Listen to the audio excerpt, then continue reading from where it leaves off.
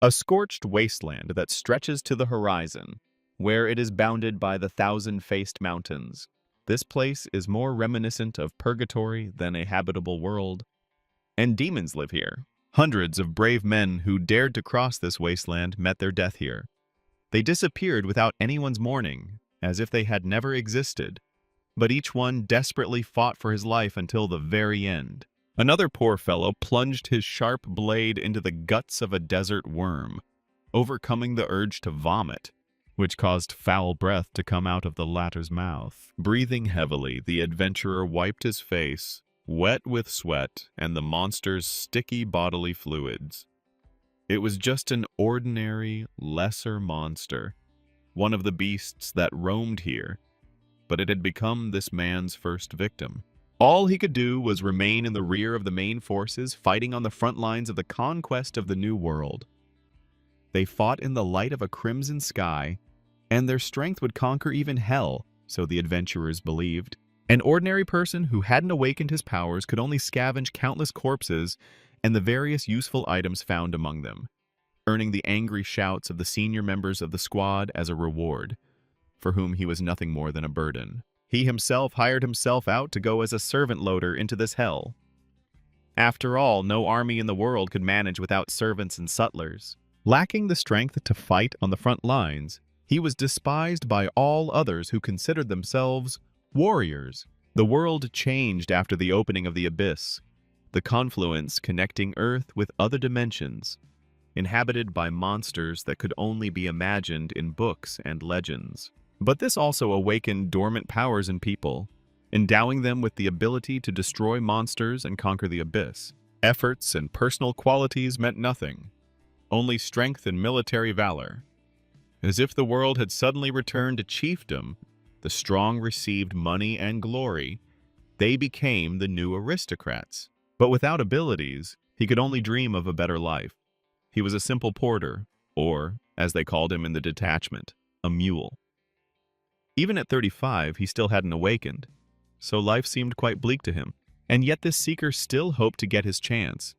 As a reward for his patience, having finished collecting the monster cores, he reported this to the others. But no one made a sound in response, and only now did the seeker realize that he had not heard the sounds of battle for a long time. And when he looked in their direction, he discovered that the entire squad of seekers was already dead. They lay side by side, in a senseless heap of bodies, exactly where they had fallen, struck down by an unknown force, faster than they could even comprehend anything. Never before had the mule been so scared as now, and he turned to stone. Then he heard an ominous voice, and turning around, he saw before him the face of death, a body woven of darkness, taller than some houses, a giant wearing piles of bones and skulls instead of clothing. This was the appearance of Asmodeus, a demon of the triple highest rank, the king of kings, the one whose name inspired terror in any adventurer. There was an endless gap in rank and strength between them, like between an ant and an elephant. And the seeker must have been overcome with an unaccountable fear, and he simply screamed and rushed at the enemy, fully aware that death awaited him. The demon twitched the fingers of one of his many limbs, and the pitiful porter's arm was severed from his body below the elbow. Asmodeus could have swatted him like a fly, turning him to dust, but apparently he himself found it amusing that such weaklings existed. Death stepped towards him. Countless empty skulls of his victims rained down, and then Asmodeus touched his forehead with his boundless power. It was like watching the finger of God descend to slowly crush you, just for fun. The seeker reminisced about his entire life, losing his parents quite early in a car accident, being bullied at school, and spending the rest of his miserable life as a despised mule porter. He was cursing his fate, his life, and his never-to-be awakening, when a flash of light illuminated his mind, and a voice from above told him that all the conditions for awakening had been met. In the midst of the bright light, the seeker saw golden steps leading to the sky, and there, at the top of everything, was he? Perhaps a god? Or perhaps a devil? The seeker was confused, because he had just been dying in agony, and now everything seemed to have frozen. Turning around, he saw himself at the feet of Asmodeus. A light-faced figure walked down the steps straight towards the seeker, who was still stunned that something could stop Asmodeus and stand above him. "Who is he?" asked the pathetic seeker from the deity that radiated omnipotence. The king, or lord, was prompted by the deity, but it did not matter, for he had come to give him power. The seeker did not answer. He understood each word separately, but could not piece together their meaning. The deity chuckled. "There's no need to be so distrustful," the fair-faced one said. The seeker was recognized by him because of his tenacity, nothing more. However, it would be great if he no longer hoped for such a miracle. "It was the first and last of its kind," said the light-faced one. He didn't answer any more questions. In time, all the answers would become clear. At that very moment, the seeker saw above him something even more terrible than Asmodeus. This must be what Fenrir's grinning maw looked like, he thought, and then he was swallowed by the abyss. It's hard to say how long he was unconscious, but he woke up feeling refreshed, his cheeks were burning, his ribs were aching with pain, and someone continued to shake him persistently. A loud ringing sound came from a resounding slap in the face, and a wave of prickly heat passed over the face again. "Finally woke up!" the ugly school bully who'd been holding him by the collar said in a sarcastic voice. Beck Hex, a long-forgotten name stirred in the depths of his memory. Taehyung didn't understand how this slippery bully, who always groveled before the strongest and humiliated those who were weaker, ended up here. Just a moment ago, Kim Taehyung was in the abyss. Then, remembering the conversation with the fair-faced one, he checked his status. The boy received a couple more light slaps, but he no longer paid them any attention. He had just realized he'd returned to his 16th year, straight from hell, and this realization washed over him like a wave of hysterical, insane laughter, straight from the depths of his desperate soul. He laughed so wildly, so freely and uncontrollably, that even Beck Hexu let go of him and stepped back, deciding that the weakling had gone mad. For a moment, he thought the pathetic worm was just playing a joke on him and cursed foully, and then was surprised to find Taehyung's fist flying out to greet him. The greeting was excellent. Although Taehyung was inferior in strength, he was helped by the accumulated experience and anger of many years of humiliation, so the bully recoiled from the blow. He flew past his friends, who clearly did not expect such resistance from a weakling. Kim Taehyung himself was overjoyed, because he had just become awakened for the first time in his 35 years. Tears of happiness rolled down his broken and swollen cheeks. But that was nothing. When Beck Hex's lackeys realized what had happened, they pounced on the weakling who had dared to fight back, not hesitating to use their awakened abilities. Even though these were only basic skills, they could cause serious burns or injuries, but Taehyung simply dodged the first strike, after which he rewarded the overconfident opponent with a powerful uppercut. In fact, the hooligans did not know how to fight, and even ordinary skills were enough to deal with them. The second one, who jumped up to Taehyung after him with an icy hand, became acquainted with the leg of the seeker who had been to hell. By the age of 35, Taehyung had tried everything possible to awaken his skill, starting with the most grueling physical training, without forgetting to study all available information about the inhabitants of the abyss and their skills. Taehyung even practiced different types of martial arts in hopes of finding the key to awakening. Could he really lose to some bullies who had only fought a couple of times in their lives? And even then, against those who were weaker and fewer in number? They were children to him, and he beat them like children, anticipating their actions even before they were committed. Of course, the reincarnation had thrown away all his hard training. He no longer had a steely, resilient body, and this part would have to be started from scratch. Beck Hesu came to his senses after the single blow and rose to his feet, cursing loudly from the pain and humiliation. Having covered himself with stone, he looked like an evil troll. The bully's eyes were bloodshot like a bull's, and it was clear that he was no longer in control of himself. A school fight could at any moment turn into a brutal massacre. He possessed the ability of stone skin, which acted as armor. It was impossible to even think about penetrating it with a bare fist, and a direct punch to the face would make more than one dentist rich. Fortunately, Taehyung's combat reflexes remained intact, and he dodged the first blow. As with the second one, despite the fact that the enemy looked heavy and bulky, he did not lose speed. The armor allowed him to attack without having to worry about defense. So Beck Hexu took a running start and jumped on top of him. The force put into this blow sharply distinguished the awakened one from ordinary people. because a hail of fragments rained down from it in all directions. The roof was covered with a thick layer of fine dust, and under its veil, Taehyung, who was not injured, quickly went behind the enemy. He delivered a brilliant counterattack when Baek Heksu tried to meet his unexpected approach. But instead of heavy damage, Taehyung himself received damage. His opponent's face was also covered in stone, so he may have just broken a couple of his bones on it. The bully simply waved his hand, but the force was so great that Taehyung simply flew back. After all, a mere man could not compete with an awakened one. In an instant, the tide of the battle turned against Taehyung, and he lay on the ground completely broken. Baek. Hex liked this look much more. "There is a limit to jokes," he said angrily, approaching him to properly take revenge for the humiliation received. "A non-entity without awakening," said the bully, and smiled crookedly, confident in his superiority. Taehyung remained lying there, pondering. All awakened beings received a basic skill, which was assigned a rank, from lowest to highest. Rank 6 was almost indistinguishable from an ordinary human, while the highest rank was awarded to those worthy of being called monsters, their strength growing disproportionately with each level. But what did Taehyung get? He received an unknown ability, and a low-ranking one at that, while his opponent had a third-ranking one. However, for some reason, the adventurer didn't feel like he would lose. The power continued to come, filling him from within, and Taehyung was able to rise, surrounded by an ominous crimson aura like blood. Baek Hex couldn't believe his eyes and froze in place. The weakling he had always bullied had now truly awakened. Everything was new for Taehyung. He felt like he could now control magic with his skill. Feeling threatened, the bully rushed forward with a powerful attack.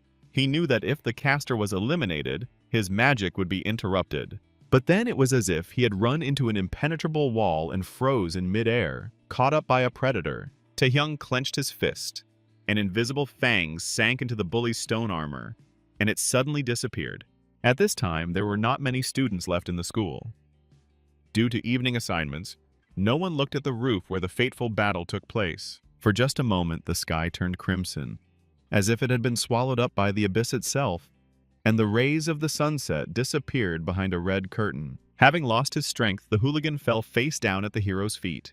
The fight was over. The absorption was complete. The rank had risen to 5th. A new skill had been discovered. The system announced in a dispassionate voice, and stone growths appeared on Taehyung's skin.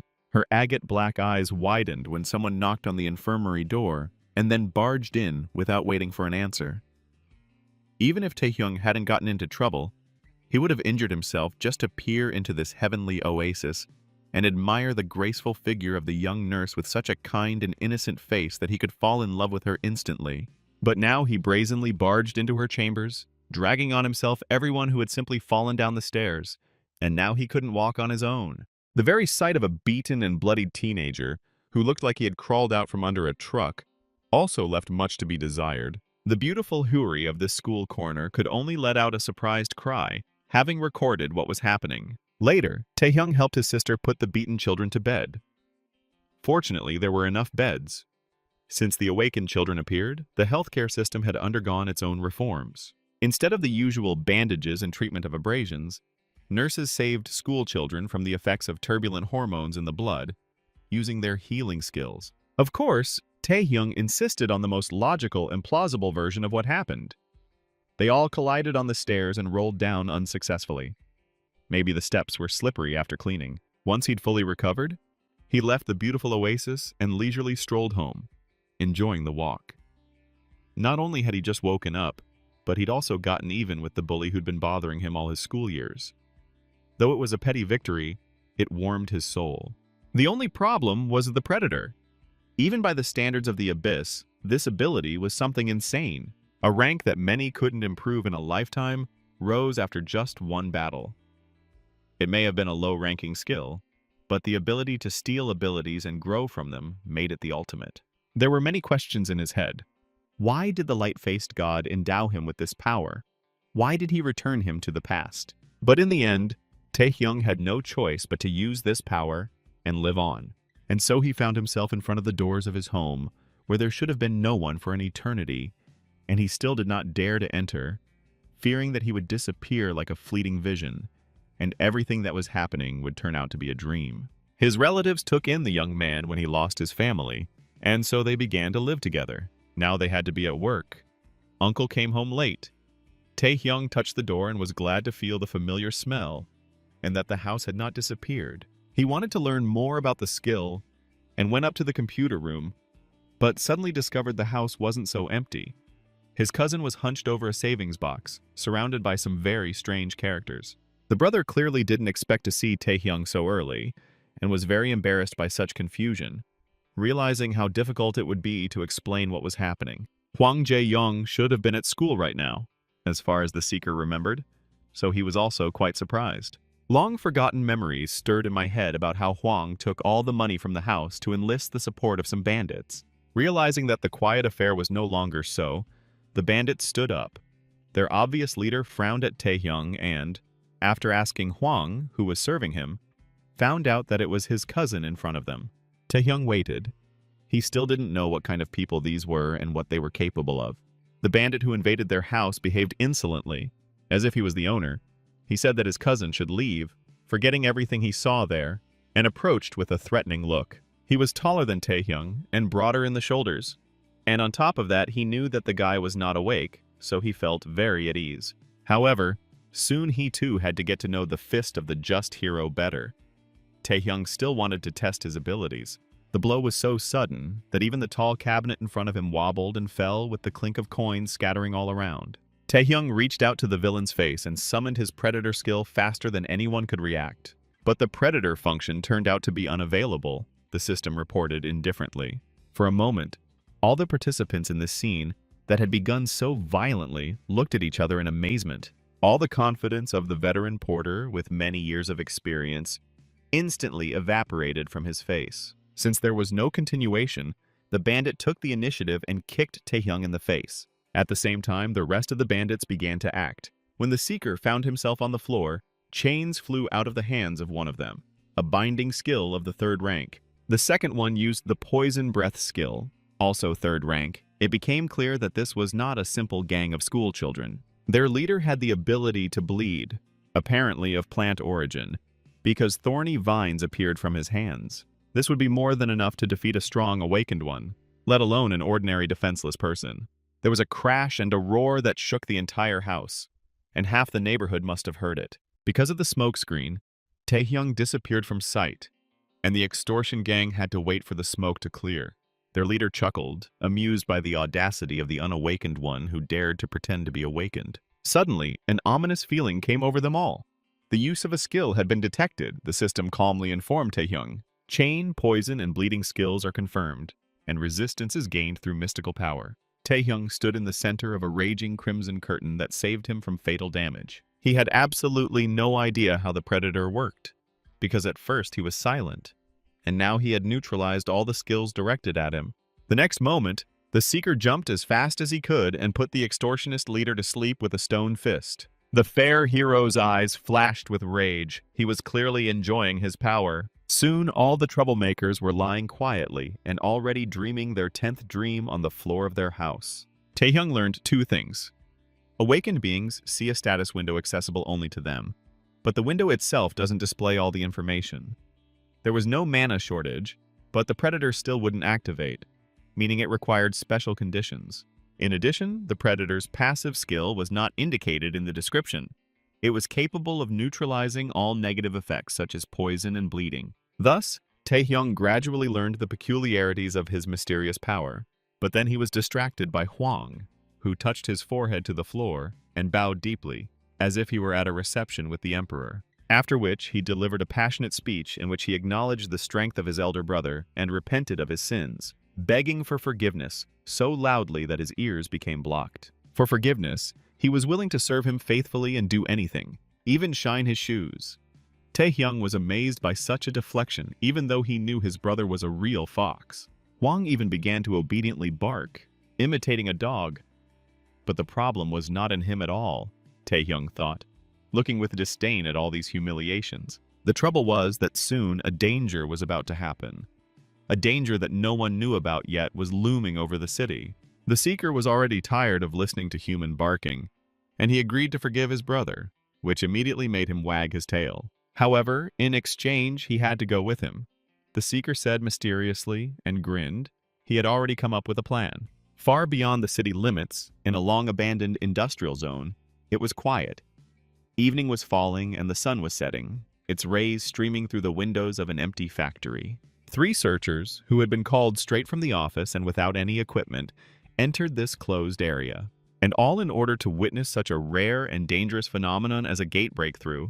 Monsters from the other side of the abyss continued to arrive through the portal, still held back by the tight, transparent dome. If nothing is done about this phenomenon, it could turn into a real catastrophe. It's been 10 years since the last one. That time, it all started exactly the same way.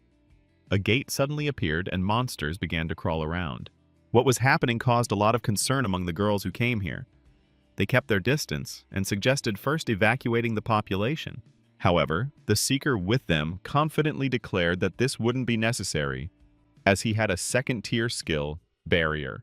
It was this skill that was currently holding back the first wave of invaders. While he was bragging about his strength, saying that even if a breakthrough were to occur, only weak monsters would emerge from a low-ranking gate. They successfully broke through his transparent dome, and like a river breaking through a blockage, they gushed out. Then the leader of the interception group showed that his words and self-confidence were not built out of nothing, and in one fell swoop he cut off the head of the first monster that approached. They were all second-rank seekers, so they could hold back the breakthrough of a horde of lower monsters. Meanwhile, Huang and Taehyung ran through the city's night streets, and along the way, the returnee quickly brought his first henchman up to speed. The brother realized that the managing person was already at the gate breakthrough site, which meant everything would be fine. Although in conversation he constantly added "sir," completely out of place. The original mana of this gate was Tier 3, which is why personnel of a higher rank arrived there to deal with the problem, Taehyung explained. And everything should go smoothly, but only if this truly is a 3rd-tier gate.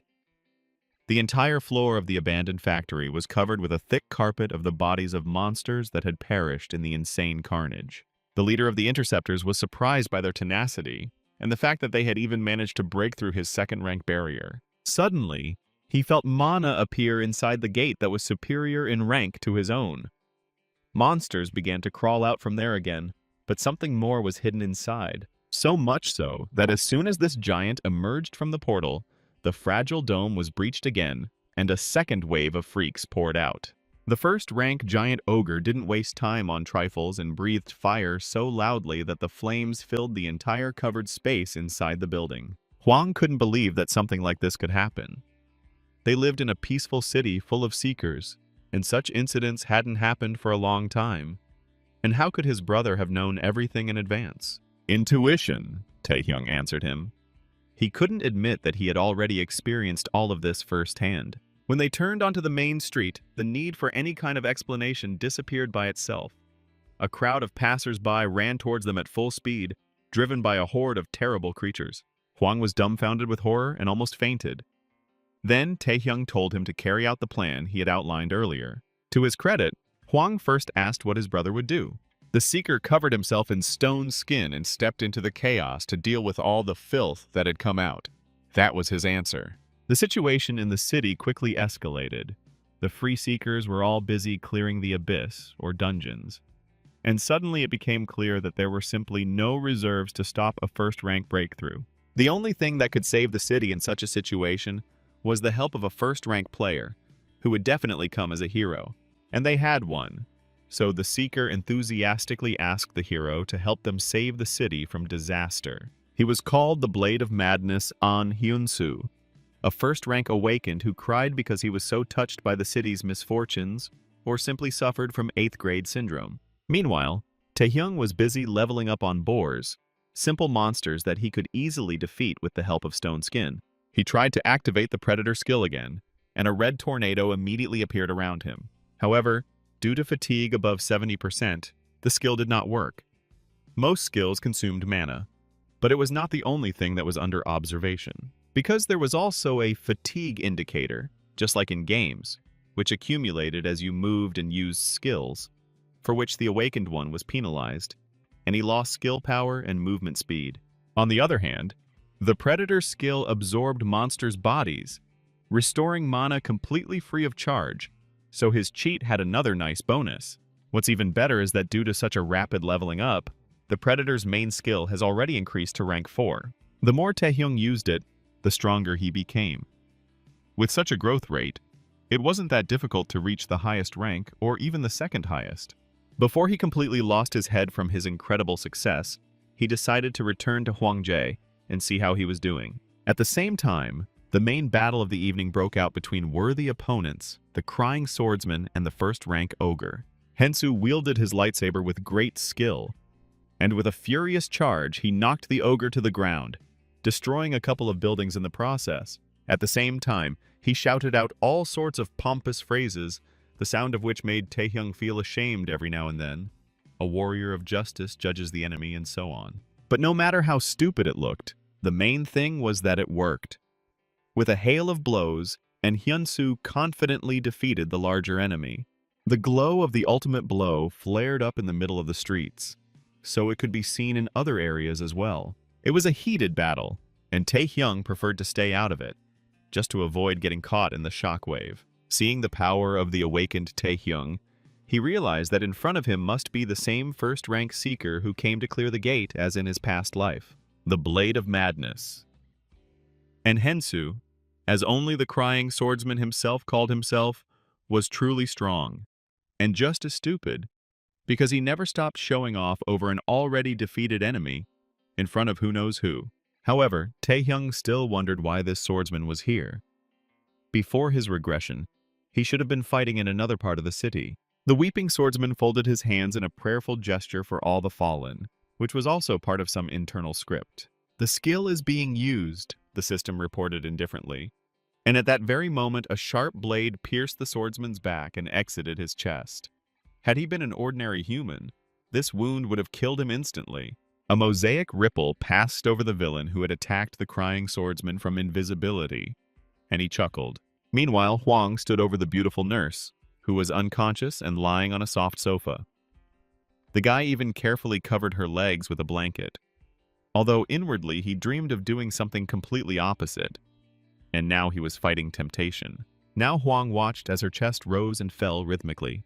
The girl was sleeping peacefully. Many people will die today, including their school nurse Choi Nayeon, Taehyung told him before they went their separate ways. It was as if he knew the future, in which the girl would help others evacuate and ultimately die. Hwang possessed the sleep skill and could put a normal, awakened person to sleep, and the hero instructed him to do the same to Nayeon and then evacuate her to safety. But from the outside, it all looked like a kidnapping, so it's not surprising that Hwang was hesitant. He was also amazed at how it happened that his older brother found out about everything in advance. Then a completely absurd but plausible guess struck him. Taehyung had acquired the skill of foresight and immediately appeared before him in the guise of a fortune teller. This thought immediately turned Hwang's head, and there was no stopping him, especially since it could go wrong with such an ability. Literally everything went wrong from the very beginning. A first-rank seeker was wounded by an unknown assassin. Pressing his hand to the wound, the Crying Swordsman asked the scoundrel who he was, a vile coward. The bald villain's camouflage skill faded, and he chuckled contentedly. The swordsman was alive even with a punctured lung. One could feel the difference from ordinary awakened ones. It was even more fun this way, declared the shaved madman, whose eyes darted around like a chameleon. Han Sando was a second-tier villain, skilled in stealth. Villains were the awakened who, believing themselves to be gods of the new world, committed crimes. Han Sando was one of them, who massacred ordinary people and awakened alike during the gate breach, taking advantage of the general chaos. However, in Taehyung's past life, there was no such thing as Han meeting a Crying Swordsman.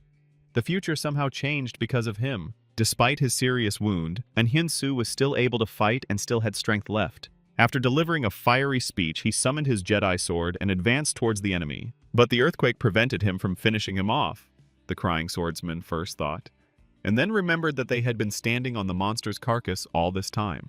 The ogre had recovered from his injuries and was rushing back into battle with his former fury, so when he stood up he threw off the annoying little people. And Hensu fell straight into the villain's arms, and a ferocious first-rank monster towered over him, The giant ogre did not distinguish between his own and others, and simply attacked them all at once. One blow of his split the ground beneath his feet. The villain decided not to participate in this alteration and leave Enhensu to the ogre, although not without regrets. In any case, he had already noticed a much more accessible victim for himself, who had been watching the duel for a long time without interfering. Han grinned devilishly and rushed at Taehyung with knives, sticking out his tongue like a wild hyena. Everything happened very quickly, but Taehyung managed to see the strange ring with skulls on the villain's hand. Taehyung saw the attack and didn't even flinch. The blade hit his stone skin with a ringing sound and bounced off without leaving a trace. Since the villain did not expect such resistance, he immediately received a counterattack with a kick to the jaw. Only now did Khan realize that the innocent victim was not so defenseless after all, and that before him was another awakened one. Taehyung named the criminal's name and rank and asked him if it was him, in order to finally dispel all doubts and impress the killer. "It's good that it was he who met him," said the just hero, and beckoned the villain with his hand. There was no need to wait long. At that very moment, the killer again tried to find a gap in the thick stone skin with the help of his blades. A fight ensued, with Taehyung protecting his exposed body parts and attempting to land a blow with his stone glove, which could be likened to brass knuckles. However, the killer had the advantage of blade reach, and was himself quite agile and skilled, so it was difficult to quickly defeat him. The opponents again broke distance to catch their breath and reassess the situation. The killer already realized that he had a difficult opponent.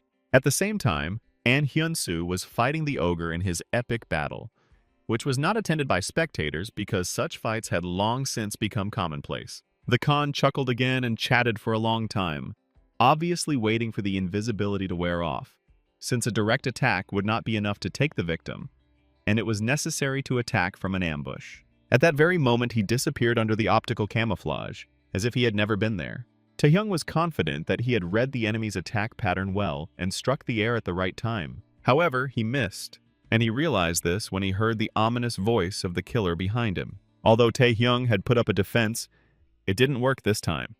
The strong stone skin was cut by Han's blade. Seeing blood gushing from the cut, Taehyung was quite surprised. The tide of the fight turned, and he no longer felt so confident. The next moment, blows rained down on him from all sides. The killer could not hold back, knowing that he was invulnerable to counterattacks. Each blow left a deep but not fatal cut. The killer did not seek to immediately end all the pleasure, but played with the victim. Who could have imagined that stone skin could be cut? Khan knew about it, and now used the victim's weakness for greater psychological effect. The stone skin did not block damage completely. The unbearable shock broke the durable coating and replaced it with a less durable one. The invisible bastard had been trying to achieve exactly this from the very beginning, and gradually he destroyed all of Taehyung's armor and was able to appear. However, not only was the guy not scared, he was also grinning, because now he was confident that he would definitely be able to withstand the battle against the second rank. He lowered his guard and looked relaxed again. The testing time was over. The killer, enraged that all his efforts had been wasted, shouted at the boy that he was just bluffing and lunged at him again. Before the villain flew towards him, Taehyung stated that he wanted their meeting to take place, and all because he has the desired skill, which the guy knew for sure. Having said this, he grinned again and activated the predator. An ominous aura enveloped everything around, and the killer froze in indecision, realizing that all this time his opponent had been hiding a strange trump card up his sleeve. However, he still considered himself the master of the situation, even though he did not know what skill his opponent possessed. Anyone else would have simply run away just in case because life is one. But Khan began to dance around his victim, confident that they would simply not hit him. All skills have their weaknesses. Stone skin doesn't offer absolute protection and can become thinner. Taehyung noticed one peculiarity of the predator while consuming monster corpses. Some of them were out of his sight, yet they were still absorbed, the invisibility hiding the killer from his eyes, but not from the sight of this skill. "Wherever you run, the predator will get you." Taehyung waved his hand, and the killer ceased to exist as a whole organism. The battle lasted all night, and soon the glow of dawn appeared over the city, and Hyun-soo had fought valiantly, like the heroes he had always imagined, but now he lay on the ground, exhausted. If it weren't for the fatal wound in his lung, he would have been able to defeat the ogre. But now he realized that even the great and invincible heroes, to which he also considered himself, cannot overcome death itself. The ogre's heavy steps hit the ground with a loud thud, and Hensu heard his doom approaching him. The merciless monster swung his huge fist and hit the ground with all his might like a hammer. However, when the dust settled, he did not see the coveted wet spot where his opponent had been. Taehyung tried out his new invisibility skill. It worked perfectly, and he pulled out the wounded swordsman. The predator's chthonic tentacles entangled his body at the sight of a new snack. Their battle did not last long. When they returned home, the uncle and aunt were very excited and were very happy to see their son unharmed. Of course, they were no less worried about Taehyung than responsible adults. The boy was glad to see these nice people after so much time. With tears in their eyes, they dragged them into the house, because they thought that the children had been grabbed by terrible monsters, especially since the house was upside down after Taehyung dealt with the bandits, and there was no time to clean up. Somehow they managed to calm the adults down, and then Taehyung went to rest. News of the incident soon broke, becoming a hot topic. Even though the threat of a breakthrough had been eliminated, schools were still closed for a week, just in case, and to give parents peace of mind. Even the 3 awakened ones who had so bitterly mistaken the gate's rank remained unharmed and were now undergoing treatment in the hospital. The beautiful Nyan gave testimony about her mysterious movement, but she could not say more, since nothing happened to her. All her things and valuables were in place, and no one touched the girl herself. And Hyun-soo got his moment of glory. Even though he claimed that the city was saved by a completely different hero, everyone dismissed this as a personality quirk, which the crying swordsman was widely known for. On the other hand, a lot of controversy and unrest was caused by the fact that the body of the ogre and the unknown villain had disappeared somewhere, and therefore the usual security measures no longer seemed so reliable to the citizens. One thing Taehyung could be sure of was that no one had reported his interference the entire time, and now he could breathe freely as he walked along the old train tracks. He did not choose this path by chance. The narrow track led him to a dark, abandoned tunnel. Here you can see the main character's status, for those who are interested in reading all these useless stats, from which only one thing is clear. The hero will level up and become stronger. Taehyung now had 3 skills: Stealth, Stone Skin, and the meta-skill Predator, which allowed him to absorb other skills. However, using all 3 skills at his current level would be very difficult due to his low mana.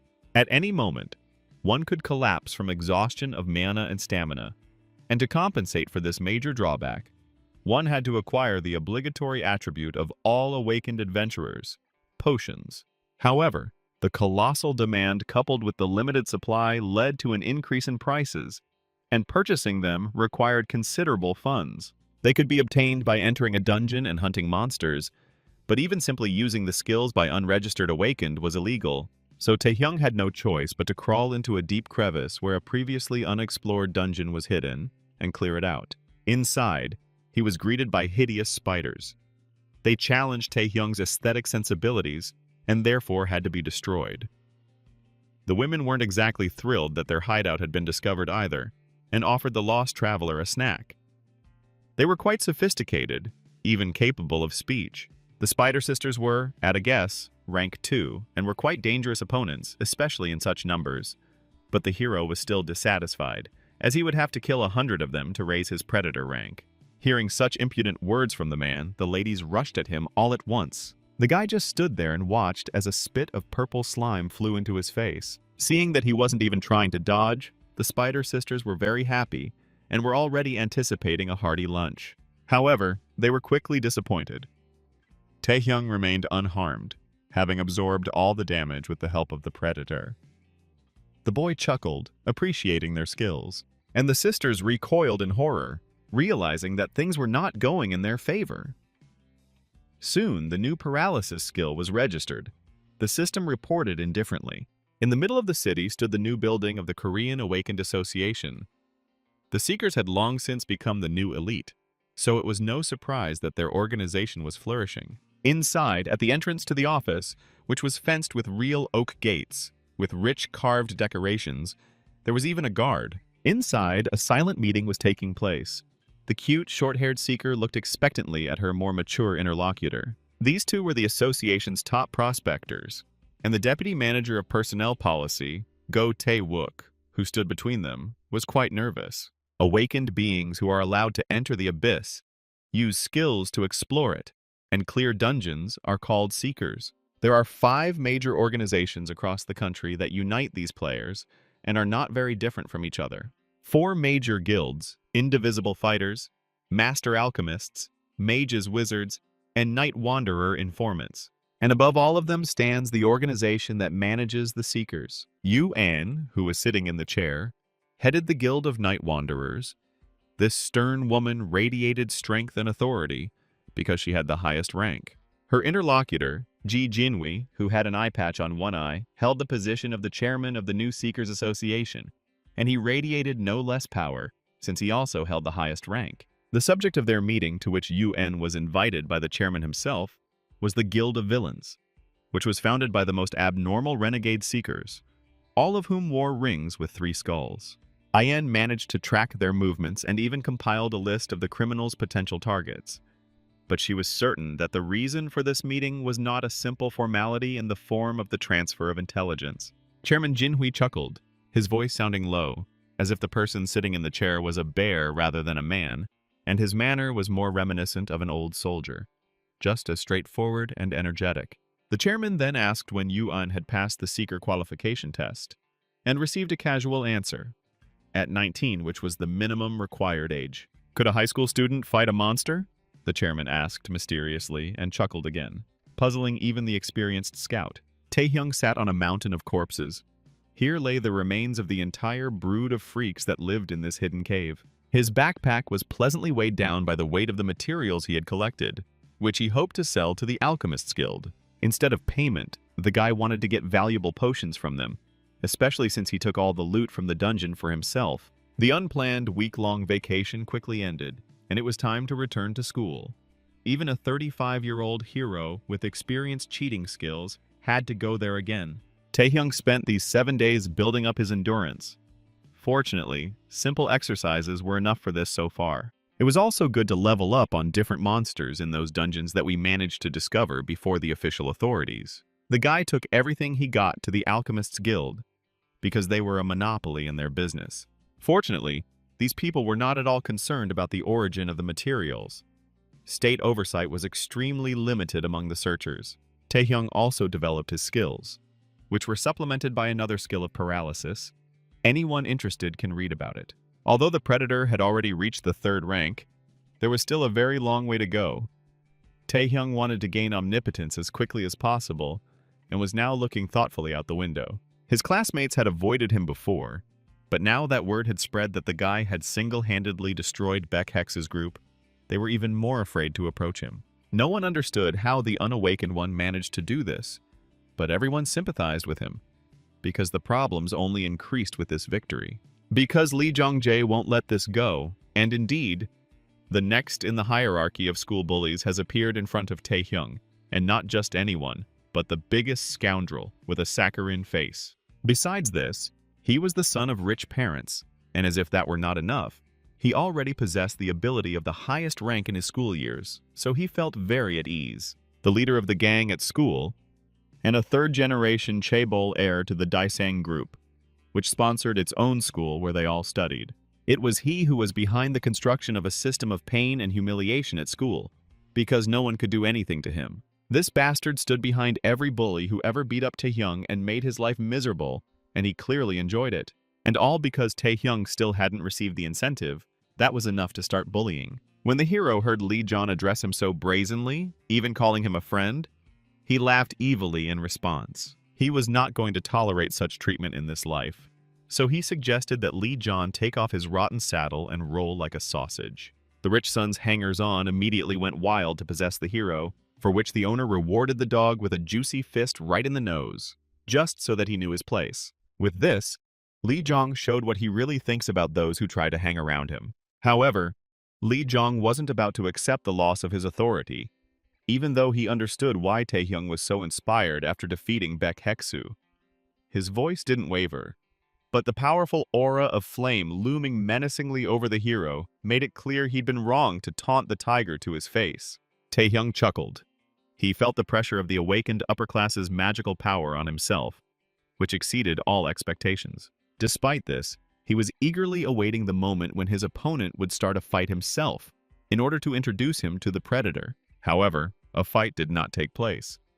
A third party intervened, freezing Lee John's hangers-on in place, and the girl demanded that the showdown be held elsewhere. A cold beauty with blue eyes to match her strength, Lim Aeong ordered them to stop, and the same applied to Taehyung. Snow Queen, class president, #1 beauty, daughter of a wealthy family, half-sister of Yu A-yeon herself, model student and top-ranked Awakened. The list of her impressive qualities as the daughter of her mother's friend could go on and on. If it weren't for Lee John's nasty character, they would have looked great together. But now the girl resolutely approached him and made it clear with her whole appearance that she would not back down. Even Lee Jong had to reckon with someone who was his equal in every way, so he immediately stated that they were just having a fun chat with friends and that they had no quarrel. In the mind of a well-bred girl, it could hardly be called friendship when one beats the other. Lee John acknowledged her strength, but still ordered her not to cross the line, measuring the girl with a furious look. However, it was like trying to melt a glacier. Lim En didn't even bat an eyelid and repeated her demand to leave everything and go away. At this point, Taehyung also thought that it would be better for them to really leave everything behind, since not only the class, but perhaps the entire school was in danger of being destroyed if one of them did not decide to retreat. Lee John was the first to decide to leave. A fight with the school's strongest student was not in his plans. It would not add to his pleasure or authority, so he turned towards the exit. But these words were just a pretense. The scoundrel turned around abruptly and, giving in to his unbridled nature, raised a wave of scorching flame. Lim Aeong's hair was already covered in frost, but perhaps the most terrifying fight in the history of school fights never happened, interrupted by the sound of the public address system. The Seekers Association will be giving a special lecture in the main hall today, which is why all the students needed to gather there. It was a very unusual meeting, too important to cause a ruckus right in front of it, so Lee John cooled his ardor. This time Lee John actually left, and his dogs hurried after their master, still undeserving of the frostbite and broken nose. When they left, slamming the door, Lim Aeong turned around to see if Taehyung was okay. She must have been expecting gratitude and was already preparing to nobly refuse it, but the rescued one simply disappeared. The guy was already standing in the doorway and told the excellent student to hurry up so as not to be late for the main hall. Such a striking change in behavior caused a lot of bewilderment on Lim Aeon's face, but she remained silent. The hall was full of people from the senior classes, all excited by the attention of the Seekers Association and connecting it with the recent breach of the gate. Today, the deputy head of human resources, Go Tae-wook, spoke to them. He came out on stage and introduced himself. There were two reasons for this meeting. The first was the lack of response to the gate breach, and the second was safety training from the Seekers Association. However, the main purpose of the meeting concerned those responsible for the future of their new country, because starting this year, the conditions for passing the exams for the qualification of a Seeker were changing. However, at the moment, the best awakened ones didn't care about this at all. Instead, they were more concerned with Kim Tae-hyung. The culprit of the commotion himself listened to the entire speech with a bored look. He already knew how events would unfold over the next 2 decades. Many students did not understand what the Seeker's exam had to do with them, since it was usually only allowed to be taken by those aged 19 or older. This was the case before, but due to the recent breach of the gates, many dungeons filled with monsters have appeared. The association openly admitted that it was experiencing a severe shortage of personnel, and therefore, starting this year, they plan to approve the recommendation of even high school students. According to Go Tae-wook, the association was going to select people based on their abilities and behavior after a thorough check, but Taehyung knew it was all a lie. The exam could indeed be taken by high school students, but the real selection was already taking place at that moment. It was all because of Go Tae-wook's skill called the Observer's Gaze that his hidden eye was already scanning everyone gathered in the hall. This skill allowed one to quantify the contradictory and unbalanced abilities of the awakened, and even open their status window if one concentrated. So, Go Tae-wook saw a certain amount above each student. In his estimation, the average score of the school was definitely higher than others. But even among the excellent awakened, there were gems that inspired Go Tae-wook's admiration. While his skill couldn't grasp all the complex nuances and balance of skills, it did a good job of demonstrating the division into ranks. While most people would consider a level of 500 points to be good, Lee John could boast of having almost 2,000. And Lim Aeon was truly astounding, with her impressive level of 2,300 points. It's so cool to measure strength by a single indicator and then express it in meaningless numbers. Sister Lim Aeong herself provided Go Tae-wook with a list of potential seekers, but even so, he was surprised by the strength of the students, and he was already preparing to write letters of recommendation. However, here, Lee Jong raised his hand high and asked the deputy if there were any who were not at all suitable for the recommendation for the Seeker's exam. After all, one way or another, the exam tests the abilities of awakened players and determines their right to become a Seeker. So, there was no need for the unawakened to listen to this speech and be present in the hall, he said, and immediately looked at Kim Tae-hyung. Such was Lee John's vindictive nature, who even in small ways sought to humiliate those he did not like. A Seeker is not only his personal strength, of course, the rank of an awakened one. The ability to cope with different situations, extensive knowledge of the abyss were also strength. All complex abilities required testing and skill in their use before the awakened one would be eligible to become a Seeker. But for the unawakened, even this information could be dangerous and instill unnecessary expectations, Lee John declared. Thus, he skillfully wove concern for others into his words, although his intentions were completely opposite. Taehyung immediately realized that Lee Jong had another goal in mind with this speech, namely to check whether he had woken up. The hero had a choice: either admit that he was awakened or leave in disgrace, and the arrogant rich man waited to see how it would end, setting a trap. Lim Ayong also realized that the nasty bully was playing some kind of game again and pulled him back. But then she remembered Kim Tae-hoon's character and realized that she would not receive any gratitude for her intercession, so her ardor immediately faded. Under the puzzled glances of others, the girl, who was only trying to appear cold and reasonable, turned away, deciding that she should let everyone sort out their own problems. Go! Tae-wook took the floor again, and laughter was heard in the hall, but he still continued with an unperturbed voice, stating that listening to the lecture was everyone's personal business. Lee Jong definitely wasn't going to stop there, so he continued to press, asking the hero if he wasn't ashamed to stand there, since he wouldn't be able to get a recommendation anyway. Or maybe he doesn't care about things like the Seeker's exam at all, Lee Jong asked sarcastically. Taehyung chuckled. He knew that if he didn't prove his awakening, he wouldn't be allowed to take the exam. But he also knew that a personal interview would not be necessary, because the eye of all-seeing was already looking at him at this very moment. For Go Tae-wook, strong people stood out, as if they shone brighter than the rest. Lee John had the highest rank, but his character left much to be desired, the deputy thought regretfully. There was another boy who, according to his classmates, was not awakened at all, and the deputy even felt sorry for him. But when he tried to look into his status, the system failed. This surprised Go Tae-wook so much that he even recoiled.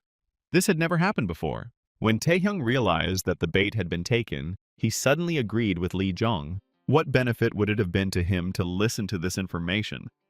It would only have hurt the pride of the main school bully, the hero stated. And Lee Jong was surprised.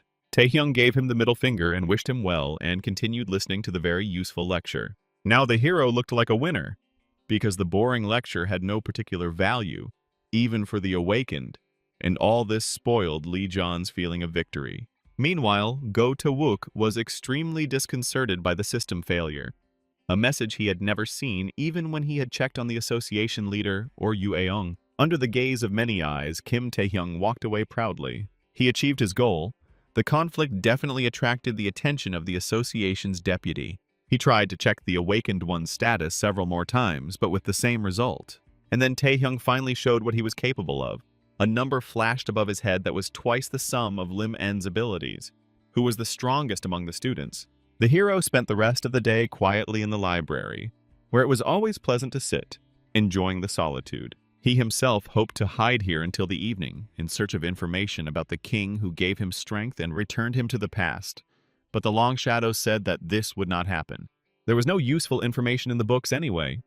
His case was too unique, Taehyung said when he saw Lee John's dogs in front of him. There were 3 of them, and they said that the leader was looking for him, so the hero was supposed to follow them. When Taehyung asked the service dogs with a smile what would happen if he refused, they bared their teeth sarcastically and reminded him of his aunt's restaurant. Taehyung worked there part-time, and in any case, he didn't like the fact that third parties, dear to him, appeared in their conversation. Since he doesn't have parents, his relatives already have a hard time caring for someone else's child. There's no point in adding to their difficulties. Since they were also laughing maliciously, the last drop of Taehyung's patience snapped, and he spoke in the language that such people understand best. The impact of the awakening was comparable to the explosion of a grenade. There was a cracking sound, the rumble of breaking furniture and the ringing of broken glass. The hero grabbed one of the dogs by the throat and easily lifted him up with his outstretched arm, after which he agreed to meet with Lee John and clarified his location. Lee John chose the gym as a place for a date, where no one was currently, but he didn't come there alone. Next to him was another shaved-headed man in a suit, apparently a servant. Sol Hundo was young Master Lee's bodyguard, a first-rank seeker, and he had already tried several times to lower Taehyung's status, but he never succeeded. With this level of resistance, it meant that they were at least a first-rank awakened being. Hearing this, Lee John chuckled and offered to talk as friends, but he was not trusted. He admitted that he had been harsh, but it was all due to his curiosity, which had not yet died down. Lee Jong even shared his plans to create his own guild, which would be the successor to the Daesung group. But even a genius cannot act alone, he believed. Personnel decide everything, Lee John declared, raising his finger meaningfully to the sky, as if he were uttering some kind of universal wisdom. He didn't need losers like Backhex, but real talents like him. He added snakes and brazenly pointed a finger at the hero. Like a mad school bully, he spread his arms theatrically and proposed ruling the galaxy together. Or at least that's the importance he was trying to convey. Only then could Taehyung achieve fame and fortune, pulling his family out of the gutter, Lee Jong believed. But for the hero, all this was the barking of a mangy dog who thought he was something special. No words of persuasion could convince him anymore once his family's argument was brought up. Family is everything. Taehyung hardened his skin, letting the scoundrel know he'd crossed the line. Lee John reacted to this with feigned indifference. In his own eyes, he saw himself as the arbiter of fate. A fireball of such power appeared in his hands that Taehyung felt it on his own face. Since he had failed to recruit a supporter, he had to be destroyed as a dangerous element. At that moment, Lee John's bodyguard helpfully set up a barrier, a magical skill that separated the inner space from the outer space and thus could not be sensed. The arena for the duel was ready. So, in his opinion, no one should know about the brawl right within the school walls, although the plan was crazy from the very beginning. Before the hall had time to be covered with a barrier, both opponents entered into a fierce fight, inflicting numerous blows on each other. Lee John pressed forward furiously, covering his fists in flames. He was strong as a magician and as a warrior, so he moved very confidently, radiating power. Taehyung's stone skin cracked, unable to withstand the highest rank abilities. And Lee John continued his attack, performing a spin in the air, and decided to finish off his opponent with a wide kick. There was an explosion, which only grew stronger due to the compressed space, and the hero disappeared completely into a cloud of flame. Lee John reveled in his strength. Realizing that he was winning, he laughed, after which he continued to shower the enemy with scorching blows, each of which was like a shot from a cannon. Sol Hundo even felt sorry for the guy whose beating he was forced to take part in. Most likely, his master's opponent was a first-rank awakened being, with good body-strengthening skills. With his level of combat instinct and will, it was even hard to believe that he was a simple schoolboy. He might not even have been able to find a worthy opponent. But today's battle would be the last for this guy. The bodyguard understood. Taehyung was still holding on, parrying Lee John's hard, burning blows. But in the face of a higher rank, all his efforts were in vain. It was like a wolf challenging an elephant. They were simply in different weight classes. Sol Hundu wished the guy to quickly realize his limits and give up before he got even more injured. But then he suddenly stopped short. All this time, Lee John was doing whatever he wanted and simply beating his opponent. But at some point, they began to push him back. And with such force that in the end, the young gentleman received a stone fist in the face, after which he flew off to lie down and rest. The bodyguard could not believe his eyes and froze in indecision, not knowing what to do, whether to intervene in the fight or not.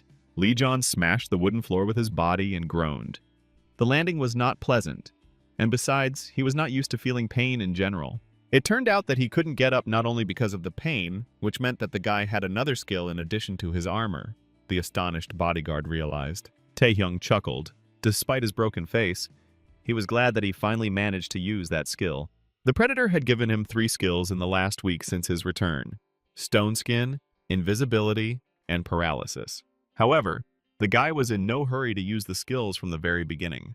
The 3rd rank Paralysis could not overcome the resistance of the awakened highest rank, and the Invisibility would be quickly removed by fire attacks with a wide range of action, while the Predator was the last resort of kings, and therefore it should not be used thoughtlessly. Therefore, his tactic became the gradual accumulation of paralysis effects with each contact with the opponent.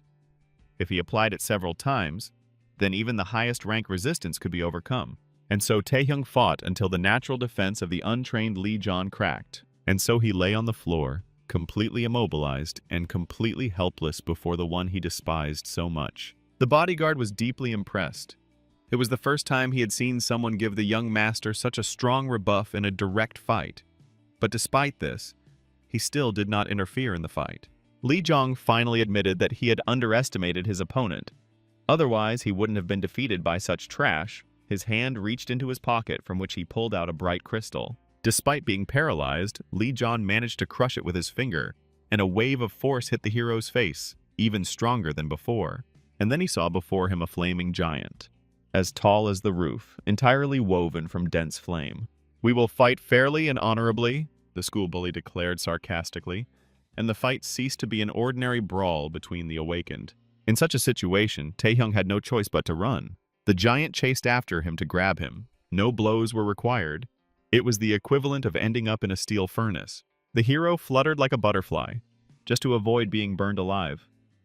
There was no doubt that the enraged Lee John, who did not know how to lose, did not care about his life. In desperation, Taehyung turned around sharply and jumped straight at the giant, but another fireball was already flying at him from above. An explosion occurred, destroying the remains of the stone armor on his body and throwing the guy far back. The fiery man inside of whom Lee John himself was hiding took a step towards the defeated enemy, and in an instant they changed places. This skill of young Master Lee was called the Fiery Heart, and it would be difficult for an ordinary human to unleash the full power of a top-tier skill. But before that, Lee John used the enhancement stone. He had no intention of having a sports fight. These stones were obtained by processing the heart of a monster, and they temporarily allowed one to increase magical power. At this moment, Lee Jong was able to unleash the full power of his top rank, making him incredibly dangerous. And then the bodyguard realized that the jokes had long since ended, that the young gentleman did not know when to stop. He shouted at him to stop. Otherwise, he would actually commit murder on school grounds in broad daylight. Moreover, his body was working at the limit of its capabilities, which is why the vessels could not withstand such a flow of mana and burst. Instead of answering, Lee John, who had gone crazy, threw a fireball at his own bodyguard. He told him to shut up, because a pathetic slave does not dare give orders to his master, the bully barked. How could he stop after some slug humiliated him? Lee John asked arrogantly. Taehyung stood up and also realized that he wouldn't be able to leave here so easily. Gathering all his blazing power, Lee John brought it down on the pathetic plebeian who dared to rebel against the masters. When the fire consumed him entirely, the madman burst out laughing, fully understanding that he had just committed the most terrible crime of all possible. The bodyguard didn't know how to stop his charge without getting into trouble himself. He jumped towards the hole in the floor where Kim Taehyung had just stood, still hoping that the guy had survived. He even extended a helping hand and asked to escape somehow, promising to detain the young gentleman. But at that very moment, the servant received a strong blow to the jaw, and despite his first-rank strength, he staggered far back. The hero emerged from under the clouds of smoke and, in a voice full of suppressed anger, said that he would not run because he had not started the fight first. The highest ranks were different from all the others. Kim Taehyung could clearly feel it now, but he hadn't come here empty-handed either. Glass vials from under restorative potions rolled across the floor. Now he, too, was ready to show his full potential, and an ominous crimson power appeared in his hands. At this time, following the results of the open reviews at the high school, Go Tae-wook met with the chairman. He was extremely impressed by the report of the 2 best students, whose characteristics indicated that they belonged to the highest rank. The deputy confirmed everything, but was much more reserved in his assessments. The results were truly impressive. Even without much training, Lee Jong and Lim Ayung possessed such strength, it was comparable to the level of a Japanese saint or a first-rank seeker. The comparison to a saint made Go Taewook wonder what they would say about that guy. The saint represented all of Japan.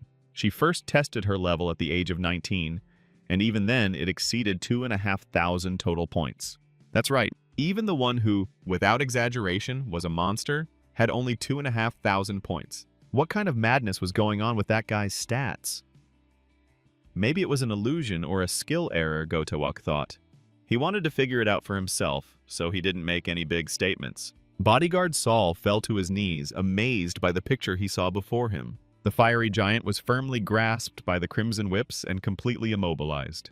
The magic of an unknown awakened being suppressed the ability of the highest rank. Lee John was also confused. He tried his best, broke all the rules, and still couldn't do anything. Until the very end, his pride did not allow him to stop and admit defeat. He kept rushing towards Taehyung, shouting that the heir of the Taesong clan could not lose to a weakling of lower rank. But what did a hero care about rank and birth when sheer strength decided everything?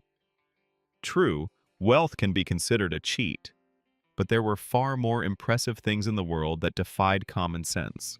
It was the power of the king, granted by the god himself, for whom even the greatest demon of the abyss, Asmodeus, was nothing more than a toy. When this force fell upon Lee John, an explosion thundered that could not be hidden by any barrier. The front wall and roof of the gymnasium were blown into the air, and the debris was scattered far and wide. Flames whistled all around from numerous fires. Stone chips fell from the remains of the walls. It was a miracle that they weren't buried under the rubble of the building. Lee John lay unconscious, barely breathing. It was a miracle that anything remained of him. Even his pretty face wasn't flattened.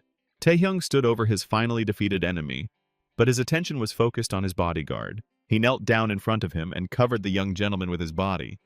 It was increasingly reminiscent of some kind of medieval drama about knights and heroes. Bodyguard Saul managed to pull out Lee John right at the moment when the predator skill was used on him, and this was quite unexpected. But it didn't matter, since the theft couldn't be stopped, and Lee John's skill was successfully acquired. Even in their situation, the bodyguard warned the guy that it was stupid to attack the heir of a powerful clan, and now he would have to deal with the consequences. The hero didn't care about this. He wasn't the one who started the fight, and even with such power there was hardly any reason to fear problems. In any case, Taehyung didn't want to kill the school bully. His crimes weren't that serious, but he wasn't going to refuse the ransom. The heir to a wealthy clan could fetch no less than 1 billion in pleasant bonuses. That's the ransom amount set by the noble Sir Knight. Incidentally, this is precisely how knights earned their living, which is the source of their humane attitude toward members of their own class. Upon hearing the explosion, all students were quickly evacuated from the school building, under the supervision of teachers and the frightened nurse Nyeon. The city had recently been attacked by a wave of monsters, so everyone was nervous and on edge. Lim Ayan clearly felt the magic of the flame. Without a doubt, it was the power of Lee John, who was fighting with someone, the girl thought.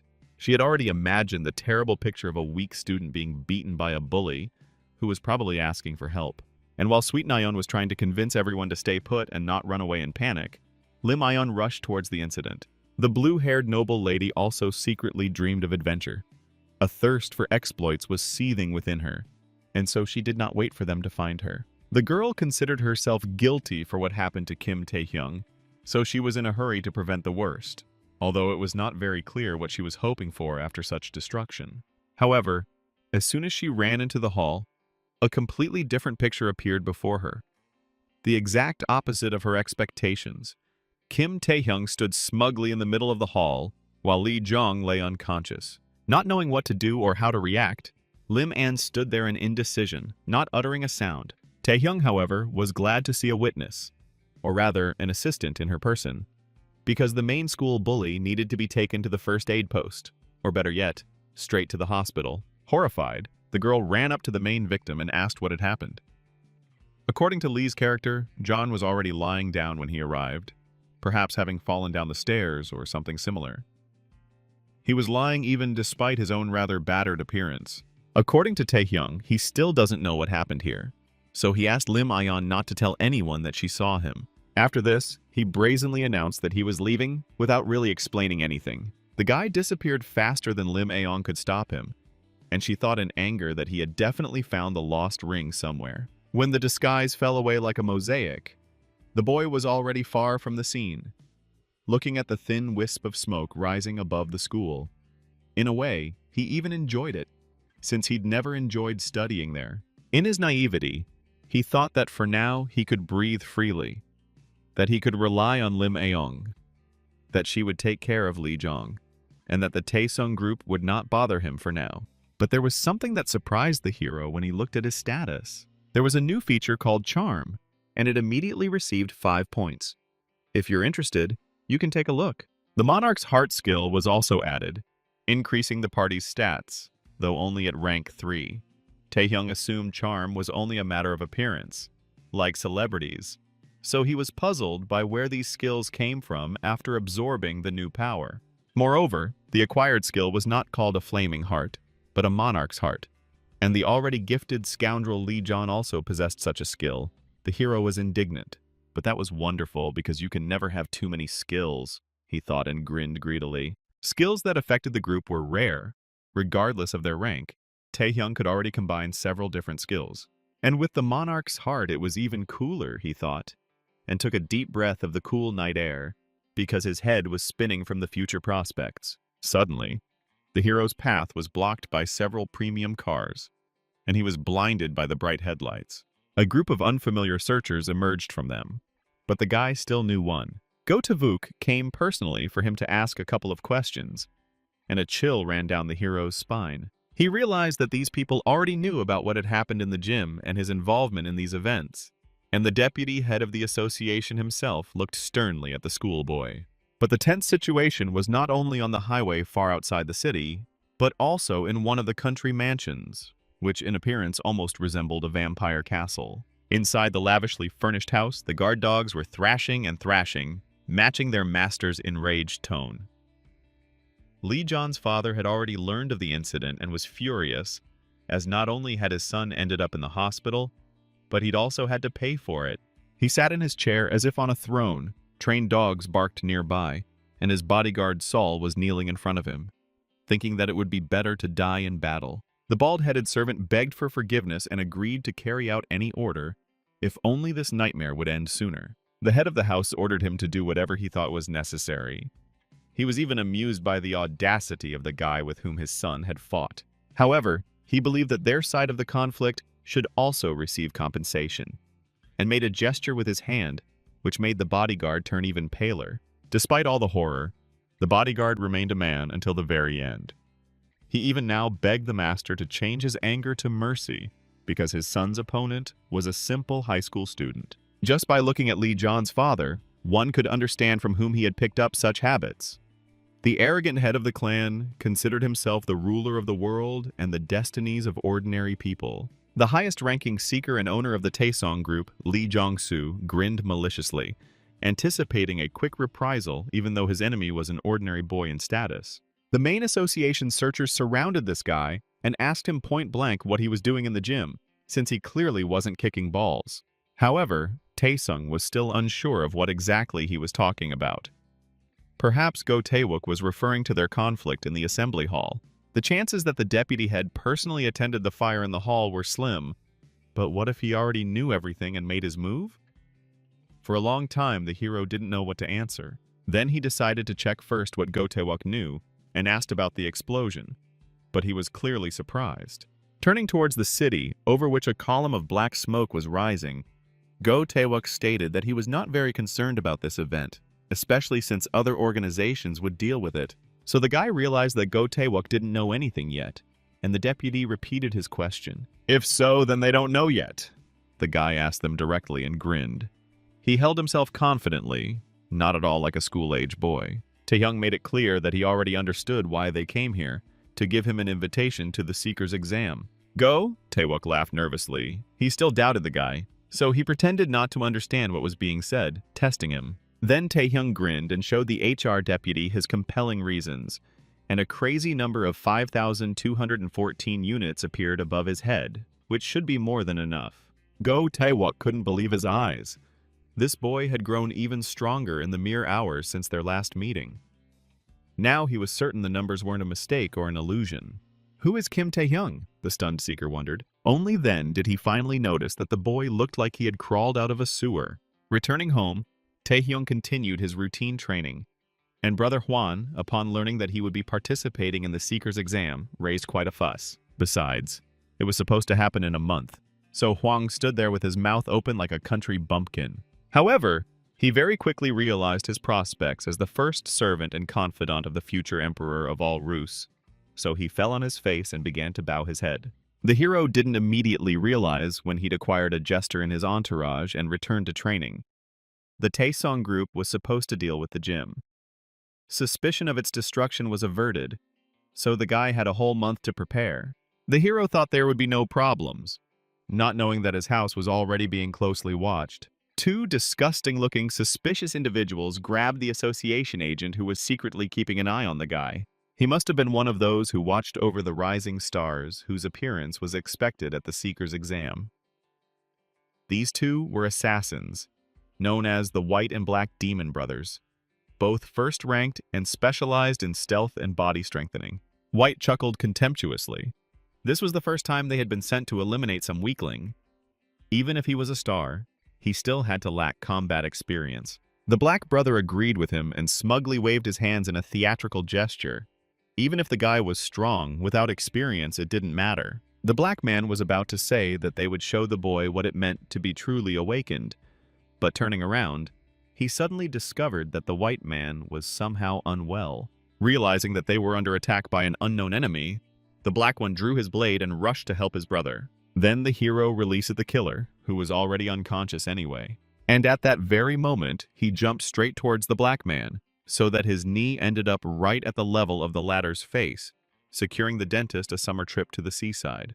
This is how the guy showed the killers who was the small fry with no experience and who was the real hero. A few hours before this event, standing in the burning hall, Taehyung laid out his ransom demands, although he understood perfectly well that the bodyguard would not be able to get anything out of the gentleman. And the hero himself was not such a terrible person as to hold his subordinates responsible for failure. He simply asked them to do everything possible to conclude a deal with the Taesong group. And so that the new servant would not betray him, the hero imposed his new power on him. They sealed the agreement with the Oath of the Awakened, a way to seal a deal, and if one of the parties broke it, a random but eternal penalty would be imposed on them. Lisic found himself between a rock and a hard place. On one side, he was pinned down by a not-so-young schoolboy, on the other by his own master. The bodyguard was supposed to receive $1 billion from Mr. Lee and do his best to hide Taehyung's involvement in the gym explosion incident. At the same time, it was Sol Hundo who warned the boy that assassins had been sent for his soul. The Oath of the Awakened One compelled him to do so he was obliged to report Chief Lee's response. The masked killer attacked with ferocity to hide his unaccountable fear. His young opponent dodged as deftly as if he had the skills of a veteran and seemed to have no fear of him at all. At some point, the guy managed to carry out a powerful attack, but the killer used fast movement. He found himself behind his target and counterattacked sharply, plunging his sharp blades deep into the concrete of the roof. Taehyung had heard of the White and Black Brothers, and that they specialized in stealth assassinations, but in the end there was nothing special about them. In the end, apparently all they are capable of is sneaky attacks when the target is unaware of their presence, the hero realized and grinned ominously. At the same time, a VIP car was driving along the highway of the night city. The best prospectors had long been accustomed to enjoying the privileges of the rich. Yu A-Yun leaned back tiredly in her soft chair, thinking about the fact that the selection of future participants in the Seeker exam had already been completed. It was held all over the country and was supposed to bring together the best of the best, so she became curious about who the chairman was waiting for. Among the newcomers, there was definitely supposed to be Shinbok from Busan, with the highest rank. The chairman, who was in contact with her, however, stated that this time she had guessed wrong. Of course he was waiting for her younger sister, the one-eyed chairman declared. However, Yu Ai-yeon did not have the highest opinion of her half-sister. The chairman asked who the picky spy wanted to see then, and Yu Aeong smiled. She had already heard that in addition to the high-ranking guys, there was someone who was being looked after personally by Go Taewook, so Aeong wanted to know the level of this mysterious awakened one. And this level grew not by the day, but by the hour. Because the predator had something to profit from, the prey itself came into his hands. However, this time Taehyung's ability didn't work, and he discovered a new condition for its use: a lack of physical capabilities. Due to the overload, the use of the predator was impossible, so the hero had to call for help. The association seekers were extremely outraged that the white and black brothers, who had been bothering them a lot, were now taking on school children as well. Go Tawuk came again to personally check everything and take control. He asked the guy if he knew those who could send famous killers after him. Of course, the guy couldn't talk about his affairs with the Taesong group, so he shook his head. Fearing that the list of exam participants might be leaked, Go Taewuk requested reinforcements from the association.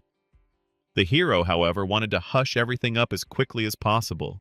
He was not as concerned with the problems associated with the powerful conglomerate as he was with his own recently discovered limits to growth. Due to his lack of physical ability, he was unable to use his skills, making them completely useless, meaning he needed to work on improving his abilities. To increase the awakening level by using the predator on other awakened or monsters, the skill itself was needed. Taehyung realized that he had reached a dead end and thought deeply about how to find a way out. In the end, he was left with only one option, the hero thought gloomily. So the very next day, he headed to the gym, where a charming and fit girl immediately handed him a form. Her name was Yu Ra, and as the manager, she represented the association's top training center. A beauty with a toned body and a sweet smile, what could be better to see in the morning? Hwang was deeply shocked that they had come to such a place. Just to train here, one had to have considerable status and strength. The mask of goodwill almost cracked on the cutie Yura's face when she realized that her clients must be lost school children. However, she quickly changed her mind when she saw a card on one of the guys, which Taehyung received from the Alchemist Guild thanks to his generous donations of valuable materials at good prices. Only a relative of a high-ranking seeker or even a guild owner could receive such a thing. Yura hesitated. If she simply processed the payment, she could get into trouble later if something happened. Then, one of the inhabitants of this Hall of Power noticed Miss Yura's difficult dilemma and came to her aid. Like all the inhabitants of such establishments, this one was also distinguished by a certain eccentricity, from his appearance to his demeanor. "To enter this place, money alone is not enough," said Mr. Kang Chul, a former second-rank seeker. Even Hwang knew this clown with muscles instead of brains, and the hero looked at his posing and the play of muscles with complete indifference. What normal person would walk around without a shirt in broad daylight? Kang Chul was known as a rookie killer, so the noise he made had already attracted the attention of the other gym-goers. "Everyone should tremble when they hear his name," the naked brute boasted. And Taehyung couldn't stand it, so he called him a weakling and a chatterbox. Such a harsh statement frightened not only Hwang, but even the cutie Yu Ra, who knew Kang Chul's proud character well. The big man frowned and strained his muscles as hard as he could to make himself look bigger. Taehyung then suggested testing it out by making a bet in which the loser would pay a membership fee to the gym for a year. Hearing such conditions and already anticipating easy money, Kang Chul roared with joy. So they moved to a virtual arena, which was also part of the training equipment and simulated images of the abyss. They sat in comfortable chairs, where sensors read all the indicators. The show attracted a huge crowd of spectators. Everyone wanted to see how the overconfident newcomer would be crushed, and Hwang was worried about his brother. This virtual program was called a virtual porter, the charming Yura explained to him. A competitive training session in which the awakened one had to carry the maximum weight. Additionally, they had to defeat the maximum number of second-class virtual monsters and then reach the designated location in the shortest possible time. Although the conditions sounded somewhat contradictory, many disputes were often settled in this way in the hall, but Yura believed that the conditions were too unfair for Kanchol's opponent. The muscle man with the mohawk laughed maliciously and took his starting position. He wasn't going to play along. "How dare some brat compete with him, a seasoned retired veteran?" the brute asked, and immediately rushed into the thick of the monsters. Thanks to his muscle-strengthening skill, dealing with them was not a big problem for him. This skill gave him speed and maneuverability, making him perfect for the porter's test, especially since Kang Chul could lift much more weight. That's what he thought, until he was suddenly passed by as quickly as if he were standing still. With a heavy load on his back, Taehyung broke through the ranks of monsters along a straight road. He ran like an arrow, practically without deviating from his course, and kicked away all the enemies. The toothy ones could only helplessly gaze upon the full splendor of the handsome hero. In the end, the guy got a crushing score, possibly the highest in this game. Kangchul immediately became frustrated. He did not expect such a turn of events at all. All the viewers of this show were in the same confusion, and the hero, although he planned to train for only a month, decided that a year of exercise would not be superfluous. Then he looked triumphantly at his opponent. No one could run as fast with a heavy bag as a porter with 20 years of experience.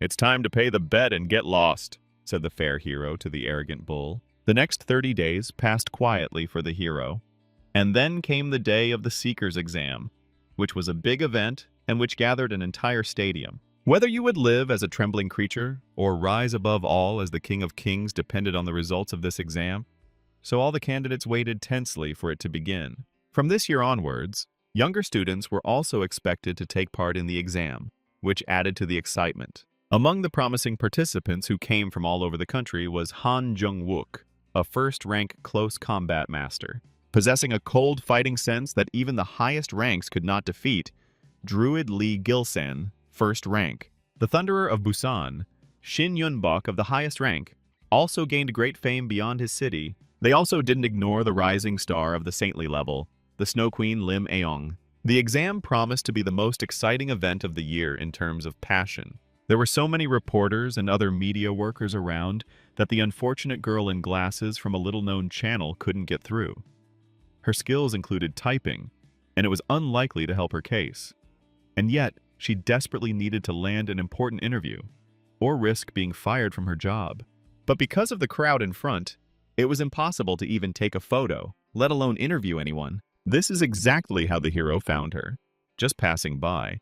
But perhaps fate itself brought them together, because all real heroes needed their own bard or storyteller of their glorious deeds. The girl was almost crying loudly, and salt lakes had already gathered under her glasses. Here she heard Taehyung's indignation that the participants could not pass if there was such a crowd in front of the entrance, and she became somewhat inspired. "It was boring as hell," Taehyung grumbled, "that he came here as a third-rank participant, although he had somewhat improved his appearance during the month in the hall." As a result, the guy barely made it to the start of the exam, which was only a few minutes away. He still gave that strange girl his first interview because she begged him to. But it was worth taking care of the image in advance, the hero thought, and entered the hall, where a huge crowd of young awakened people from all over the country had already gathered. Each of them had a yellow number with a sequential number. Taehyung received 920, which indicated a large number of participants. Here, the guy met a familiar face. The Snow Queen looked at him with an amazed look, and it was not for nothing that Taehyung had grown a whole head in a month. Now the cold beauty looked like a child from his height, and Lim Ayon asked where he got such protein. "So what? A little training?" the hero muttered indifferently in response. But that hardly explained anything to the girl.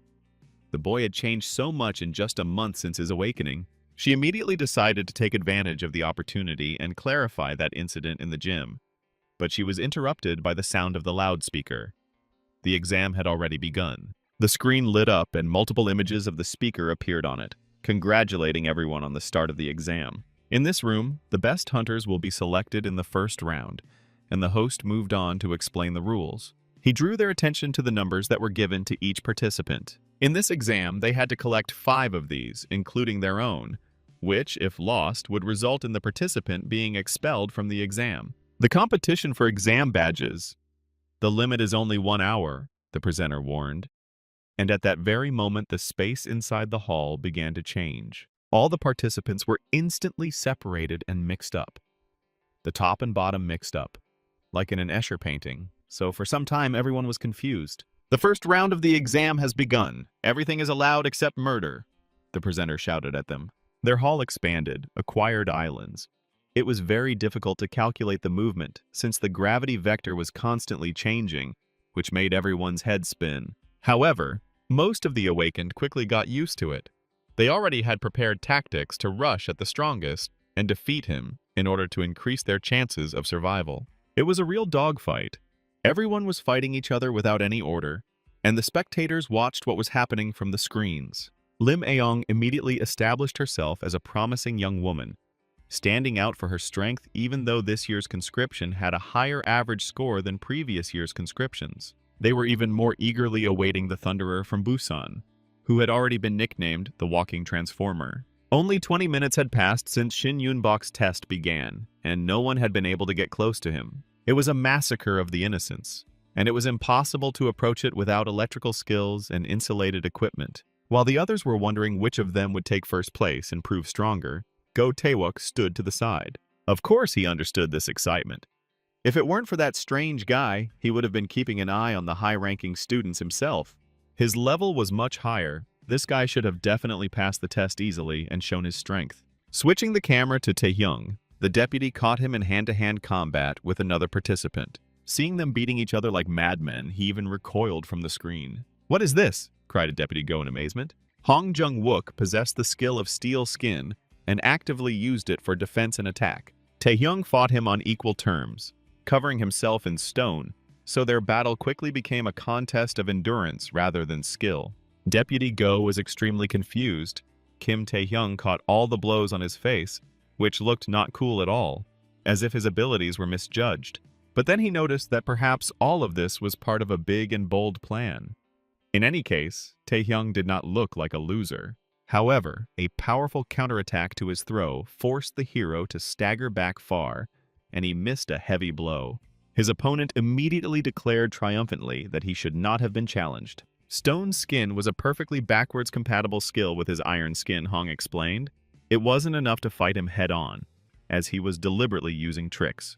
The hero chuckled and told him not to talk so much. The system had just informed him that his stamina had increased by 1 unit. Even after a month of training, the seal on the Predator still hadn't been broken, meaning Taehyung's abilities were still insufficient. The point of any training was always to push oneself to the limit. The fine line of what the body can withstand before it breaks down. Because in fact the training was not yet over, at this moment both fighters hit each other again. The hero grinned. Han was the perfect training tool for him. "Monster!" the iron-skinned man said in a strangled voice, and passed out, having completely used up all his strength.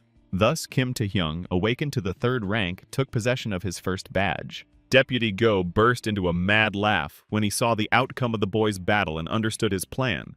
Only a crazy schoolboy was capable of such a thing. Training right during the fierce battle for the position of Seeker was so brave that it even frightened Deputy Go, and he gave the guy credit for it. The problem was that by raising his stats, the guy used up all his stamina. It was easier to rip off the badges of the weakling so as not to be expelled from the exam, and this is what Deputy Go expected of him. But the hero was not going to live up to expectations, and all the observers suddenly turned their attention to the strange 3rd rank guy. He aimed straight at the lightning man who was already standing on the mountain of defeated students, having grabbed far more numbers than necessary. Even with all their mass, the weaklings were unable to defeat him. Shin chuckled as he saw someone who could barely stand on his feet so boldly approach him, the one who had already taken 147 numbers. Taehyung didn't show any awe in front of such power, and after asking how many numbers there were, he began to brazenly count them. "In any case, more than 5, the hero concluded and grinned, looking at Shin, who was standing upside down. Soon their fight began, or rather it was a real typhoon with a thunderstorm. Explosions and flashes rained down on the hero in an unceasing succession. Shin, who looked like the son of Zeus, threw one lightning bolt after another, and apparently knew no limits to his endurance. Using his agility, Taehyung, who had already become accustomed to the inverted space, quickly dodged attacks, but did not run far. Timing the moment between the lightning bolts, he suddenly approached Shin and kicked him, covering his foot with stone before doing so. But the lightning aura was so strong that it pulverized his thin insulation extremely quickly. In the end, he was unable to penetrate Shin's lightning protection. Another explosion followed, and Taehyung again broke his distance, after which he began to watch his opponent. Now the hero remembered the name of the Thunderer from Busan. He lived up to his nickname and was a very dangerous opponent. Even for him, fighting him was too difficult, while Shin himself did not experience any difficulties. A powerful elemental aura surrounded his entire body, creating an impenetrable barrier. Moreover, they could be used at a long distance for attack. Taehyung seriously thought about how to break through this if he couldn't use the Predator skill. Although he no longer attacked Shin, the latter apparently became interested in the guy who held out longer than the others and went on the attack himself. Taehyung dodged the sharp blow of the Thunder Fist, and the terrible crackling of the discharges immediately made his ears pop. Shin didn't stop and delivered another kick, destroying the space around him. Taehyung continued to simply dodge. He suffered some passive damage, but he still endured it, overcoming the pain. It seemed that his opponent was enjoying this game and was not going to let go of his toy, and even brighter flashes of electricity illuminated the hall. The hero's body arched as the full force of the current passed through him. It was a good thing the laws of physics ignored the bodies of the awakened. Otherwise, the guy would have been boiled alive. Fueled by their confrontation, Shin was eager for a close-quarters fight, face-to-face with an equal opponent. Taehyung then responded desperately by turning his fist into a hammer, covering it with several layers of stone. But even this protection did not save him from the concentrated beam of lightning that Shin immediately directed at him. After this, the Thunderer sent the hero flying, and he himself jumped up to finish him off with a final epic blow in the air where it was impossible to dodge. A monstrous attack followed, far greater than any Taehyung had seen before.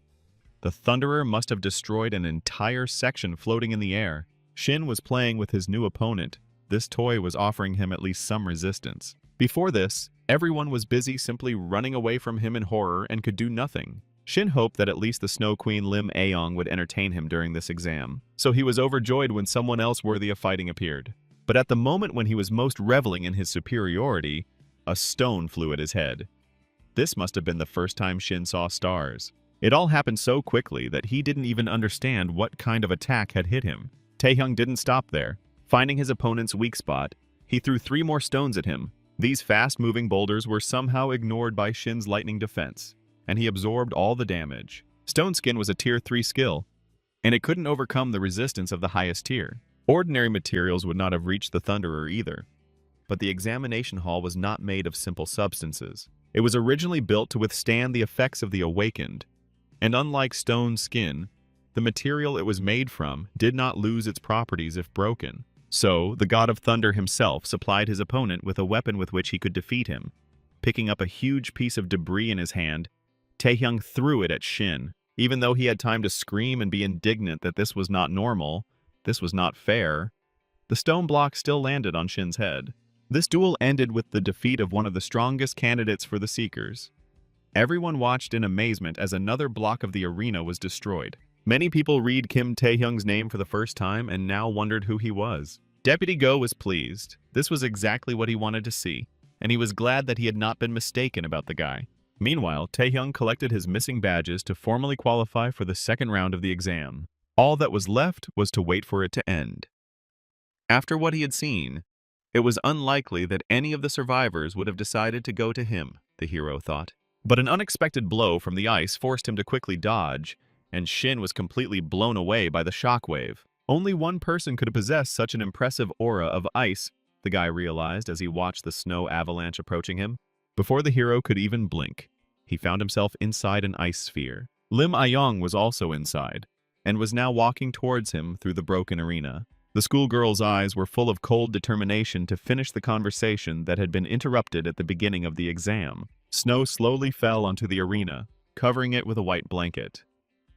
Taehyung didn't know how long the head man had been watching his fight, and why she suddenly decided to attack. "With great power comes great responsibility," the girl said, quoting something she'd once heard in a movie. "Power without responsibility is simply violence," she continued. The Snow Queen didn't expect Kim Taehyung to be able to defeat Shin, but now she understood how he defeated Lee John. For some reason, all this so disturbed the exemplary student and class president that she decided to bring justice to the world. Taehyung attempted to hide using his invisibility, but the Snow Queen rained snow bombs down on him, causing all his disguise to immediately fall away. Before he could react, he received a spinning blow from a beauty who was fighting in her skirt, and to her credit, she did it very well. However, now she was in terrible anger, because she trusted Taehyung last time, although even a blind man would have understood everything immediately. Apparently, the realization of her own stupidity angered her even more, because Lim Aeong rained down a hail of ice cubes on him without any mercy. Her thoughts were hazy. It's unlikely that the girl herself understood what she was doing and why. Rather, she succumbed to an unconscious emotional impulse. Another glacier lifted the hero high up, almost piercing him through and through. This blow was very heavy. As soon as he took off, he was immediately pressed back into the arena, and the guy fell with a crash. Using unauthorized skills is a crime. Li Zhong and his accomplices were still hospitalized, the headmistress noted coldly. Technically, she was right in her claims, of course, but her view of the whole matter was too one-sided. Still, realizing that Li Zhong was no innocent lamb either, the Snow Queen declared that she would not file an official complaint. However, in her opinion, Taehyung should have refused to take the exam because he was unworthy of being a seeker. However, the boy wasn't about to give up, and with great effort, he managed to get back on his feet. Do scoundrels like Li Zhong have qualifications, strength, or responsibility? The hero asked her. All these words were nothing more than excuses, simply to defeat him, so he told her not to be a coward and admit it. Hearing these words, the Ice Queen realized that there was no question of leniency, and a huge ice hammer, one of her ultimate attacks, appeared in her hand. Her eyes, blue like icy lakes, filled with light. The girl was determined to end everything right here and now. The hero's stone skin had long since lost its strength, and after the battle with Shin, the boy assessed his capabilities. Even if he were to use invisibility now, an area attack inside the dome would definitely hit him, and he had already activated the monarch's heart, which increased his abilities. But this was not enough to turn the situation in his favor. The predator was still sealed, its stamina long gone to inflict paralysis like it had done in the battle with Li Zhong. It had only one option left, and that was its current abilities. Another explosion thundered, and an icy fog obscured everyone's visibility, so the observers eagerly pressed themselves to their screens to see how the battle between the strongest fighters ended. Even Deputy Go didn't know what to expect from the outcome, and nervously looked at the screen. When the fog cleared, everyone saw deep ruts in the arena's super strong surface.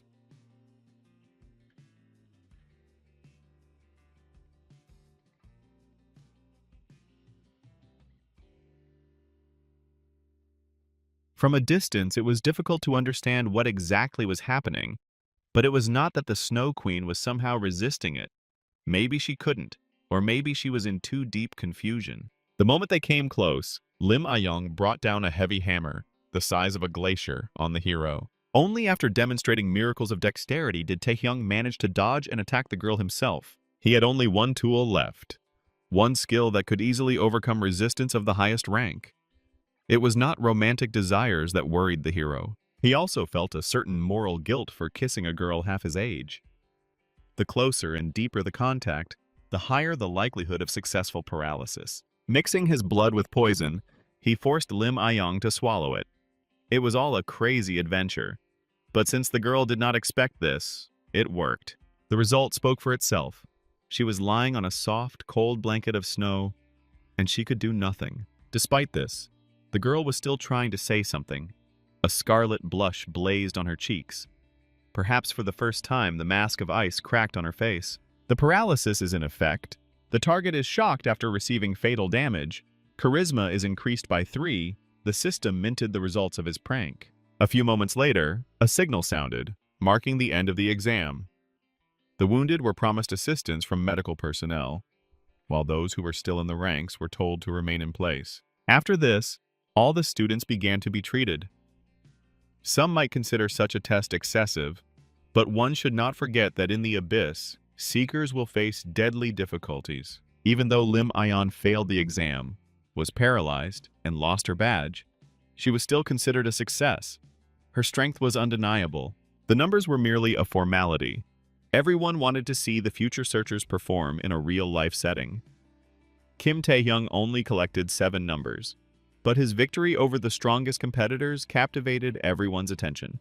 As the hero walked past, all the exam participants immediately began whispering behind his back, and many doubted his 3rd rank.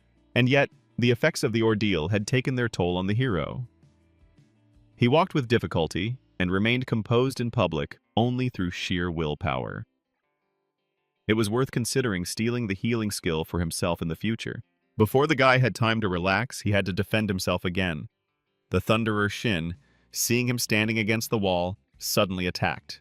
He called the hero a vile coward, and Taehyung had to use stone skin again to block the lightning bolts. His tricks wouldn't work here, Shin declared, and he was right.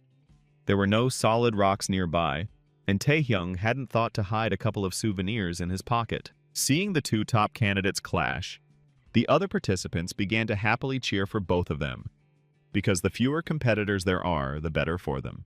However, Shin wasn't particularly picky about who he destroyed, and he threw one of the lightning bolts at the weaklings so that they wouldn't talk too much. After which he suggested that Taehyung fight fairly, and the guy realized that in front of him was a madman obsessed with battles. Shin laughed and promised to teach him the craft and show him who was boss. But at that very moment, he buried his nose 2 inches into the floor. High-ranked Seeker Park Sungjin, who was briefing them on the exam, heard the noise and immediately pinned all the students down with a high-gravity skill. This was one of the strongest Seekers in the country, a future double top rank, and yet the hero brazenly resisted his power, remaining standing on his feet. Park Sungjin chuckled, amused by this stoic guy. Then he added more weight to him, as if he had increased his body weight several times. And then Taehyung realized that it was not in vain that he had been doing deadlifts and squats faithfully. Taehyung gritted his teeth and endured with all his might. He knew that the skills of the highest ranks were on a different level, but the current Seekers were completely beyond his imagination. Park Sungjin chuckled again. Now he was intrigued, because even experienced veterans couldn't withstand such a load. He wanted to add more and see at what point the guy would break. But then a stern voice called out to him. Doctors immediately ran up to him and ordered him to stop the treatment of the students, who had just received treatment and were still to participate in the second round of the exam, which might not even start. Park Sungjin tried to justify himself by saying that he was just rechecking his skills, but no one believed him, because this happened to him every year.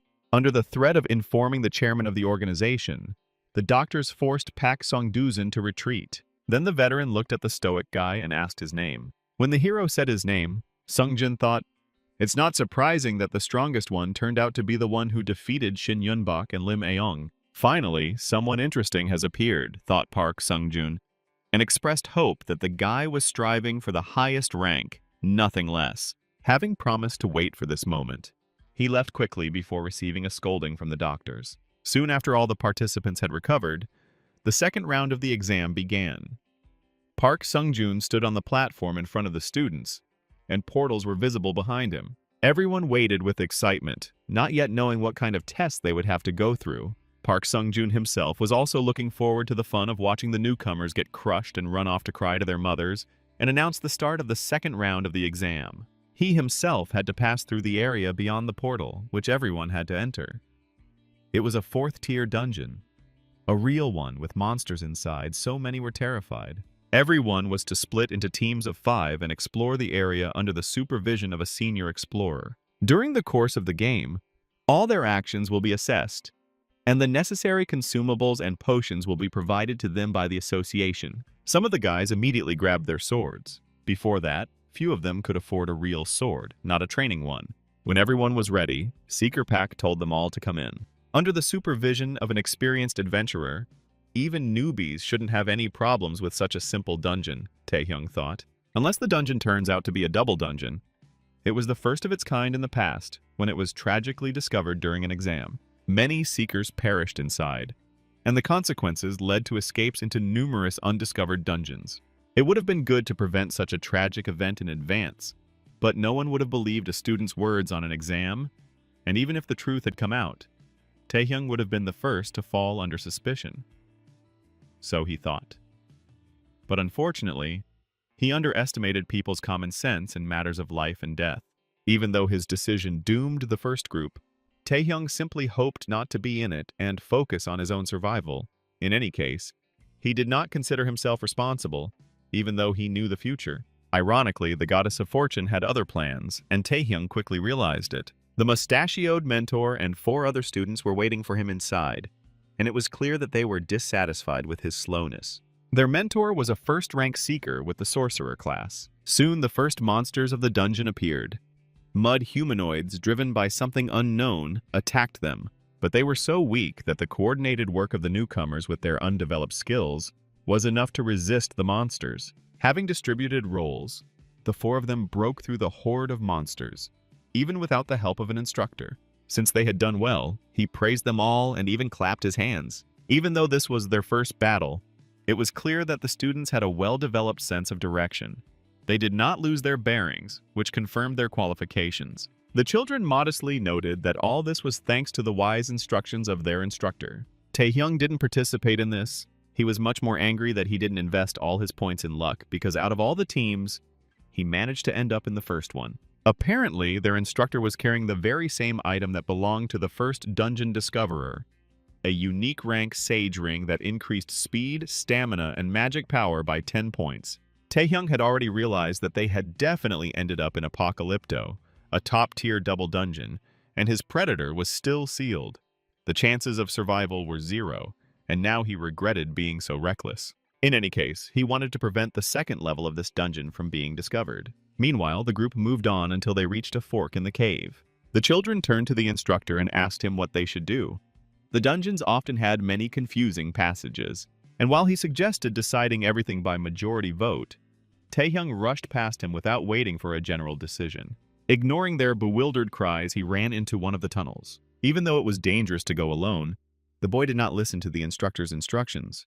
Apparently, Taehyung wanted to influence the group's decision so that they wouldn't find the dungeon and act against them, although it seems it was worth waiting until they chose something. The guy ran forward desperately, jumping over a deep gorge into which he almost fell. After that, he jumped into the hole that led down, fearlessly sliding down the slope. The rest had no choice but to follow him. Taehyung was determined to prevent the plot from his past life, even if it was risky. It was a shame it all turned out to be pointless. He froze before the enormous, ominous portal that lay right in the cave, filling it with light. Fate was playing a cruel joke on him again. Taehyung, like no one else, knew what was in front of them, and was stunned with confusion. Even though the hero went around the main path, he still ended up in this place. Apparently, there was no other way out of the wormhole. One of the weak-minded and brave students decided that it would be a good idea to touch an unknown object in the dungeon. Taehyung screamed for everyone to stop, his voice breaking with excitement and terror. He called them to their senses, because they had entered the gate, and it was strange to find another one inside, completely unnatural. Such incidents had to be reported immediately, the hero declared and turned to the instructor. However, this mustachioed, bespectacled man was in no hurry to jump to conclusions. In general, he agreed with the guy. Such things really should have been reported to headquarters. But in the end, he suggested they go inside first, much to the hero's horror. It would be good to figure out whether it was possible to avoid going inside, and whether there was any certainty that once inside, they could come back out. Even though Taehyung called for common sense, no one listened to him. It was hard to argue with the instructor, who was a first-rank seeker. The magic inside this gate isn't as dangerous as the overconfident idiot seemed to claim. They were still in a 4th-tier dungeon. These gates were prepared by the association as a way to give them special recognition, so the instructor declared they would all receive top marks. Perhaps he was driven by a thirst for discovery, willing to neglect the safety of his students. Taehyung began to hotly object and argue. Such a risky step went against the principles of exploring the abyss. But his arguments and positions seemed too weak, given that he himself had been acting alone the entire time, disregarding the team. This accusation was also manipulation, but the instructor skillfully exploited the situation to sway the students to his side. Taehyung was immediately subjected to a barrage of criticism, being called an arrogant braggart who argued with his seniors. Ultimately, they all wanted the top score much more than Taehyung, whose future was already guaranteed. Now the guy understood what led to the tragedy. These people had essentially signed their own death warrant, but he should have thought through his actions in advance and warned senior management about the presence of the gate here. Then the instructor would have been forced to act with caution. All the students sided with the one who was senior in rank and position, which gave him even more weight. Taehyung practically begged them to stop and think again about their actions. But the mustachioed instructor didn't listen to him and simply flicked his finger on the portal membrane, activating it. The cave was filled with a bright, blinding light, so Taehyung had to close his eyes. And then they found themselves inside, the portal sucking in everyone in front of it. Glasses froze, clearly not expecting to see what was inside. Even to the eyes of newbies, this dungeon did not look like a simple 4th-level dungeon. It was a long, straight hall, with a high colonnade on either side, and an ominous figure standing at the end of it, looking more like a boss's room. Looking closer, they saw a statue of an ancient warrior, with a huge sword in his hands, a spiked crown, and a mourning mask on his face. The students huddled fearfully around their teacher. They gradually began to realize their mistake and were now seeking protection. Taehyung stepped forward. He was the first to accept the inevitable and ordered the others to stand still and keep a close eye. Some began to complain, too. But then the passage was covered with gray fog, and the hero said, "They are coming." 2 warriors slowly approached them. As if for a knightly duel, they were very similar in appearance to the statue at the end of the hall. Only the crystal in the place where the belly should have been showed that in front of them were undead creatures, but controlled puppets in armor. Death Knights were first-tier monsters, well known to everyone, so the worst fears were immediately confirmed. The instructor hesitated. He himself had already realized what a mess he had gotten himself into due to his own stupidity, but it was too late to regret it. He ordered his students to prepare for battle. At that moment, steel clanged and both knights attacked them simultaneously. The instructor shielded the students with his body, otherwise they would have definitely died. "Filthy monsters!" the mustachioed man shouted at them, as if that could offend anyone, and prepared to use magic. The ground beneath the knights' feet turned into hot magma, and this forced them to stop. The sorcerer then shaped the magma into spikes and impaled the knights on them, piercing them in several places. From under the lowered visors came some ancient, untranslatable curses. At the moment when the enemies were immobilized, the instructor ordered the students to attack them with all their might. First, they blocked their view with fire and flashes of light. With their combined efforts, they unleashed a heavy attack on the 2 knights with everything they had. The coordinated work yielded results. The twisted steel figures fell to the ground. Their armor was bent and pierced in several places, and the crystals were shattered. Thus, the squad managed to defeat very strong monsters, despite the fact that most of them were inexperienced and weak newcomers.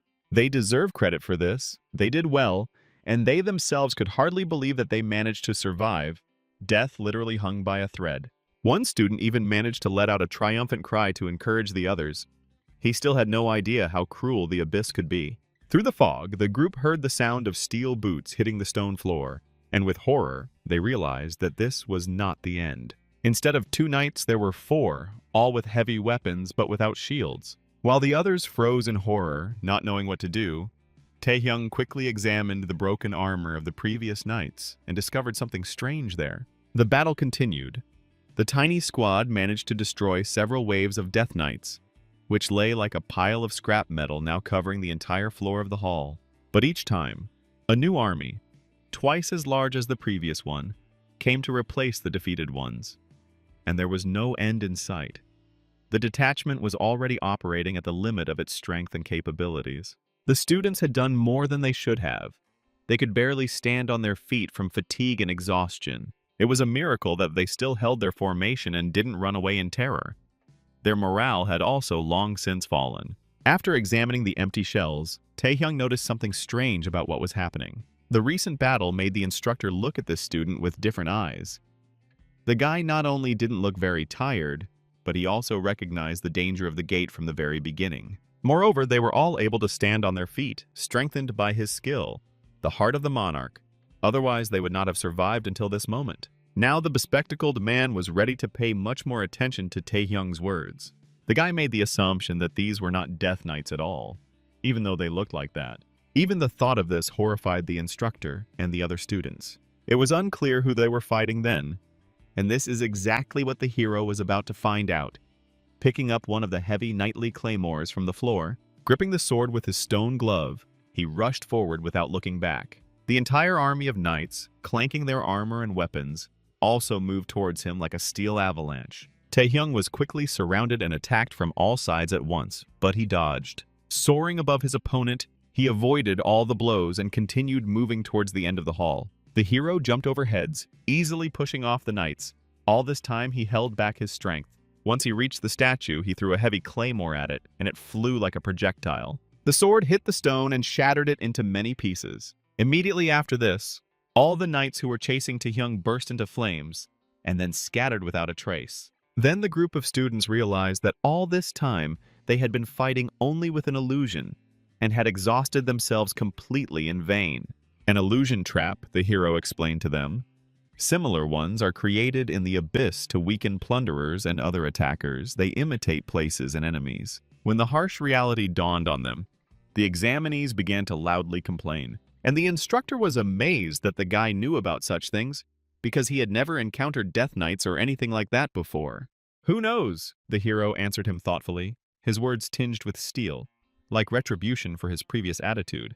In any case, he proved that he was not as weak as people thought. With a proud look, the hero continued on his way until they were simply killed, and suggested that the others do the same.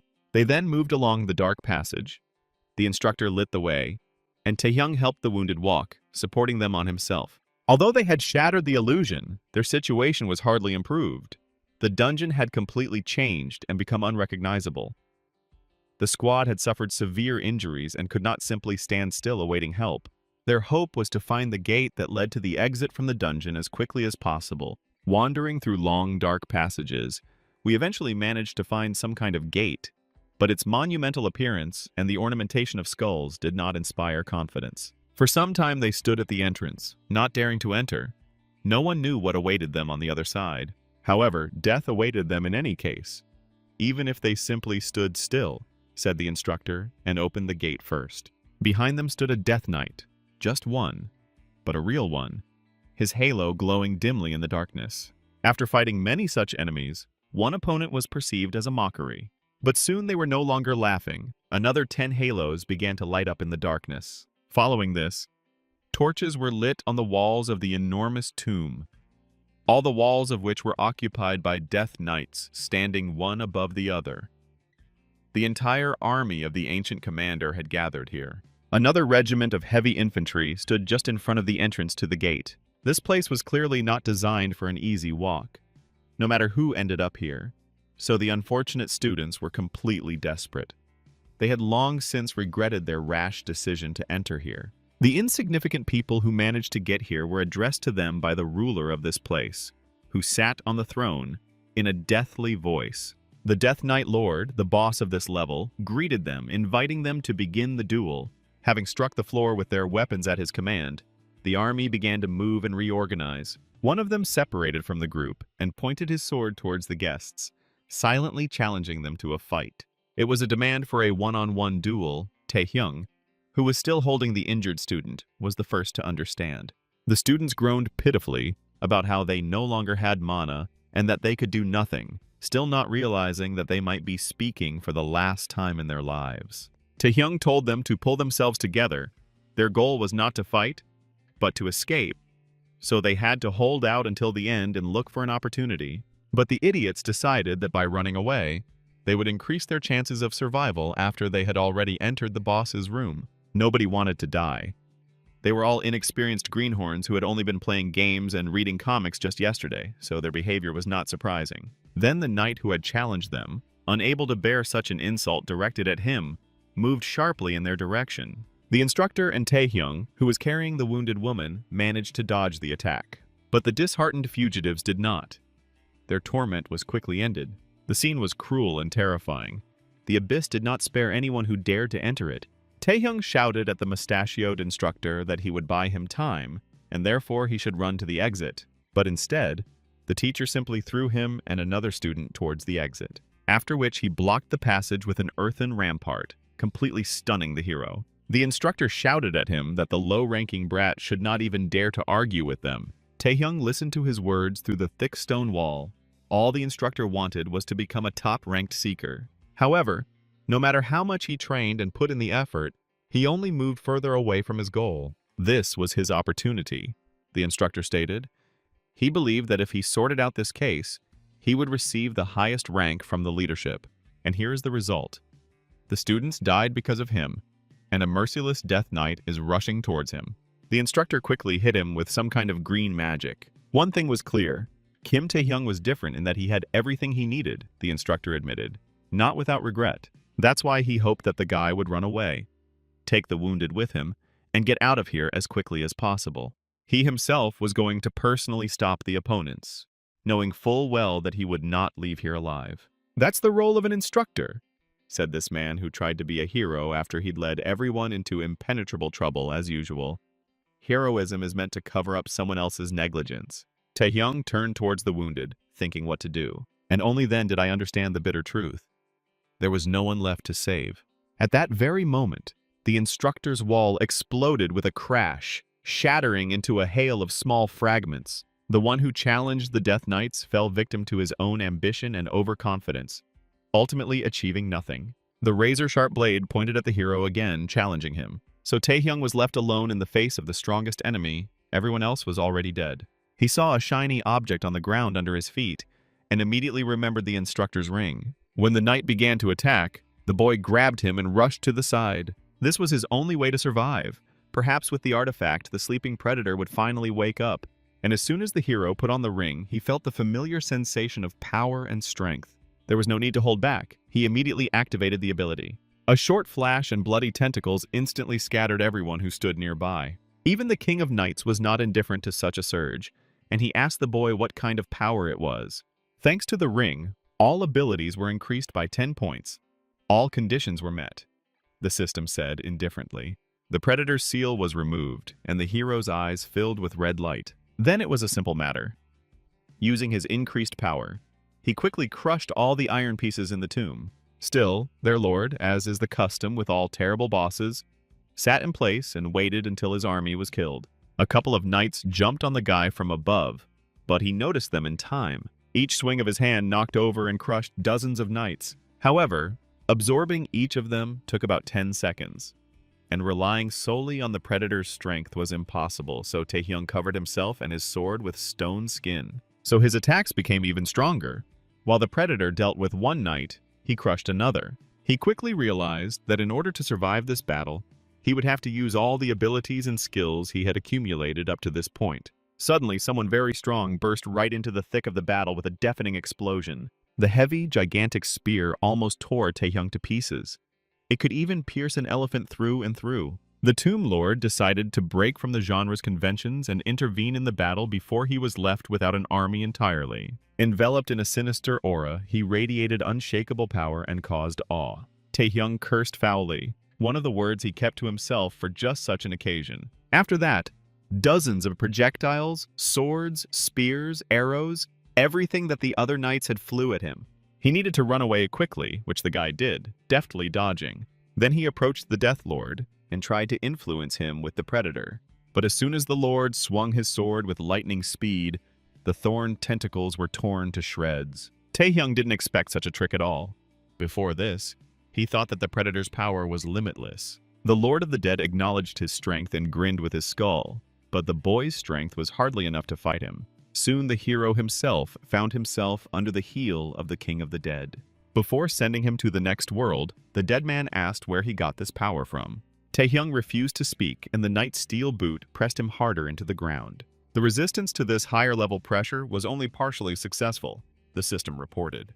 The king already realized that the hero understood what he was talking about, unlike ordinary people, which was also not just a coincidence. Taehyung himself wanted to know the nature of his power. He once again felt himself standing before the irresistible might of Asmodeus, a triple highest-ranked demon. The still, warm bodies of the other members of the examination team floated in the sea of blood at his feet, and then he felt in a vision the appearance of the Lord of the Knights behind him. Nothing had changed since the moment he died and was reborn. Taehyung did not know the nature of his power, nor its source, nor why he suddenly began to understand what the creatures of the abyss were saying. He simply gained power and abilities without knowing anything, and nothing has changed since then.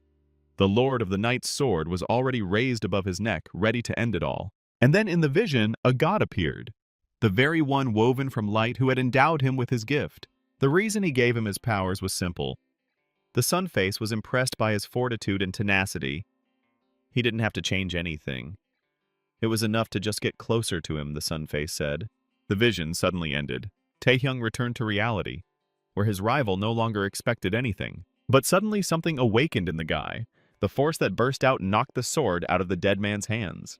The thorn vines became stronger and thicker, and all the knights they touched were cut down. Like the very embodiment of predation and greed, Taehyung rose to his feet again.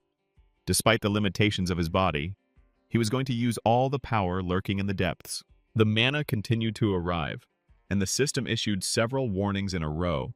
The king accepted the challenge and rushed towards the guy to deal with him. One swing and the hero disappeared into a stream of purple plasma that split even stones. But the hero survived this raging hurricane thanks to damage absorption. Since the Lord of the Dead is so curious about the source of this power, he can try it on himself, the hero shouted.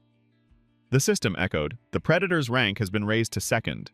The leap in development happened at the perfect time. This time, the crimson thorns pierced the dead man right through. They tossed the king high into the air, and Taehyung reached out to grab one of the swords that were lying around in abundance. Now, an equal fight broke out between them. They exchanged blows right in the air, knocking out sheaves of sparks and clanging weapons. The king was shocked. He could barely hold on and was extremely outraged by such disrespectful behavior towards his own person. Using his strength, he lifted many weapons that lay nearby and threw them all towards the hero. Then Taehyung gathered all his power into a fist, and it took the form of a beast's mouth, which he threw at the enemy. The predator easily swept away all the hovering blades and flew towards the stunned ruler without any respect. In the end, he was devoured. Like a pathetic fly caught in a monstrous mouth, Taehyung fell, watching as the power contained within his heart tore the king apart, leaving no trace. A new skill, King's Night Spirit, was registered. The system beeped. The exam was long over. All the other teams had completed the relatively simple test, and the victims had received assistance. Observers, including the Seeker Pack, watched with alarm as one of the gates emanated energy of the highest level. The order to evacuate had already been given, but it was delayed due to deformations inside the dungeon. A breakthrough was approaching, and it was unclear whether a support team would arrive in time. Seeker Pack himself understood perfectly well that those who ended up inside were most likely already dead. He was already preparing to go through the gate himself without waiting for reinforcements, when they suddenly glowed even brighter than before. Frankly, it's still unclear why the group continued inside the second gate, if they could have simply waited to be rescued after noticing the anomaly.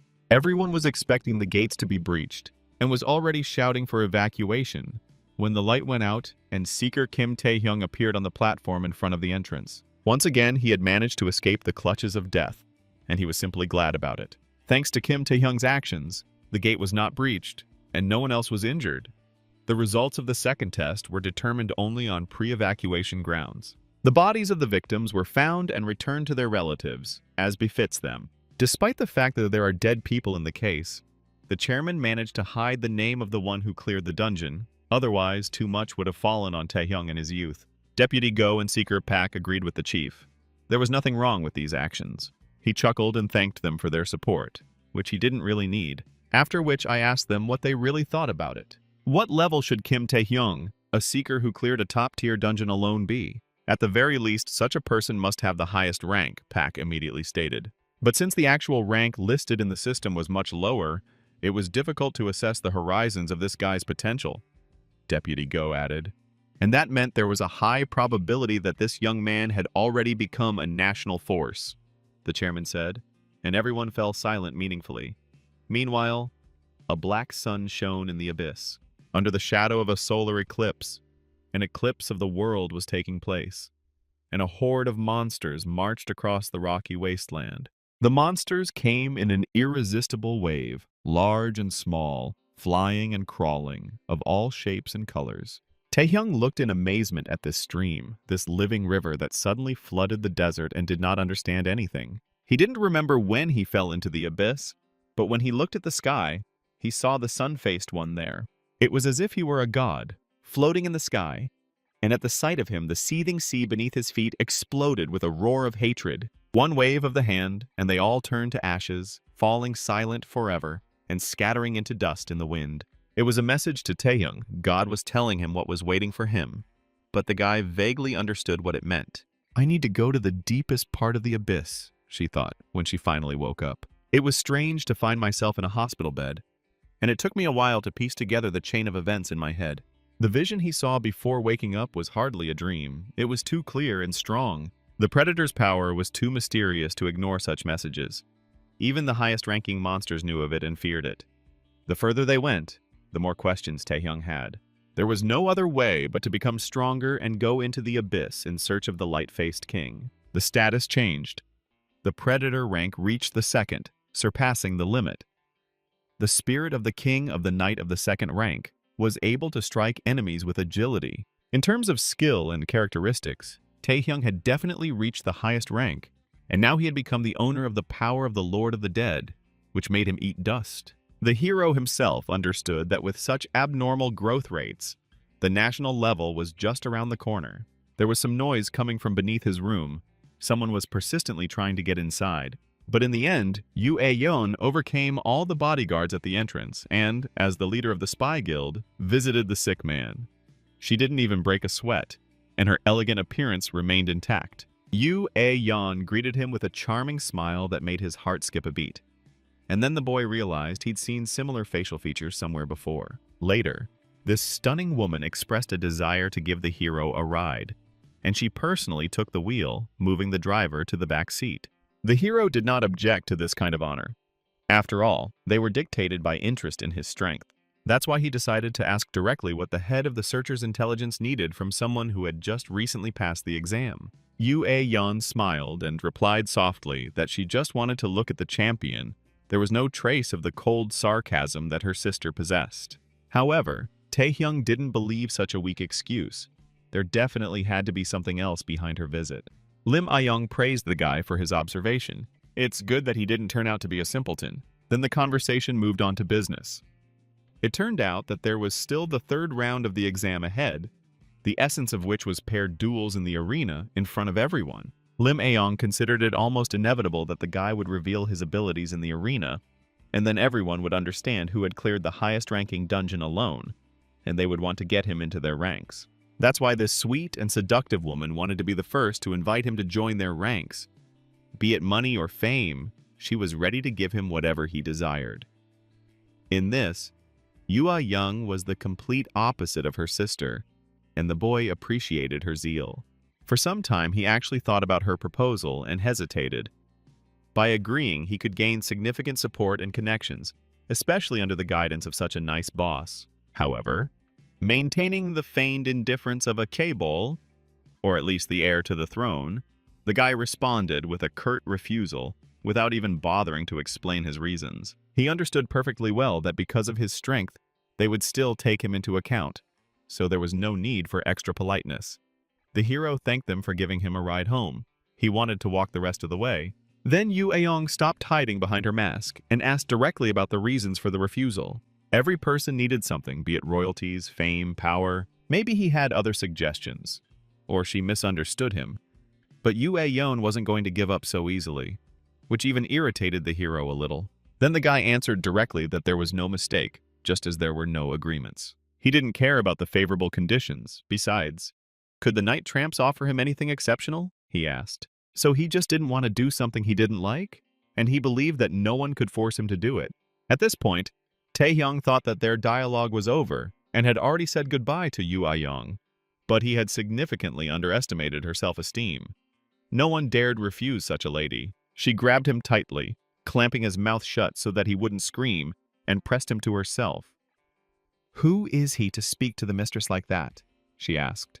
A boy just trying to become a seeker suddenly turning down one of the top guilds for no good reason sounded like utter nonsense. But this time, the beautiful lady decided to spare him, loosening her grip and running her finger over his chest. But only because she liked him.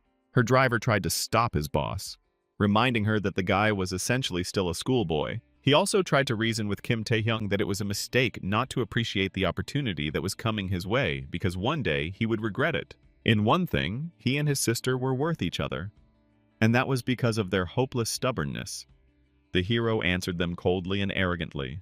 There was no hint of submission or fear in his eyes. Yu Aeon was amazed that he understood her relationship with Lim Aeon. "I simply understood this from her taken name," the hero quipped.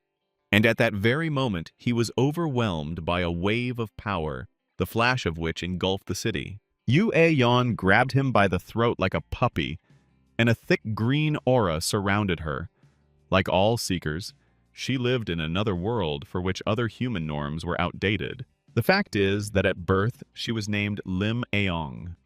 She was the illegitimate daughter of the CEO of a large corporation, and the girl was raised as a successor, until her second daughter was born, already in a legal marriage, and not only her status as an heir was taken away from her, but even her name. After this, Yu Aeon changed her name and became one of the youngest seekers, few people could know about this fact in her relationship, although she kept her last name. One would have to be crazy to so openly provoke a high-ranking aspirant, and this powerful woman made it clear that she would not tolerate such ridicule. But she started this game of dominance, the guy declared, and easily removed her hand from himself.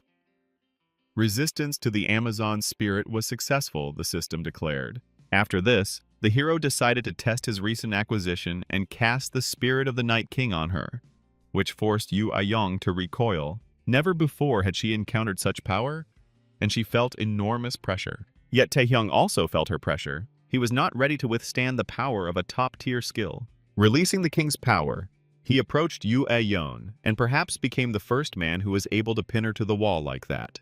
The game of dominance can be played by two people, sister, the hero warned her in a peaceful voice. A wave of embarrassment and anger washed over the girl. She wanted to claw at his face, but she understood that there was no good reason for that. Her driver turned paler than chalk and melted from the tension of the drama as if he were made of wax. When you think of a fighting arena, 90% of people will think of the Roman Colosseum. And there's nothing you can do about it, but the building is beautiful, that's for sure. This is where the third round of the Seeker's exam was supposed to take place. Unlike the first two rounds, the third was designed to create a show and allow each participant to prove themselves. Families of future Seekers came here to support their loved ones, and representatives of guilds who were looking for the best candidates. Some guild representatives carefully disguised themselves to pass as ordinary spectators. Taehyung's uncle and aunt also came to support him, but now they were worried because the battles of the Awakened were especially brutal. But Hwang was full of optimism, and as the hero's first henchman, he had already put together a banner with his brother's face. He spoke and prepared to chants, like a seasoned fan club leader. This guy was immediately prepared for a fight for power. There were other little-known faces in the audience, like the female reporter who interviewed Taehyung before the first round of the exam. This time she wanted to find the perfect news because, as before, she was on the verge of being fired. Last time her work was rejected because Taehyung was only ranked third at the time, and the editor demanded fresh photos of the flyman from her. The girl didn't know what to do. She thought that Kim Taehyung must be no longer at the competition, but then her attention was drawn to the noise from the stands. There was a strange atmosphere around one participant. The others preferred to keep a respectful distance from him, as if they were afraid that he might attack them. Everyone looked at him with faces as if they had been suffering from constipation for a week. Even the promising awakened ones who made it through the first two rounds of the exam. The scene is very strange, but apparently it is meant to show how cool the hero is, because everyone stands around him frozen in silly poses. This surprised the reporter's girlfriend. None of the participants hid their aggression. The start of the third round was soon announced, and spectators were warned to watch their nerves during the brawl. Taehyung chuckled. He too was looking forward to the opportunity to show everyone his true level. At the signal, everyone directed their forces at the strongest player, hoping to get rid of him first to increase their chances of winning. Volleys of various magic and skills merged into one incessant glow. Encouraging each other, they called on the others to also join in destroying the dark horse that had destroyed two high-ranking awakened beings at once during the first trial. But their dreams were not destined to come true. Taehyung did not stand still, but in the blink of an eye broke through the cordon. The dummies of various levels shuddered in horror when they realized that they were the ones who had come. Their instincts told them to flock together, just like fish that flock together, because it's less likely that they'll eat you. But for the hero, this behavior only simplified the task. There was no need to run after each one individually, and it was possible to defeat them all at once. Having successfully broken through the encirclement, Taehyung stopped and immediately noticed how the ground under his feet was cracking. Thick, woody vines burst from the ground and grabbed the hero. One overconfident druid decided that he could prove himself by defeating the one who defeated two awakened of the highest rank. He called himself a genius of the first rank and was obviously very proud of himself. Unfortunately for this awakened one, who remained unknown to anyone, everything ended like for the others. He was buried deep in the ground, and all his pride was trampled underfoot. Taehyung chuckled and called out to the next one. The vines couldn't hold him back even for a moment. It soon became clear that the guy had become even stronger since the last round. But this did not stop the other participants. They still wanted to prove themselves and decided to continue the attack. They all hoped to exhaust the hero's stamina reserves and thus break him. Then Taehyung used the skill spirit of the Night King. In an instant, everyone who dared to approach him immediately fell prostrate under the colossal pressure of the Death Knight. They were so overcome with terror that they couldn't even move. His aura was so strong that it even engulfed the stands where ordinary people were sitting, including Yu Ayon, who had mingled with the crowd. She couldn't believe the boy would use this skill in full view of everyone. Soon there was no one left in the arena near Taehyung who was able to continue the fight. "The first stage of the cleanup is already ready," said the hero, not even out of breath. Then he looked in the direction where there was still an awakened being who could withstand his power. Now the hero offered her a choice: to stop right now and surrender. Of course, he understood perfectly well that the proud girl would never admit defeat. "This means he will have to repeat what happened in the first round," the guy said, meaning that he ultimately defeated Lim Ayong. But perhaps the girl misunderstood him, because at that very moment she covered the arena with an impenetrable dome, just like last time, catching the guy in the area of effect of her magic. Taehyung didn't even try to escape in any way. Unlike their last fight, he wasn't at all exhausted from the battle. The desperate girl armed herself with an ice weapon and pointed the tip at him, her intentions speaking for themselves. "The past situation will not repeat itself," Lim Ayon declared, and her eyes began to glow brightly with an icy blue. Taehyung just smirked smugly. This was all nothing more than a funny game for him. The fight didn't last long. The hero barely moved from his spot, and none of Lim Ayong's most powerful attacks worked on him.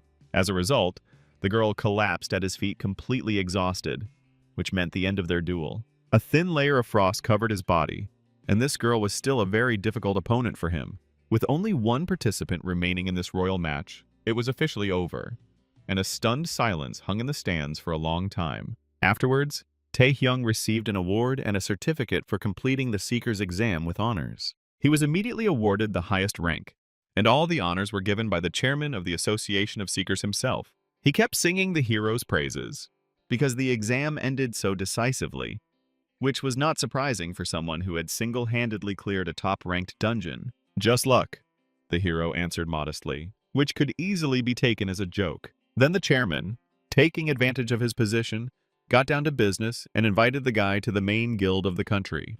Taehyung feigned surprise, although he had expected something like this. After all, Yu Ayong was only the first. And after his speech, it is not surprising that the chairman also set his last sights on him. The hero thought about how quickly his position had changed. Just recently he had been rated very low, and then he had defeated two of the strongest contenders. Thanks to this, he acquired some connections, and the world gradually came to know the hero. Now the most powerful man in the country wanted to recruit him into his organization. However, as before, Taehyung refused. He still knew too little about the world to make any decision. Chairman Ji even jumped up from his seat after receiving the refusal and asked the guy about the reasons. Taehyung couldn't name anything special. He just believed that working alone was more effective. He had his own secrets, and he wanted to keep them as long as possible, and other guilds and superiors would limit his path. There would have been a lot of explaining to do, so the guy apologized for not being able to help the chairman in any way.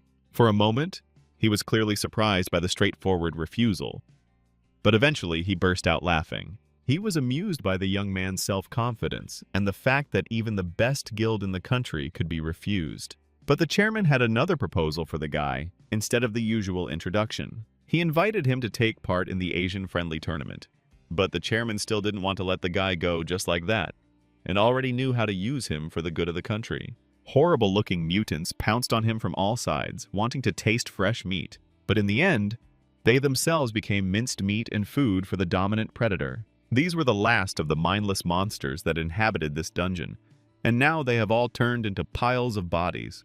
Even during the fight, Taehyung didn't stop thinking about the international tournament, an event in which all countries in a region elect 5 representatives from the guild association. Afterwards, the teams compete in hunting demons and monsters.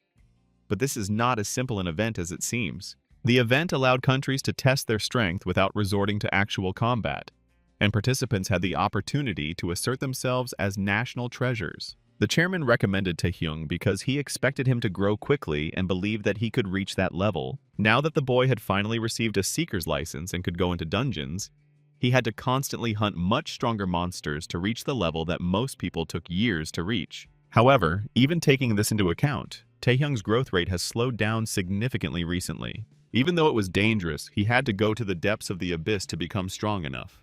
At the same time, a black raven circled above the vampire's castle. This is what Chief Li's mansion looked like now. He himself was engaged in the education of his servants, teaching everyone obedience and good manners using the example of his bodyguard Saul. He desperately begged his master to calm down, but it was unlikely that the pleas had any effect now. The son and recognized heir of the Li clan's leader was still in the hospital, and the one who sent him there, depriving him of his future, had himself made a good career and was recognized as a seeker of the highest rank. It was hardly possible to remain calm after something like that. So someone had to become the punching bag for the angry clan leader. He was only stopped by the secretary, who announced the presence of the Villains Guild. He could only laugh at the fact that in the world of comics, villains call themselves that everywhere. Chief Li also had a grudge against them, because they received money in advance, but never completed the order, failing to deal with some boy. He was already threatening to show them where the crayfish spend the winter, but then he noticed a strange visual anomaly in front of him. The space distorted, and a man entered the room without knocking. He immediately expressed his condolences about Li John and suggested fixing that first. Moreover, the main goal of the Daesan group was not at all to take revenge on some schoolboy. The masked man struck a theatrical pose and introduced himself as the second-in-command of the Villains Guild. He also asked to be called Shadow. This suggested the entire guild was simply a bunch of attention-deficit teenagers. After Taehyung dealt with another dungeon, he climbed out through the portal, but they were already waiting for him there. The very strange man holding the piece of cardboard with Taehyung's name on it was definitely the one who met him at the airport. Pukliash loudly introduced himself as a first-rank seeker from the Alchemists Guild and said that he would accompany him to the auction. This fat guy's name was Pak Gon Wung, and apparently the corporate office culture had completely ruined him, so he was shouting as if he were at a reception for the Queen of Britain.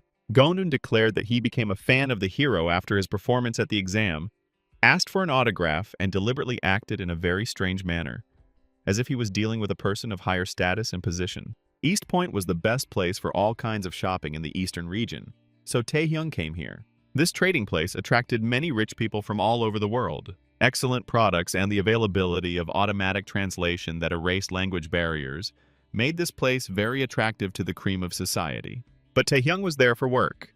He'd been tasked with maintaining public order at today's auction. Gunwon chose the spot for his signature himself, his forehead. He was a very strange man.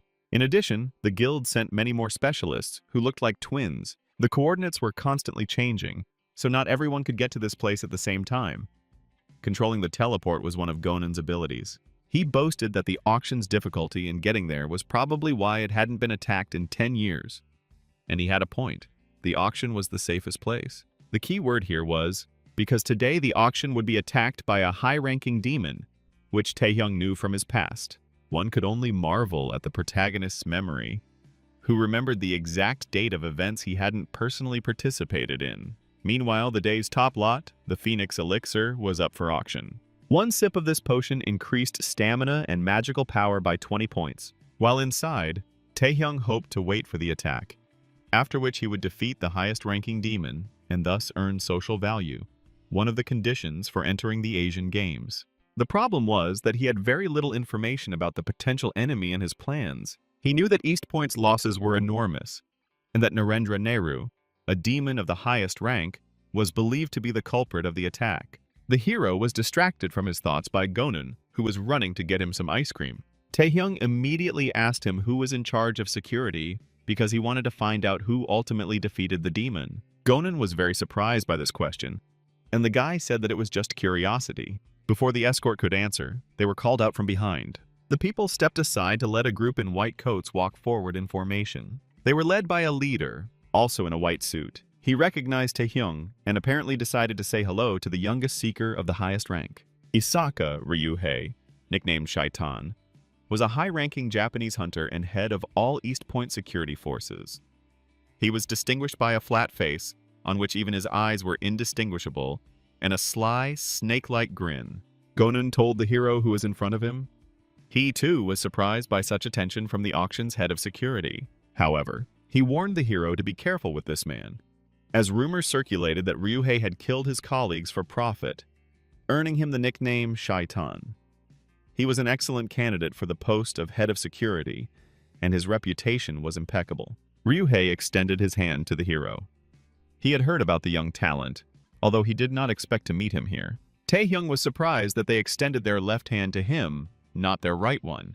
But he still responded to the handshake, and immediately a shock of pain pierced him. Ryuhei, who was clearly enjoying his joke, laughed quietly, maintaining a mask of politeness and cordiality. But not for long, because he was very pleased with the guy's reaction to pain. Truly top-notch, Ryuhei admitted. Then Taehyung noticed that he wasn't the only one feeling unwell.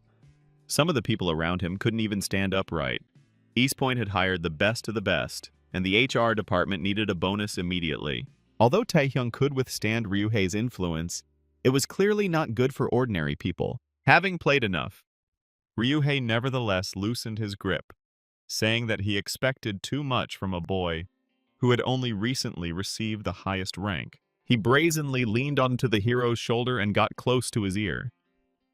If it weren't for Taehyung's goals, he would have broken the scoundrel's jaw long ago for such antics. Not all higher ranks are equal, the scoundrel said instructively, maintaining a smug look. He suggested that Taehyung not do anything stupid and just quietly walk away. After this, he left as quickly as he had appeared, while his dummies in white kimonos lined up on both sides of the corridor. Gonan was so excited that even ice cream flowed down his hands. It would still be more difficult than he initially thought, the hero decided, looking after Ryuhei. Deep inside the building, a group of guards stood at an armored door, all of them armed and wearing bulletproof vests. Then another group of awakened ones came out to meet them, most of them wearing hoods and masks. Since guests weren't supposed to be on this level, the security chief became wary. The warp gate control room was behind this group, so any intruders were to be eliminated. The squad leader stated that he would take charge, and the rest would be dealt with by the other members of his squad. He felt confident since he had the first rank, but the enemy was far beyond the usual first rank, so the small guard detachment was instantly routed. They were destroyed by monsters under the control of Naraderu Neru, a high-ranking magician who walked everywhere in a high turban and without clothes, probably for convenience. When the first part of the evil plan was completed, his accomplices reported that an unknown variable had appeared in their case. Kim Taehyung, who had recently become a top ranker, was bothering them, so the villain sought advice from a magician. He angrily declared that all the other hunters were trash, and as long as he was here, there was nothing to be afraid of.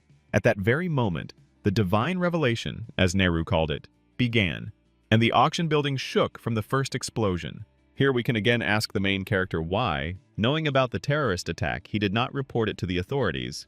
This could have saved many lives. Another explosion thundered and buried all the people who were in the trading hall under the rubble. Following these, another dozen thundered throughout all parts of the shopping center, which consisted of 2 tall towers on a lonely island. Gonun, horrified by what was happening, shouted at Taehyung that he needed to evacuate immediately. Taehyung himself was confused. He knew there would be a terrorist attack, but he didn't expect the omnidirectional explosion in the building. It was a miracle everything didn't collapse. It was completely unclear where the demons were hiding when the bomb was planted. Another explosion occurred right before the hero's eyes, and the death toll rose. People ran in panic, trying to save themselves, when gunfire was heard in the building. A group of terrorist bandits, threatening with weapons, ordered everyone to hand over jewelry and money. And they wanted to behead everyone who resisted, the masked scoundrel shouted menacingly about this. At that very moment, the criminal himself lost his head, along with his accomplices, from the hero's blade. There was no point in trying to capture anyone. Taehyung ordered Gunwoon to report the attack to the association, and he himself declared that he would deal with whoever orchestrated it with a pompous air. He deserves credit for this, of course, but it's hardly heroic, as all the casualties could have been avoided. Another group of guards fought bravely to protect the already sold lots, where another group of robbers arrived. There were more of them, and they behaved insolently and confidently, as if the situation was in their hands. A bloody and brutal fight began at close range and in a confined space. The loyal guards fought desperately, but were still defeated, and the masked villain took what he came for: the elixir of the Phoenix, the best artifact of the entire auction. Having taken it into his hands, the villain understood why the demon Neru had taken such risks to obtain this artifact. The potion emanated enormous power, and the criminal himself almost succumbed to the temptation to drink it. However, there was an unexpected jolt, and one of the accomplices fell dead, while the others turned around nervously. They became confused as they saw no one, and began to fall one after another, as if mown down. An unknown enemy destroyed the villains without any mercy, and they became afraid. And the last one managed to understand that the enemy had an invisibility skill, and that's all. A dagger flashed and tore the mask off the villain's face. At that moment, he cursed and used the chain skill on his opponent, which worked flawlessly, suspending Taehyung in the air.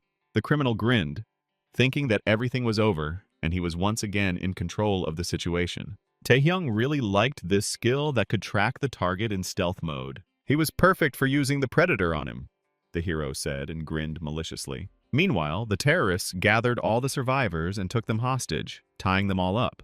A whole horde of freaks, all hand-picked as if from a cabinet of curiosities, looked at the unfortunate people. Monsters and demons filled the assembly hall, and the people below, huddled together in terror, were like a buffet for them.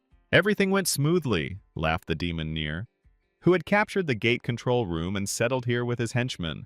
Now those who believe in God will be even more afraid of his existence, he said, and laughed again. To complete the plan, he only needed to get the Phoenix potion, and just then his henchman with a walkie-talkie hurried up. He reported that he had received a message from Dyke, the leader of the group, who was supposed to bring the potion, but judging by his tone, something went wrong. The radio crackled with static, and then the villains heard a completely different voice than they expected. Taehyung brazenly admitted that he had taken something important for the demon Neru, and was holding it in his hands right now. And he suggested that he come and pick up the potion himself if he needed it so much. Such an open challenge from a young brat angered the demon mage, so much so that he gnashed his black teeth. Taehyung didn't wait for the genius mage who staged the attack for the potion, but entrusted its transportation to others, to come here himself. He simply drank it, instantly receiving stat bonuses. It really was a unique potion. Taehyung had to run around the dungeons quite a bit, and all without results. And then there was an immediate sharp increase. But now he didn't have to worry about the potion falling into the hands of demons, since he had securely hidden it in the depths of his body. They sent the number 2 villain in their organization to deal with the impudent boy. Ryuhei was no longer smiling, and all his accomplices in white kimonos were also in cahoots with him. When they entered the warehouse, they saw the carnage that the hero had left behind, and hadn't even cleaned up after himself. Everyone was dead, the henchman quickly realized. They came here because this was the room from which Taehyung last communicated. Ryuhei's henchman already thought that the guy had simply run away with the precious potion, but the swordsman only laughed. With his yellow snake eyes, he clearly saw that the enemy was right in front of them, after which he invited the guy to come out of the darkness and show himself to everyone. Taehyung did just that. He wasn't disappointed at all by being discovered. The hero thought his skill was almost perfect, but it turned out that wasn't the case. Ryuhei asked the guy in a condescending tone what he was doing here. Having the highest rank, he could live happily. But the traitor himself was the head of security and a respected man. But in the end, he served terrorists and scoundrels.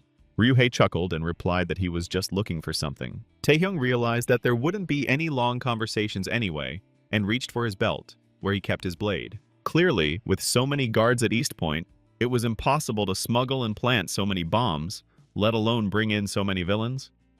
This meant that Ryuhei lived up to his nickname of Shaitan, and was a traitor.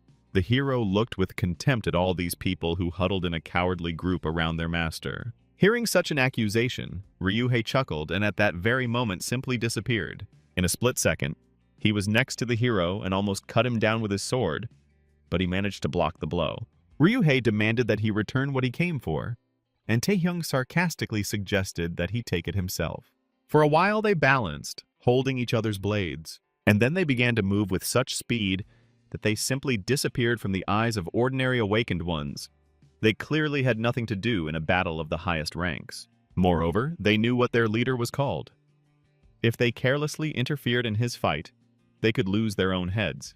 Taehyung and Ryuhei were jumping like blocks at supersonic speed, exchanging blows. Physics went out of the chat. What kind of overload do pilots have? Oxygen starvation of the brain? This is all for nerds. Still, Taehyung was having a hard time. He could barely keep up with his opponent. The enemy saw through his disguise and could catch up with him anywhere, even though Taehyung had drunk a special enhancing elixir. Ryuhei's next attack was quickly approaching his neck, and the boy froze in place. He didn't have time to dodge and received a chopping blow that tore off all his disguise. They both had similar skills, but the hero didn't think the difference would be so striking. Using a dagger, the guy stopped on the ceiling, parodying Peter Parker. After which he used the skill of the Spirit King Knight, suppressing all the other villains with his power. In horror, they rushed in all directions and lost their formation, pressed down by the spirit of the dead man. Taehyung turned around, looking for Ryuhei to see if the skill had any effect on him. He praised him for his decision, since any invisibility was vulnerable to area attacks. It was worth using this skill on himself if he wanted to find him, Ryuhei stated, who was right below Taehyung and jumped on him with a charged attack. At this time, 2 gang members were standing on the level above and guarding the passage. Or maybe they were simply shirking their duties, pretending to be working. But they should have chosen another place, because Ryuhei broke through the ceiling and dragged Taehyung through the hole. So they burned through several more levels, one after another, destroying the already long-suffering building. In the end, Ryuhei managed to take a pompous position on top and pinned him to the floor with his sword.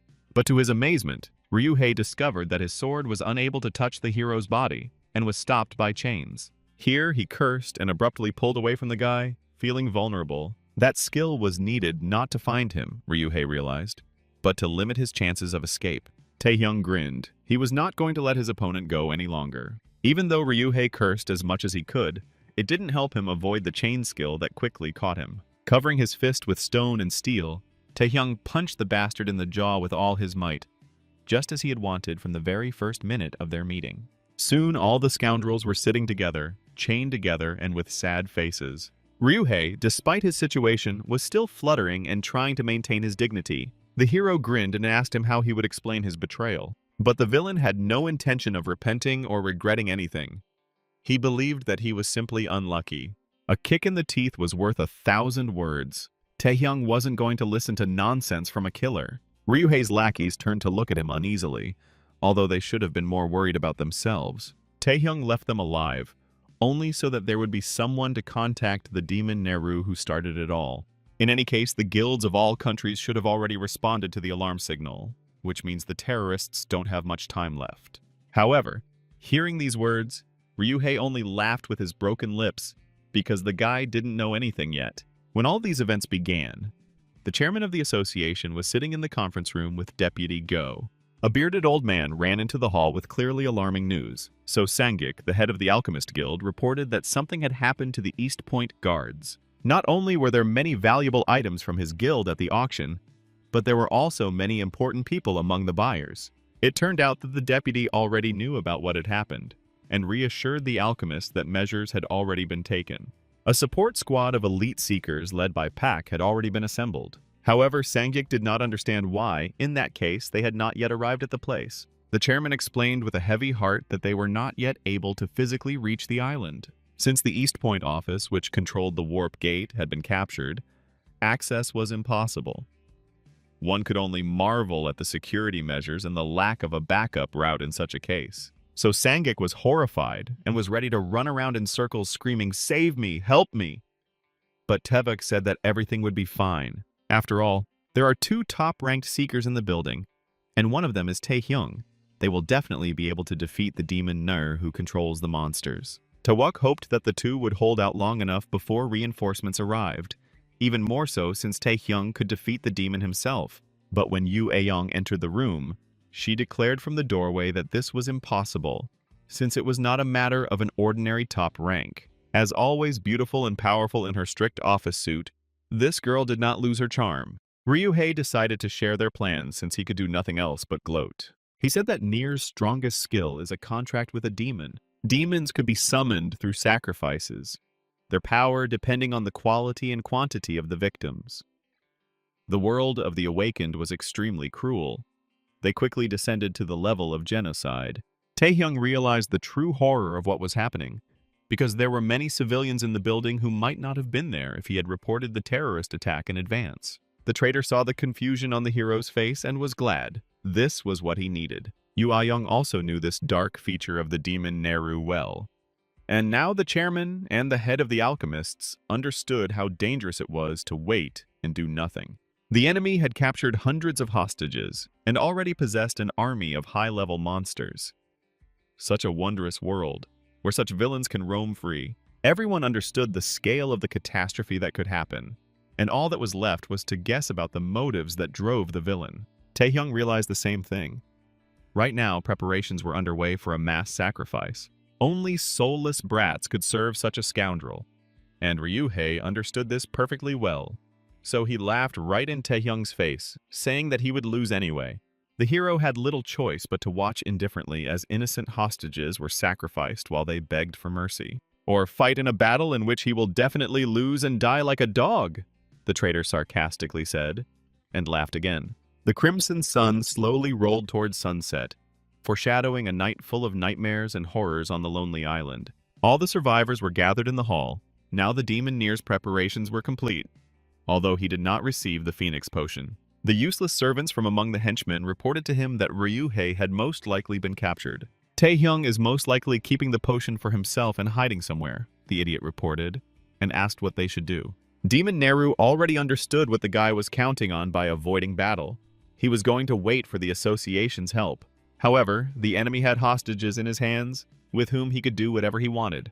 Since the hero did not show himself, the demon decided to force the hero to do so by killing several hostages. "Let the festival of the gods' names begin," he whispered, smiling with a smile as black as his soul. Suddenly, the light in the entire room disappeared, and it became as dark as a cave. The villains were alarmed. They were waiting for another bomb to explode. In the darkness, they could not understand anything.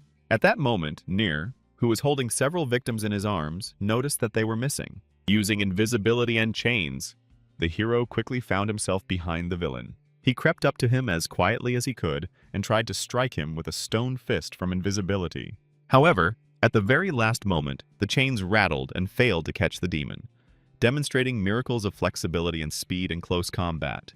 He dodged the attack that should have caught him. The turban on the villain's head became disheveled and predatory snakes emerged from underneath it, breaking the hero's chains. At the same time, fireballs created by his magic appeared before the demon. The flames of the fire almost engulfed him, and Taehyung had to quickly retreat back. Even in Neru's head there were monsters. The guy himself ended up below next to the other hostages, who thought that the hero had come to save them. Many of them were rich, so they even offered the hero special services and conditions for their salvation. Their chatter was really bothering him, so he sent them all into one of the portals using chain magic. The monsters sitting above and seeing their food being stolen were very upset and jumped on the hero to deal with such rudeness. All the monsters were of a fairly high level and looked dangerous, and their actions were coordinated. But Taehyung, even though he was tightly surrounded, managed to get out of it and turn all the monsters into meat platter. The hero jumped high into the air and decided to suppress all the monsters with the help of the spirit of the Lord skill, and the image of a dead man appeared above him. Feeling the familiar power, the monsters became despondent and pressed their heads to the floor. But the particularly furious ones only became more enraged and rushed at the guy from all sides. This time, he received a blow. There was a roar, and the hero himself was discouraged by the fact that the suppression did not work. The thing is that the monsters under the contract weren't ordinary. The sorcerer politely explained to the young and inexperienced one. These creatures had no morality because they obeyed the summoner directly and had no will of their own. Having absorbed the magic caster's power, these demons were much stronger than all the others. So Taehyung started having problems. The black-toothed magician considered himself a god and mocked anyone who dared to challenge him, a crooked grin dancing across his face. And now again, a crowd of monsters in a mad scramble surrounded the hero. Life had taught them nothing. Seeing the boy disappear, the hostages were horrified, thinking they had been abandoned. But one of the hostages objected that everything was not at all as it seemed, and urged everyone to look carefully. Both the monsters and the villains were completely distracted and completely forgot to keep an eye on the hostages, thinking they were tied up. Thus, it turned out that the guy's retreat was imaginary. He was only luring the enemies onto himself. Now they clearly saw that the hostages who had almost been sacrificed were hanging rescued to the side, swinging on chains. When people realized that he had actually come to save them, they even burst into tears, touched by his heroism, but only because they did not know the whole truth. Feeling guilty for their assumptions, the hostages began to encourage the hero and ask him for forgiveness. Meanwhile, Taehyung tried to tie a couple of monsters with chains to somehow slow them down. Having swung hard, the guy threw the monsters to the floor, He was quite distracted by the screams of the tied-up citizens, and he ordered them to shut up already. The hostages were just getting in the way. There was no end in sight to the monsters, and there was dirt all around. Taehyung was indignant. Demona Neru burst out laughing, thinking that the guy had given up hope and had finally decided to give up. But the guy didn't even intend to do such a thing, and gave a signal to his assistant Park Gunun. He just appeared at the entrance to the gate control office, surprising the villain quite a bit. The villain watched in bewilderment as some fat man prepared magic unknown to him. The preparations took quite a long time, so Park Gun-woong apologized to the hero for the delay. An hour earlier, Taehyung showed him the prisoners and called them supporters of demonic creatures. Park Gun-woon stared at the head of security in amazement and could not believe his eyes. They quickly realized that the gate control office was locked down, swarming with monsters and preventing reinforcements from arriving quickly. If it were just that, Taehyung would have easily dealt with them without looking back. But the demons won't sit idly by when they have a buffet of living hostages in front of them. Then how to free them in act? Manager Gonan asked anxiously. And then the hero said that his skill in manipulating space would be key in the rescue operation. Gonan immediately stated warningly that he did not know the exact point for constructing the gate back to the association, and this was fraught with distortions. The hero just grinned.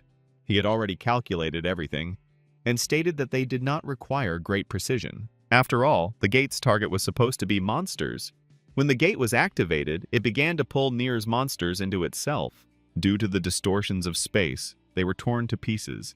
So the snake-headed sorcerer was in a terrible rage, not understanding what was happening. A wormhole-like structure appeared in the hall, absorbing the summoner's entire army, depriving him of his main advantage. Gonun himself looked in amazement at the results of his work.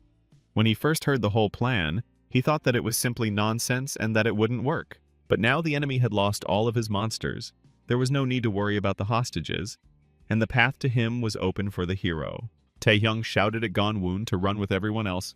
His job was done now, and they had to clear a space for him for the main battle. The ardent assistant began to object, because this time he wanted to join the battle on equal terms. However, Taehyung did not allow it, because the enemy had the highest rank. Just like himself, the weak would only get in the way and die without any meaning. Now the hero could fight at full strength without being distracted by the protection of vulnerable individuals, and the demon Neru no longer held back his rage. The air around him was on fire. So much did he want to incinerate Kim Taehyung, and the hero, striking with his fists, responded to the call of the dark sorcerer, confident in his abilities. After this, Pak Gonan no longer hesitated and began to lead the hostages to the exit, because they had little time. The hero turned towards them once again to make sure the people were safe. The next moment, the fight began. Nier threw dozens of fireballs at him, but the guy moved very quickly and therefore dodged. The grappling chains could be used not only on living objects, but also on inanimate ones. So the hero grabbed several heavy pieces of debris. He swung them as if from a sling towards the caster, thus creating a skill with a long-range attack. But the snakes on the demon's head reflected all the stones with their flaming heads. The spellcaster tore through the hail of debris without much effort, and then his flames took the form of a beast. The fiery dragon rose up in loops and attacked the hero, forcing him to retreat. This attack was very powerful and shook the entire building to its foundations, miraculously not causing everything to collapse. The spellcaster waved his hands, summoning new demons. He didn't care how many he had already lost. Taehyung leveled his back with the floor, feeling unwell after the hard landing. A new batch of freaks appeared before the director of this circus, who was still reveling in his power, instead of finishing what he had started. "The filthy infidel will be punished for his sins," said Nier, while the hero gathered his courage. "There is only one punishment for him. Death," declared the villain, and his eyes flashed like red coals. The monsters licked their lips greedily as they looked at the hero, so well that they wondered what had happened to their predecessors in the summoning queue. Taehyung stood up slowly and mockingly asked Narendra Neru what was that incoherent muttering coming from his mouth. "He will be the one who dies," declared the hero, opening the enormous mouth of a true predator to be at the top of the world's food chain. The power of decay crashed down on the astonished caster, red thorn vines digging into his body. The pitiful brat emanated such power that it made even the demon summoner himself shudder. But then he waved his arms freely, as if nothing threatened him. The caster closed his hands in a summoning ring, Now he recognized the boy as a worthy victim for the demons. However, he was not the only one who hid his power, Neru said, and Taehyung sensed something was wrong. The indifferent villains standing nearby who had not interfered with either the fight with the monsters or the rescue of the hostages suddenly fell. Right before our eyes, they were quickly decomposing, and it became clear why Nair had brought so many idlers with him. They were all his working assets for sacrifice. Once the power was gathered, Nair made his most powerful summoning. First, a huge skeletal head appeared from subspace, then clawed paws and wings that barely fit in the gate control room. The high-ranking bone dragon opened its monstrous mouth and prepared to throw green napalm. A minute earlier, the hostages had stumbled upon a terrorist patrol standing in the corridor, preventing their evacuation. Gonun had raised his fists and bravely shielded the civilians with his body. He was the real hero, without any cheats. The masked villains mocked the fat man and tried to figure out what was happening. Their organization was weak and their personnel inexperienced, but given their role as spare victims, this was not surprising. They had already decided to deal with all the fugitives, when suddenly an unknown force overwhelmed everyone and made them cough up blood. Right before the eyes of the citizens, they turned to ashes, surprising everyone, as it was completely unclear what to expect next. And not in vain, because at that very moment everyone again felt terrible tremors. From the second building, from where they ran here, debris of walls began to fall. A hole appeared in this building, and a huge dragon burst out of it. As if from a shell, it spread its wings and pursued Taehyung. The boy was falling rapidly, the dragon rushing after him in a steep dive, cutting through the air with a whistle. A storm-born spellcaster flew astride a dragon, laughing in revelry at his own power. The dragon was the most powerful creature in all the worlds, the ultimate trump card for which a high price was paid. Taehyung caught the chain on one of the walls and swung like a pendulum onto a solid foundation, interrupting his free flight. The guy was breathing heavily. He miraculously managed to survive, but there was no certainty that the miracle would continue to happen. The monster did not stop pursuing. The dragon changed course and headed straight for the building with its mouth open full of fire. Having rammed the skyscraper like an airplane, the monster again pushed the hero into freefall. Taehyung was falling along with a pile of rubble, with nothing to grab onto, and death was closer than ever. In order to somehow protect himself, the hero threw the predator straight at the dragon, but it was too big to absorb it, and spat back green flame with such force that the entire building was hidden in a green cloud of fire. The spellcaster, still sitting on the dragon, was amazed at the boy's resilience. Even after this explosion almost destroyed both buildings, the hero survived. The chains helped him cling to the walls again. Now Taehyung was barely holding on, hanging from the chains as if he had been crucified. He was breathing heavily and his situation was desperately dire. Taehyung barely managed to absorb the previous attack. His enemy was incredibly strong. It was hard to believe that they belonged to the same top rank. However, the hero knew that as long as the magic caster controlled such raging power, he himself was in danger. It was clear that Nier had also reached his limit. Taehyung thought that if he stalled for time, he could win this fight since his opponent would reach exhaustion first. But his enemy understood this too, and had no intention of giving the guy a chance to rest. Neru saw through all his plans, and had long since felt that the hero had no strength left to resist in open combat. "Such tricks won't work on him!" he screamed like a madman, his hair fluttering in the gusts of wind. The dragon turned its mouth away from Taehyung, who was no longer a threat to it. Instead, he targeted the last survivors who were trying to get down from the skyscraper under their own power. At the same time, a rescue squad from the association gathered in front of the warp gate. They finally managed to establish contact with East Point. Unfortunately, only their country managed to establish contact with the trading house, which means they will have to deal with the entire threat alone. But Park Sung-jin despised all fears and risks. He was ready to go to hell right now. The dispatcher admired his courage and didn't even know what to answer. When the connection was completely stable, the Seeker Pack led an elite squad and ordered them to destroy all the monsters. The unfortunate people lay heaped among the rubble of the building. Many were unconscious and showed no signs of life. Park Gun-woon raised his wounded head with difficulty and saw the glow of discharges in front of him, from which Taehyung's power separated them. With all his might, he was forced to protect the hostages and expose himself to a direct attack from the dragon. However, the dragon's breath did not weaken. A stormy stream of flame spread along the predator's invisible barrier. Neru was jubilant. His trick had succeeded, and it was not in vain that he had relied on the hero's sense of responsibility, who could not stand aside and watch people die. It was a battle of endurance. Taehyung could have won it if he had simply dodged the napalm instead of keeping his defense, but he had put himself in a losing position. Gonun shouted at the hero not to think about saving them, because if the guy died, the same fate would befall the hostages. There was truth in his words, and Taehyung understood it, but he still hoped to wait until the demon Neru's limits were reached and rely entirely on the power given to him by God. Purple veins appeared on the caster's arms. His body was also crumbling under the strain, but the pressure of the attack did not weaken. The boy desperately thought about how to save everyone, searching for a solution, but then the world before his eyes completely went dark. A voice behind him coldly declared that he could no longer remain a mere observer. Taehyung turned around sharply but saw only Gonun there, and did not feel that ominous presence. "The Predator's rank has been temporarily revised," the system said coldly, and a piercing pain gripped his hands. The limits of strength were increased, first to the first and then to the highest rank. But at the cost of this was an overload on the entire body. The red thorns also intensified, and the sorcerer felt that something had changed in the guy. The volley of green napalm died down, and the enemy seemed to have become much stronger instead of falling from exhaustion. The power kept growing until it reached a transcendental level, a triple highest rank. It couldn't be cancelled, the system rudely declared. Taehyung screamed, feeling his body being torn apart. What kind of voice was that? And what kind of power did the king give him? Taehyung wondered again when he saw the light-faced man before his eyes. The hero was already on the brink of death when he met Asmodeus, and now he felt the same. His life would end here, in a senseless battle. Until the very end, he refused to give up, even when his body was falling apart. Neru watched the guy closely, and thought that his own skill had killed him. However, the unusual energy did not disappear, but became even denser. The demon caster stopped understanding anything.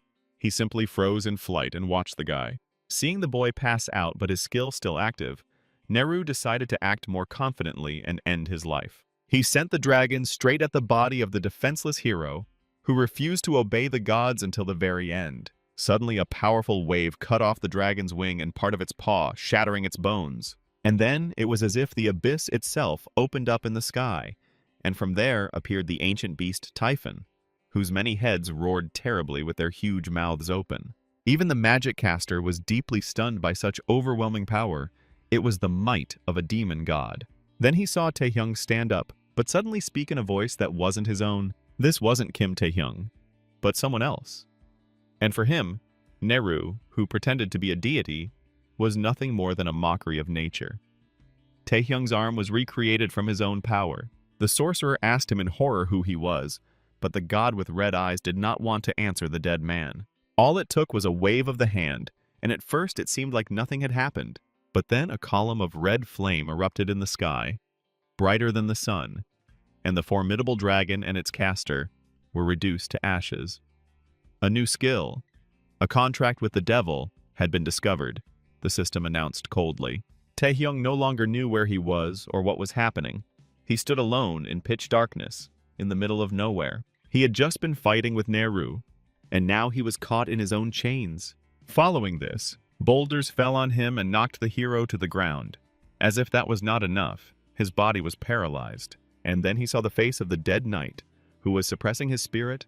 All the forces he had absorbed went berserk and tried to take over. Taehyung didn't understand why his skills were behaving this way. And then the voice from above laughed at the fact that the guy still considered these skills his own. After all, he had never been awakened, and this power had never belonged to him, the god reminded, and he'd better spit it all out if he'd already forgotten about it. Taehyung watched helplessly as the huge mouths descended on him. In horror, he tried to escape, and only then did he finally come to his senses, finding himself on the floor in a hospital room. The hero's body was covered in sweat, and he looked anxiously at his trembling hands. The vision was so realistic that he could hardly dismiss it as a mere dream. The wounds had healed, and the lost arm had been restored, the hero also noted. Then the Seeker Pack, from the elite squad of the association, unceremoniously entered his room. True, he brought some fish pies with him. They smelled delicious, and so the Seeker was immediately forgiven for the intrusion. Park Sung-joon explained to him that this apartment was organized for the guy by members of the Alchemist Guild, as a special thank you for saving most of their property. Thanks to Taehyung's efforts, the traitor Ryuhei was arrested, although he claimed to have been deceived by demons. However, no one had any illusions about this. The terrorist attack was horrific in its destruction, although many managed to survive. For this reason, Taehyung had many visitors who wanted to show him their favor while he was unconscious. The family, and even the association chairman himself, also tried to break into the apartment and visit the boy. Everyone was screaming and crying, according to Pak. According to preliminary tests, Taehyung was not expected to have any health problems, but Park remained to keep an eye on him in case the demons came for revenge or reporters broke in. Taehyung wasn't the only one who was curious about what happened there, because right in the middle of the fight with the demon Neru, he lost consciousness. Gonan, who saw everything from the outside, also noticed that Kim Taehyung had changed, as if he had ceased to be himself. It was a supernatural being that was overwhelming just by its presence. Even being near him was beyond the strength of an ordinary association employee, so he lost consciousness. Soon the surge of ominous power stopped. This was the limit for Taehyung's weak body. Then the hero passed out and collapsed on the floor, where he was discovered unconscious by Pak, who had arrived with an elite squad. Their assistance in this matter ultimately amounted to rescuing the victims. Most of the hostages targeted by the demon survived, but were simply unconscious. Their lives were not in danger, but the arriving seekers did not know what had happened to the demon Neru and his monsters. Pak cursed as he realized the scale of the destruction and the prevailing uncertainty. It turns out there were not 2 but 3 bathhouses on the island, and one of them was half demolished and now stuck out like a rotten tooth. When things had more or less calmed down, the Seeker Pack conducted a survey of all the survivors to understand the overall picture of what had happened. Everyone clearly remembered that Taehyung tried to stop the demon near, but nothing more specific. It was as if something had interfered with their minds and made them forget what had happened. So everything that happened was ultimately attributed to the machinations of the magician, after which Pak wished the guy a good recovery and left him. In case anything became clear, he promised to let the hero know, but this did not add to his peace of mind. Although Pak attributed everything to Nir's influence, it was impossible. Taehyung remembered very well how his arm was destroyed under the flow of unstoppable force, and it could not grow back on its own. Considering the devil contract skill had appeared in his status, the caster's fate was also certain. The skill's description stated that it could open a gate to the abyss, which somewhat surprised the hero, considering it required 200 mana, while he only had 180. Here, before leaving, Pak looked out of the corridor again and called the guy. He asked if another guest could come in and looked meaningfully at Taehyung. It was surprising that the bodyguard suddenly decided to let someone in after a long siege. But when Taehyung approached the exit, he saw a girl's face there that he didn't expect to see at all. Lim Ayong handed him a basket of fruit and said that she had come to visit him.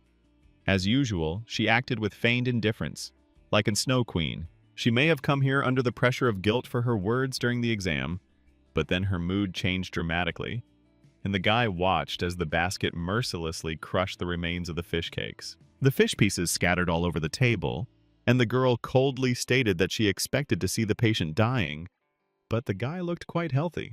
Taehyung was still dazed, but he agreed with her, and the tests confirmed the same. Rumors had already reached Lim Ae-yun that the hero had saved many in that event. Besides, he had 2 high-ranking opponents at once. At these words, her hand that held the apple trembled. Taehyung didn't know what to answer, so he decided to just listen. The apple couldn't withstand the pressure and shattered into pieces as the girl clenched her fist. Her mask of cold vanished, and she declared that she would catch up with him in a flash, so he shouldn't relax. It became clear that the girl was brought here not by sympathy at all, but by a thirst for competition. Apparently, her complex of being the best student in everything, an excellent student, a class monitor, an athlete, and simply a beauty played a cruel joke on her. Taehyung asked her directly why she was there, and the girl sheepishly explained that she was just visiting a sick person. Of course, she came here expecting to see a wounded man in need of her care. It could be the beginning of an interesting story. But the scoundrel was completely healthy and was now putting her in a foolish position, or so Lim Ae-yun thought. What's worse, he emanated an incredibly powerful aura that could be felt even in casual conversation. Compared to their last fight, which ended in Lim Aong's defeat, this guy has definitely become stronger. She wanted to tell him so much more, especially about the time his tongue had made a brazen, uninvited intrusion under the guise of a military ruse. But the apartment door slammed, and someone entered and began pacing the hallway. As soon as the chief spy peeked around the corner, she realized she'd arrived just in time, but was extremely surprised to see her sister there. Lim Ayon was equally surprised and let out a loud cry. The girl immediately hissed like an enraged cat and aggressively asked her sister why she was there, and, more importantly, how she knew the password to the door. Yu Ayon didn't answer the last question, but only reminded that one shouldn't call her sister. Here, her attention again switched to the purpose of the visit.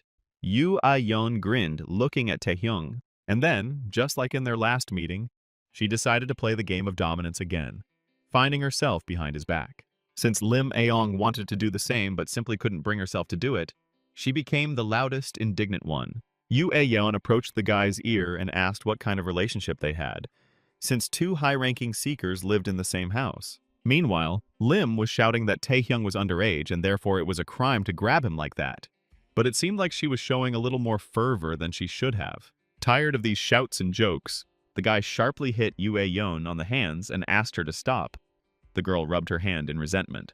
The hero made it clear again that he had no intention of joining her guild, and she would be better off stopping visiting him. Even so, he clearly went too far, said the brazen spy who broke into his house herself, after which she declared that she had only humanitarian intentions to visit the sick man. Besides, this time she didn't show up empty-handed, but with a gift to win his favor.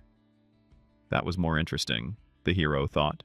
Lim Ayan already knew from Chairman Zhu that the guy would be competing in the Asian tournament, but despite his participation in the events at East Point, he still only took 30th place on the list of candidates. He still needed to achieve many more achievements to reach 5th place and represent the country. The cunning fox leaned close to the guy again and quietly whispered that she would give him the right to clear the double dungeon in the Fire Temple. A lone boat sailed through the waves around the island where East Point once stood, now only its ruins. The building stood for several hours after the events, then, unable to withstand the strain, collapsed under its own weight. Offadoro's location was still unknown, his henchmen informed the deputy of the villain guild. They suggested reporting this to their superiors, but Shadow refused. There was no longer any need for it. The goal had already been achieved, and in any case, the missing person was just a bag of money for the mercenaries. However, the villain's boat was tracked down by the island's coast guard, who ordered the sorcerers to surrender by radio. Only investigators were allowed in the area, and then they were to drop their weapons immediately, the captain said. However, the very next moment he was astonished to find himself and his subordinates floating head down in the water. The entire frigate sank rapidly into the sea depths like a shell. Under the influence of the magician's power, the sea's cruelty was selective, and their boat was not damaged. With a theatrical gesture, the magician with attention deficit disorder declared that he was very interested in that guy named Kim Taehyung. At this time, with the movement of his fingers, he controlled a huge black hole, whose power raised a storm at sea. A couple of days later, having recovered from all the shocks, Taehyung arrived at the headquarters of the Night Wanderers Guild. The guild members themselves welcomed the hero of East Point warmly, greeting him solemnly and shouting his name in chorus. The hero enjoyed such a loud ovation for the first time and was quite flattered. Yu Ayon clearly had a reason for this, reminding him that they retained control over the award's distribution, while the boy was receiving prestige, achievement, and praise.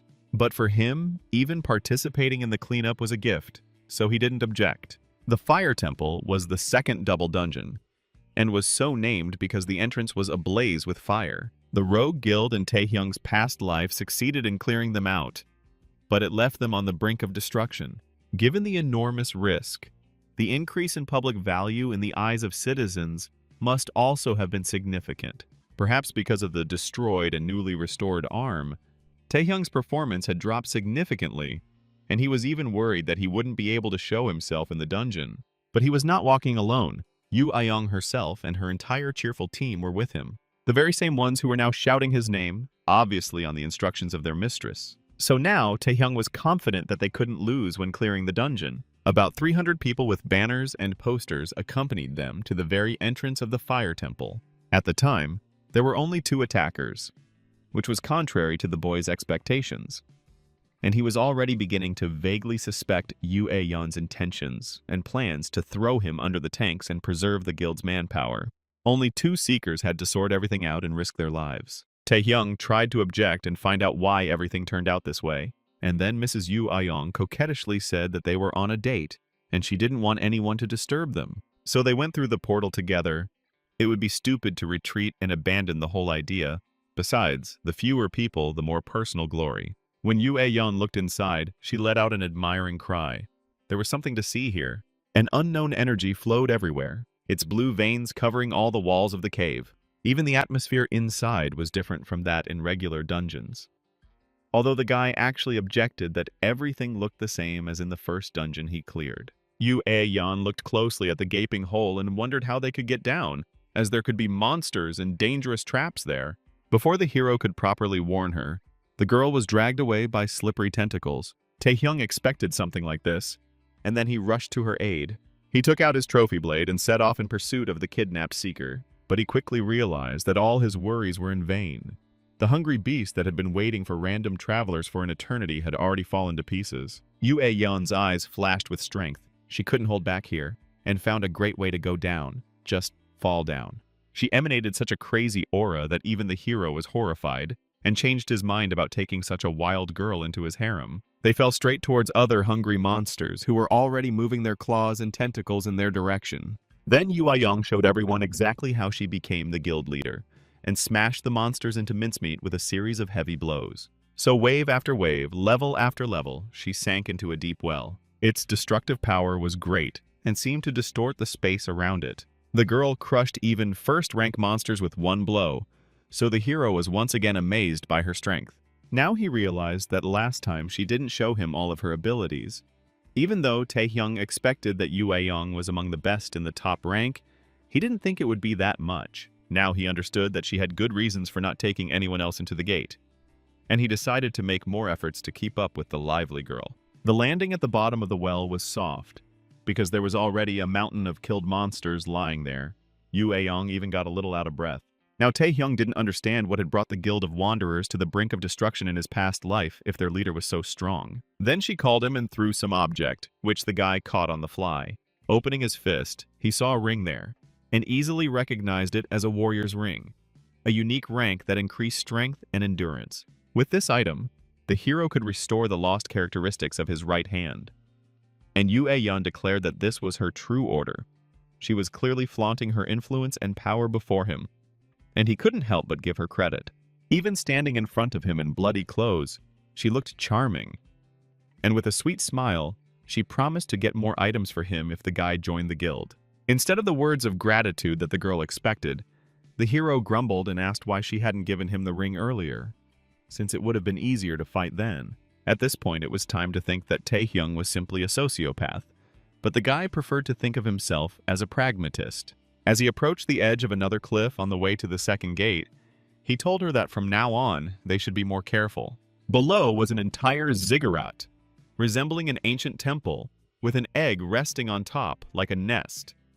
This, the boy believed, was where the dungeon's master resided. Yu Aeong followed him, but carefully, you never knew what to expect from double dungeons, which were an anomaly in themselves. The egg looked very strange. Incredible power emanated from it, and it was unclear what kind of monster was sitting inside. There is clearly the owner of the double dungeon there, the guy warned his partner. He wanted to suggest that she first gather information and examine everything, as scouts should do. But it seemed that Yu Aeong was obtaining information through other methods, because she had already disappeared without a trace. That's right. Instead of boring surveillance and reconnaissance, this girl always preferred to go straight ahead, and now she simply attacked the nest.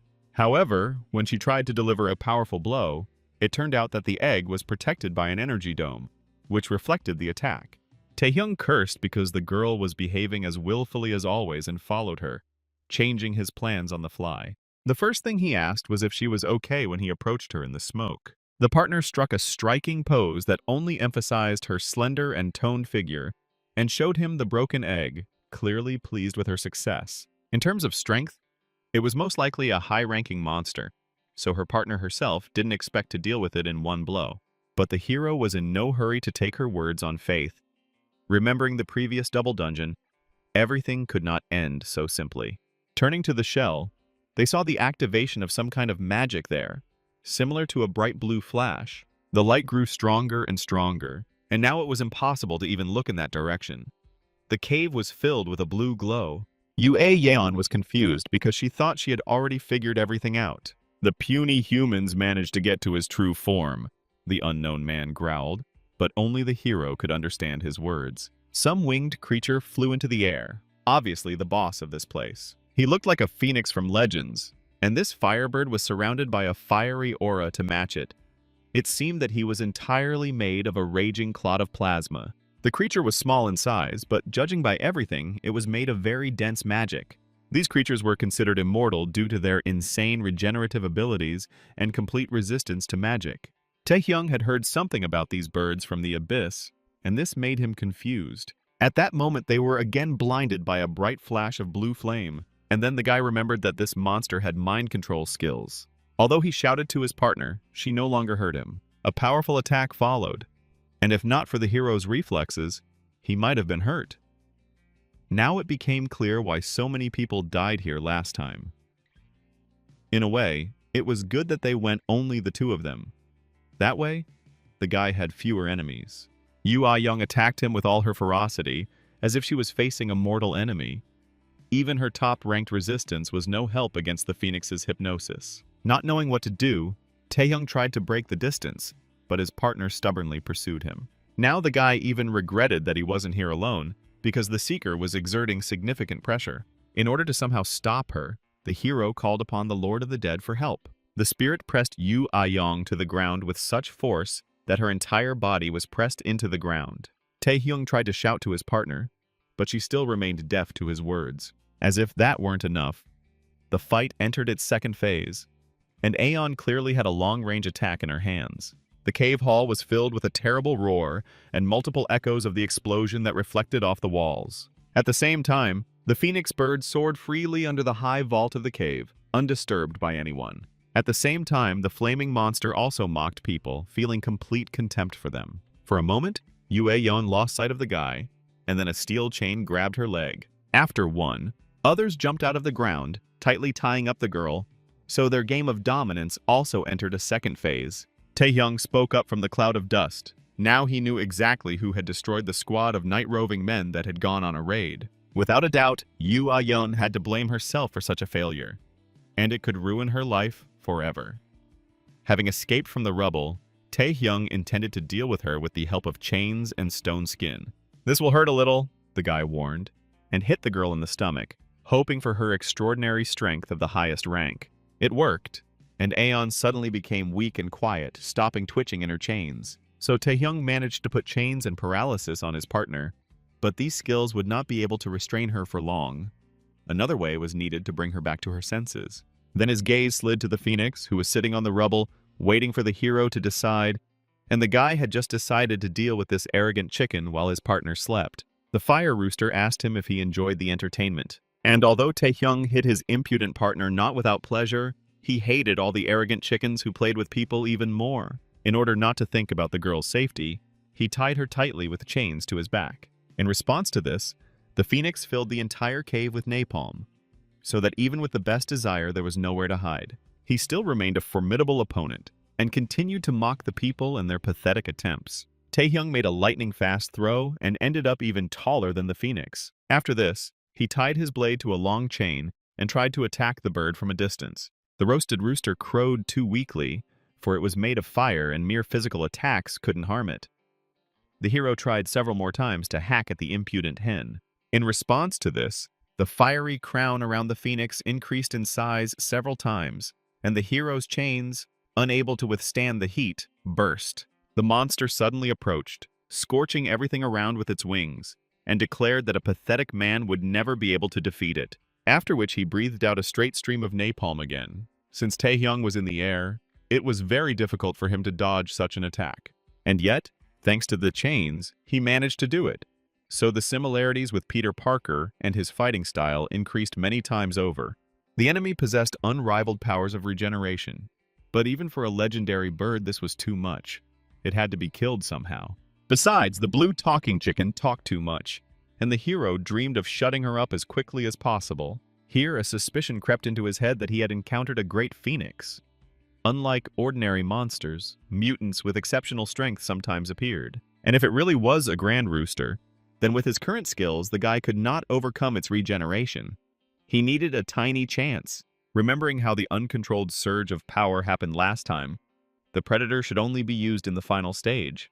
At the same time, the undeniable fact was that without the predator, he was an ordinary seeker with mediocre skills. For the first time, Taehyung didn't know what to do and felt helpless.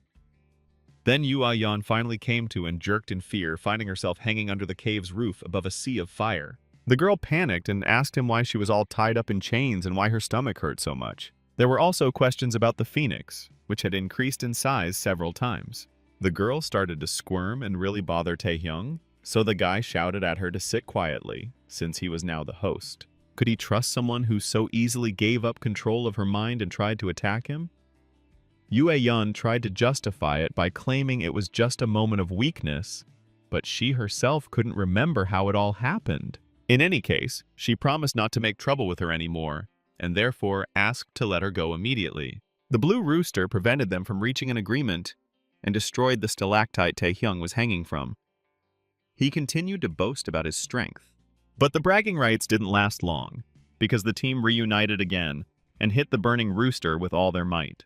Taehyung shouted at her to make sure she didn't let him take control of her this time. The angry warrior made and replied that there was no particular need for such reminders. The phoenix flared up again, even brighter and stronger than before, as if it wanted to devour the entire cave. He also continued to obligingly shout that their attacks were useless and that they needed to try something else. Now Taehyung could activate the monarch's heart, which enhanced the skills of his allies.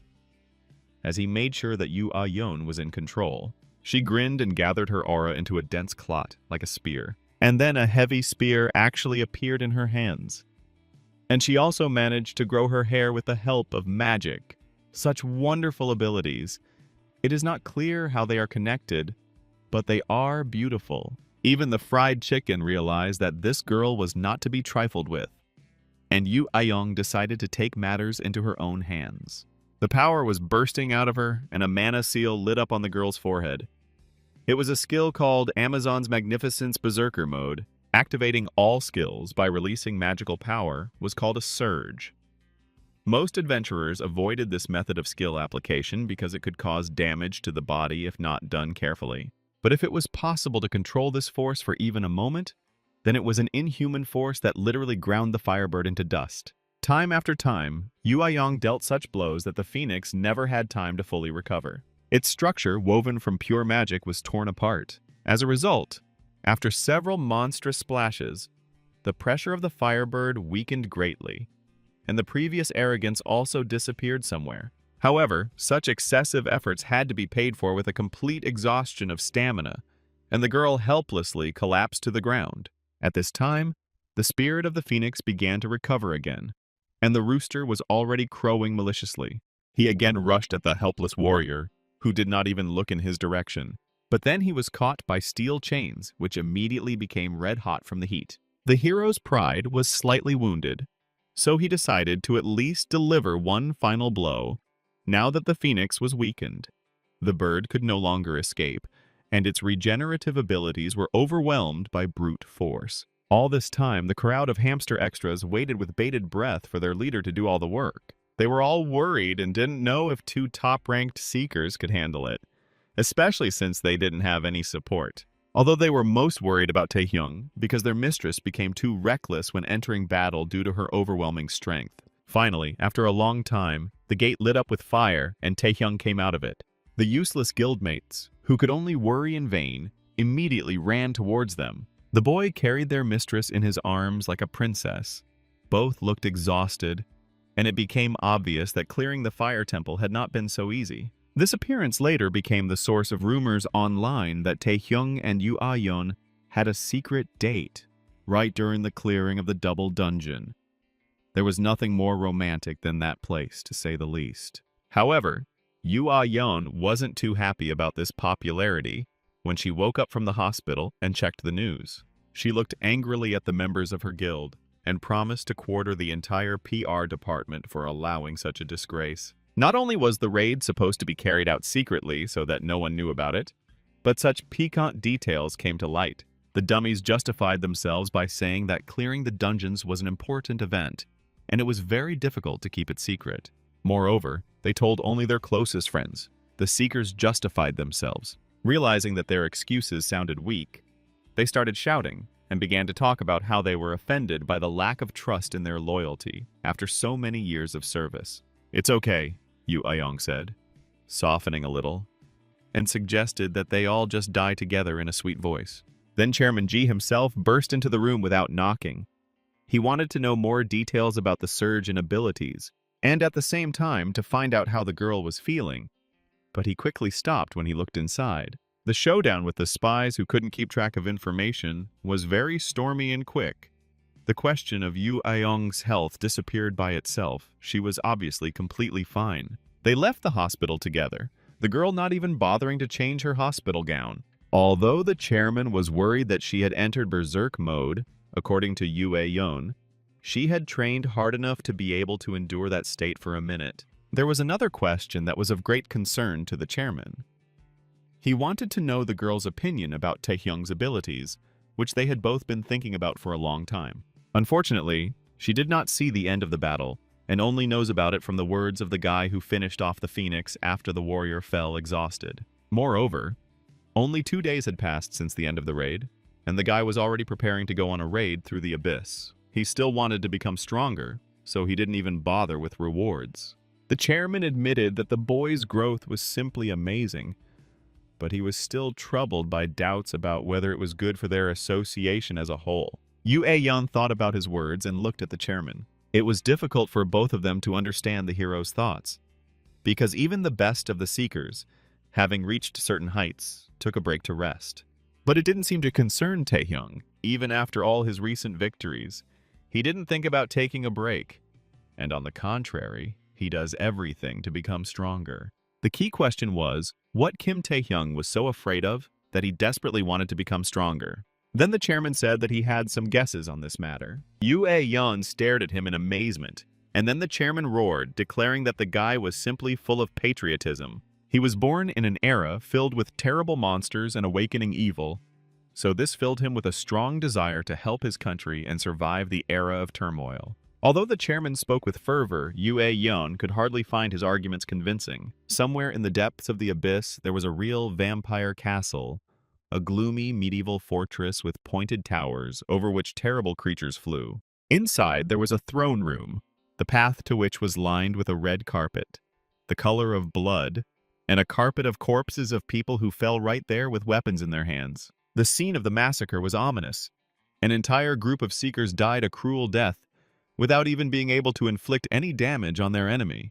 The ruler who sat on the throne smirked haughtily and accepted the blood oath from the one who knelt before him. He was a prince of the abyss, a vampire lord named Igmun, and he generally fit the unwritten canon of what an aristocratic vampire should look like. The newly appointed servant immediately and obsequiously thanked his master. "What is it like to gain the power of a clan?" Igmun asked the servant, who, removing his hood, complained that there are quite a few people with similar skills. "However, now he has become the strongest among them," said the Chinese fighter seeker, Zhang Linfeng, and also grinned evilly to give you suspense, although we have no idea who he is. The gates that led into the abyss even had guards in suits with stupid faces. Taehyung passed through the portal and found himself in an abyss that he had not yet managed to forget over these months. A dehydrated desert, a black crimson sun, and the base camp of the Seekers. This was his first visit to the abyss since he regressed. But now he was here in a completely different role, the hero thought. On this side of the portal, they were already waiting for him. One Seeker came up and greeted the guy.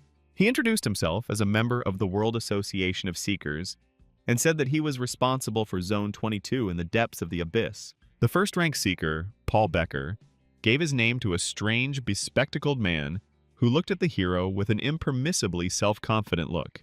Apparently, Paul thought that since Taehyung was in the abyss for the first time, he could ignore ranks and status. He warned the hero that he should hire experienced seekers as guides in the abyss and as guards. The World Organization monitors and maintains order in temporary camps located in convenient locations in the abyss, and it is safe there. However, the unexplored depths of the abyss are extremely dangerous. You never know where monsters might lurk, so even the hunter's zones around the camps aren't completely safe. Paul spoke to the hero as if he were a child, imparting truisms. So, he argued, even a high-ranking seeker needed accompanying guides and bodyguards. But Taehyung immediately rejected the useless parasites.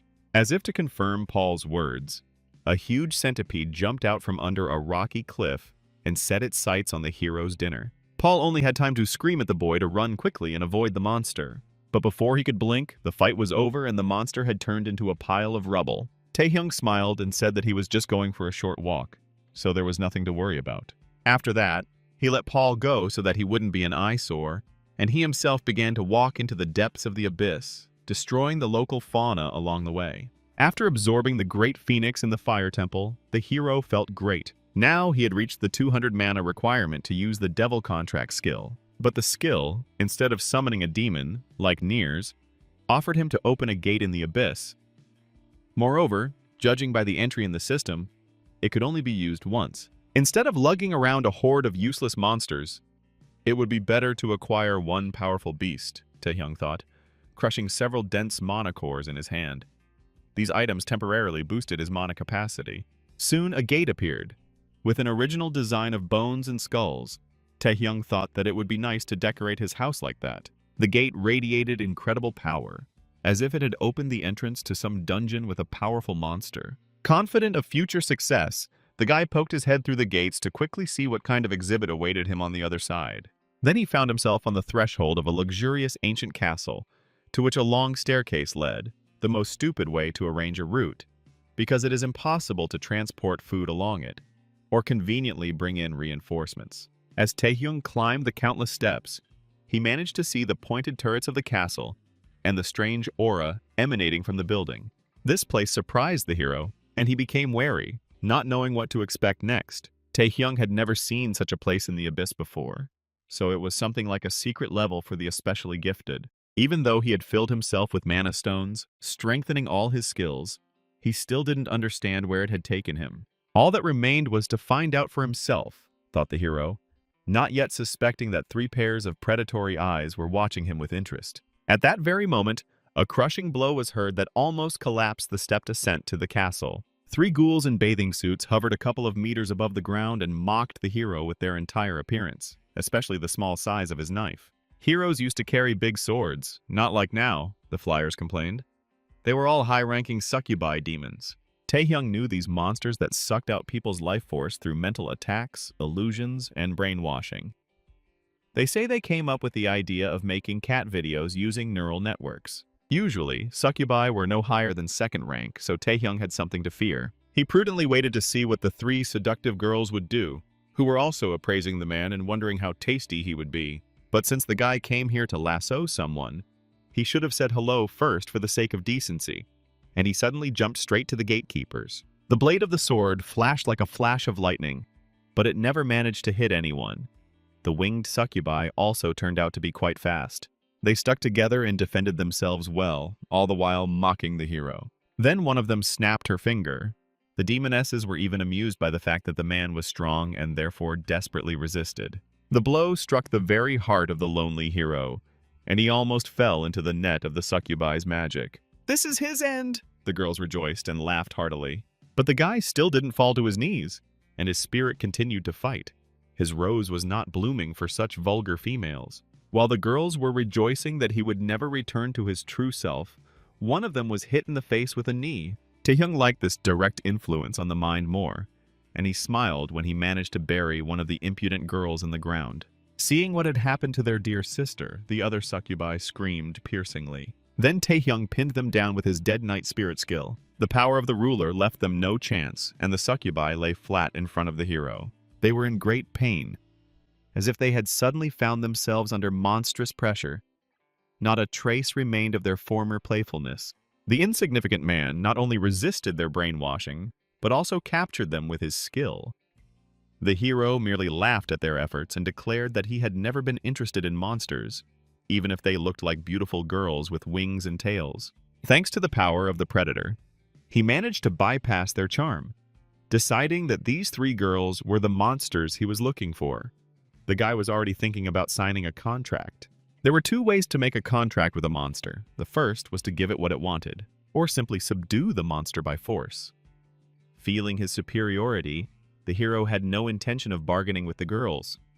The opportunity to summon a monster of a higher rank to serve was not so bad, but then the system informed him of a refusal, and the guy was amazed. The demonesses were only gatekeepers, and were not suitable for summoning. Then a whole squadron of vulgarly dressed winged demonesses appeared in front of him.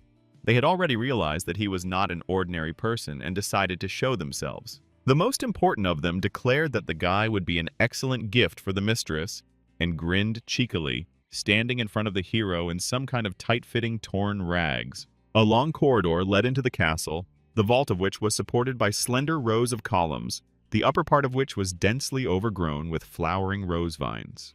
But the beauty of this place was not at all harmless.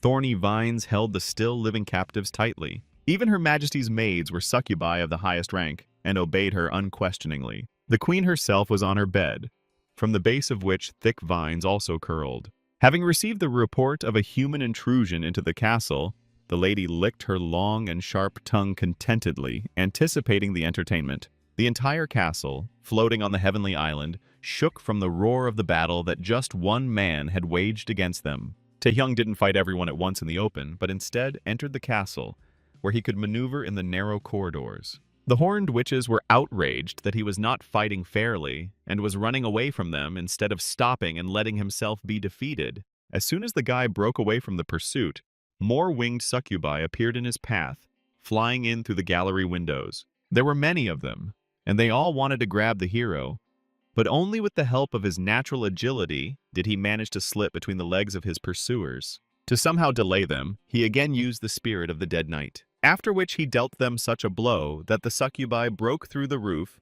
and found themselves outside the castle. Taehyung was finally able to catch his breath. All of his opponents were high-ranking monsters, and somewhere in the depths of the castle their more powerful ruler was surely hiding. The hero no longer doubted that the boss of this level would be a woman. He had already realized that none of the ordinary maids were monsters to be summoned. Thus, he fought his way into the depths of the chambers of the one whom even the highest succubi called Queen.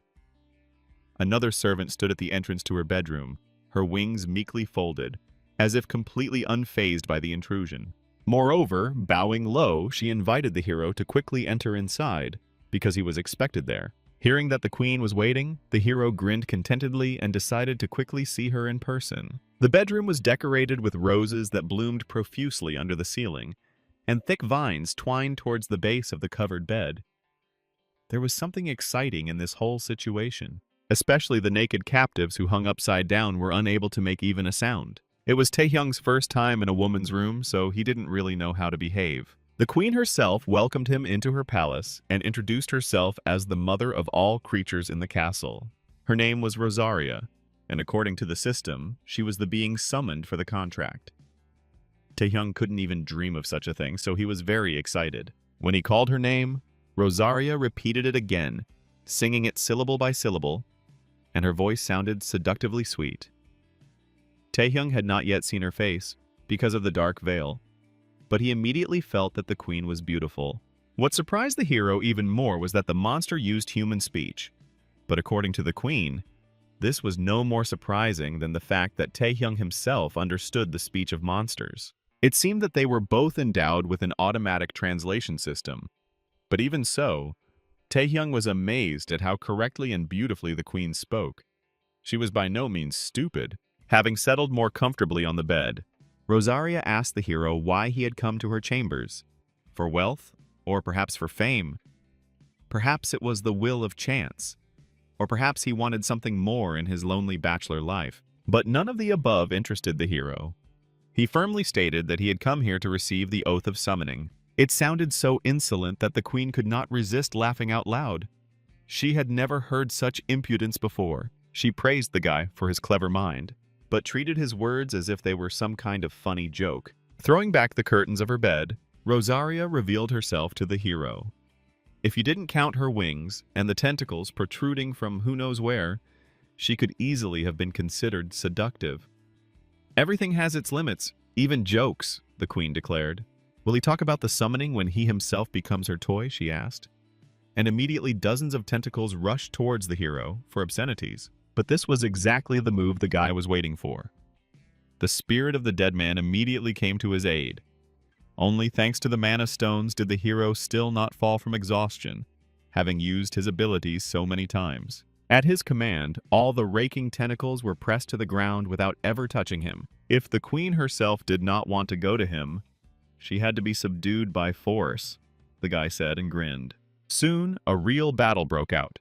Covering himself with stone skin and using the capture chains, Taehyung deftly dodged all of the queen's tentacles and chopped them with a dagger. He steadily approached her tent, although the owner herself did not even move. Taehyung aimed to end the fight with one quick strike, using his speed. But in an instant, all his skills were shattered. Both the stone skin and the chains with which the hero had bound himself for greater strength. The Queen of Rosaria arranged all this with just a snap of her finger. Her eyes sparkled like coals, and she even felt sorry for the guy. Completely defenseless and unarmed, he began to fall straight into her clutches. Suddenly, the hall disappeared somewhere, and the hero realized that he was rushing towards the ground straight towards the city. Taehyung didn't understand how he ended up above the center of his hometown, and none of his skills were activated anymore. When he felt himself falling into the thickness of the water, he realized that he had fallen into the dense illusion of a succubus. Now the guy was in the middle of an endless sea, drowning, completely unaware of the moment at which he was taken under control. The queen sat in her box and again smiled contentedly in a haughty voice. After all, the hero fell into her net from the very beginning, and has long been lying with outstretched arms in the complete power of this lady with many tentacles. The genre of the work was rapidly changing, threatening to fail the age rating. Taehyung quietly moaned in his sleep. He felt himself slowly sinking into the water against his will. His arms and legs were getting heavier, and Taehyung couldn't do anything. He needed to quickly get out of the illusion before it swallowed him up completely. At that moment, he fell into a flashback where he was riding in the back seat of a car with his family. Taehyung saw himself as a small child next to him, but he was so disoriented by the vision that he didn't immediately understand what was happening. In those years, he was just a boy who, like everyone else, dreamed of waking up with a high rank and earning a lot of money. He imagined how he would feast when he became rich, how he would buy his parents goodies and everything. They were happy that they had such a son they could rely on. But at the same time, his loving mother wanted him to live a happy and healthy life. When you're a child, such things really do seem trivial and boring to death, but only when you get older do you understand their importance. Taehyung was very lucky with his parents. They put his happiness above achievements or commercial success, and wanted only a good life for him without asking anything in return. For a moment, Taehyung succumbed to the lulling atmosphere of peace, but it soon turned into a waking nightmare when their car was engulfed in flames. That's how everything he ever loved, everything that gave him a reason to live, burned up. The scene changed to another. His aunt and uncle pulled the boy from the burning car and were horrified by the tragedy. Of course, the details weren't quite right, but the vision conveyed the general meaning of those events. The uncle was Taehyung's mother's brother, and his wife accepted the boy as her own. Then the vision was replaced by another, this time during his school years, when Taehyung suffered humiliation because he never woke up. He was constantly beaten, and the difference in his abilities was so great that he could not fight back, and he had no friends to stand up for him. Thus, the vision showed him his own desperate life, in which there was no point in continuing the struggle. After school, he worked monotonously as a miserable porter for many years without straightening his back. Perhaps Rosaria herself wanted to understand his past in this way, penetrating into the deepest memories. Even in the abyss, where mortal danger awaited the seekers and everyone risked equally, Taehyung was an outcast. He was mocked. What was worse was that his new family did not believe that he could succeed. Of course, they were worried about him, and did not want him to die, as eventually happened. They could help him with his upkeep, and in general there were quite a few peaceful and useful professions for the unawakened. However, Taehyung most of all did not want to be a burden to those who extended a helping hand to him. especially since because of him the family was constantly having difficulties. His parents always wanted him to be happy, but could the hero himself be happy at the expense of others, sitting safely behind their backs? In order to become truly happy, he needed strength, which he hoped to obtain in the Abyss, which was a cemetery of hopes for some and an El Dorado for others. Skill use detected, Queen's hypnosis detected, the system minted. The first attempt at resistance failed and his stats dropped, the indifferent voice said again. All of his skills except one were blocked, leaving only a predator whose power could not be suppressed. The pictures of his past were all gone, leaving only his last memory before regression. The Queen of Rosaria was puzzled by what she saw. She already understood that she had come across no ordinary guy. Looking into his mind, she clearly saw His Highness Asmodeus, and surviving an encounter with him was akin to a miracle. However, she immediately noticed the contradictory nature of the visions in which Taehyung had managed to live a long life. He looked much older there, while the guy who came here had only recently stopped being a child. Secondly, some memories of the same events seemed to be doubled, as if they were experienced twice, but with different outcomes. The Queen directed another tentacle towards the guy, wanting to look deeper into his rich inner world. Then she had her last vision before her rebirth, when even Asmodeus froze into a limp figure. The demoness laughed contentedly, enjoying the hero's helplessness and anticipating a fun game. And then the sun-faced side appeared before her, in its shining splendor. The stunned queen suddenly realized what kind of creature was in front of her and was horrified. This was the one whom everyone called the ruler, god, and many other names. There was a cracking sound all around, and the world so securely woven by her illusion began to disintegrate with a grinding sound. The sharp vines dug into the lady's body, and she arched in pain, letting out a slight groan. At that very moment, a light prick of steel near her neck reminded the queen that it was not good to spy on other people's memories. Especially for her high rank, this is a disgusting hobby, the hero declared as soon as they switched roles. Then Taehyung again asked her to swear allegiance to him, subtly hinting with the blade of his dagger what would happen if she refused. However, this did not have a noticeable effect on the queen. Even though the guy had escaped from her mind net, he still remained a fool, she believed. A toothpick in his hands would hardly be able to kill her, she declared. And then the hero promised to definitely try it in practice. Bluff again, said Rosarin, smiling seductively. Up close, her refined porcelain face seemed even more attractive. In an instant, she wrapped her tentacles around him like a snake and pressed him against her soft body, nearly drowning him. This power had an even stronger effect on his mind than hypnosis. The queen ran a gentle finger over his face, and despite her complete power over the hero, accepted his contract. Her razor-sharp teeth sank into his neck in a searing kiss. The terms of the contract have been accepted, the devil summoning skill has been replaced by the Queen's Man, and the skill rank has been adjusted, the system announced indifferently at such a touching moment. Thus the hero was completely hypnotized, and his attractiveness increased.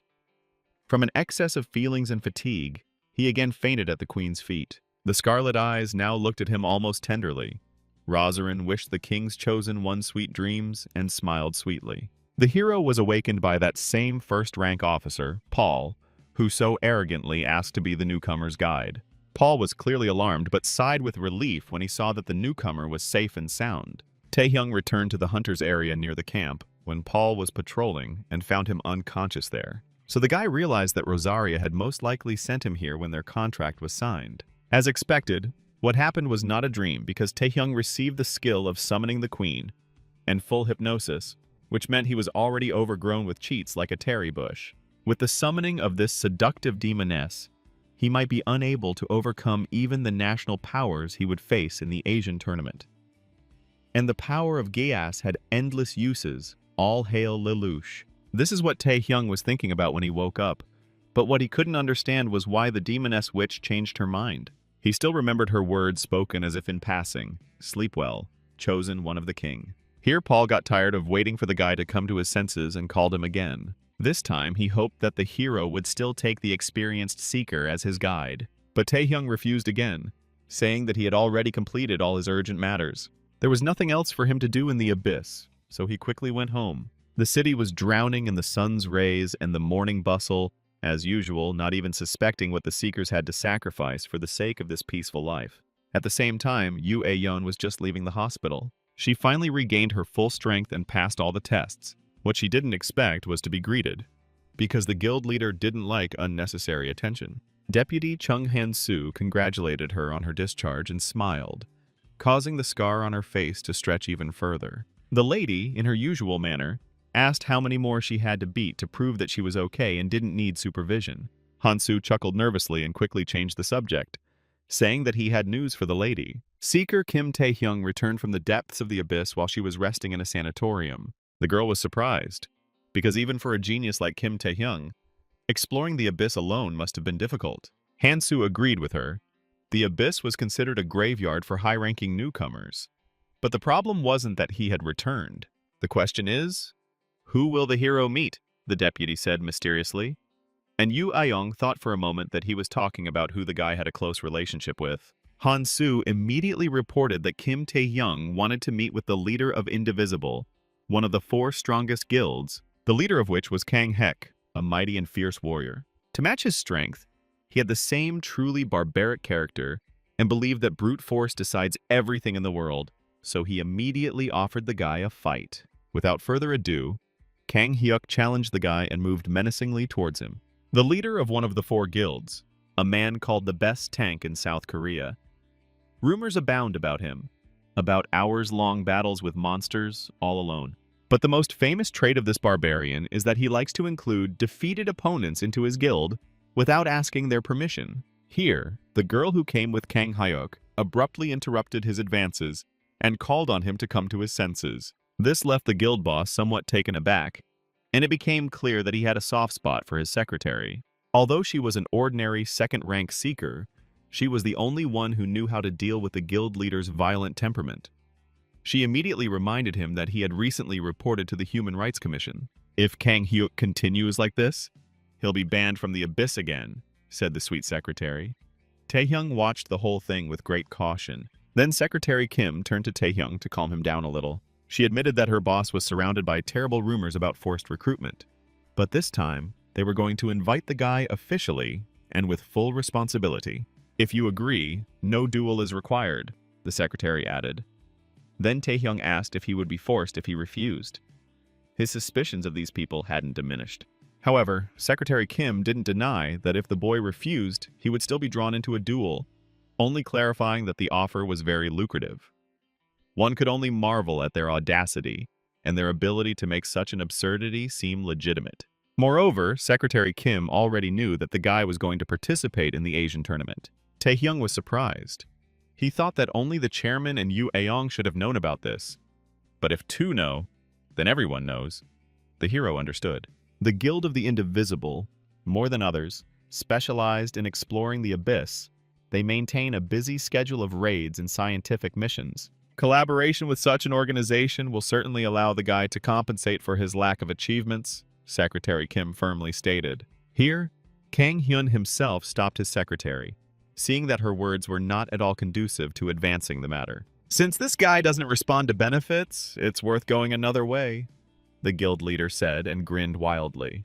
But then Taehyung unexpectedly showed rare compliance and announced that he had changed his mind. Secretary Kim was also encouraged, taking credit for this diplomatic victory. Then Kang Hyuk asked the boy if this meant he would be joining the Indivisible Guild. But the hero responded to this with a mocking refusal.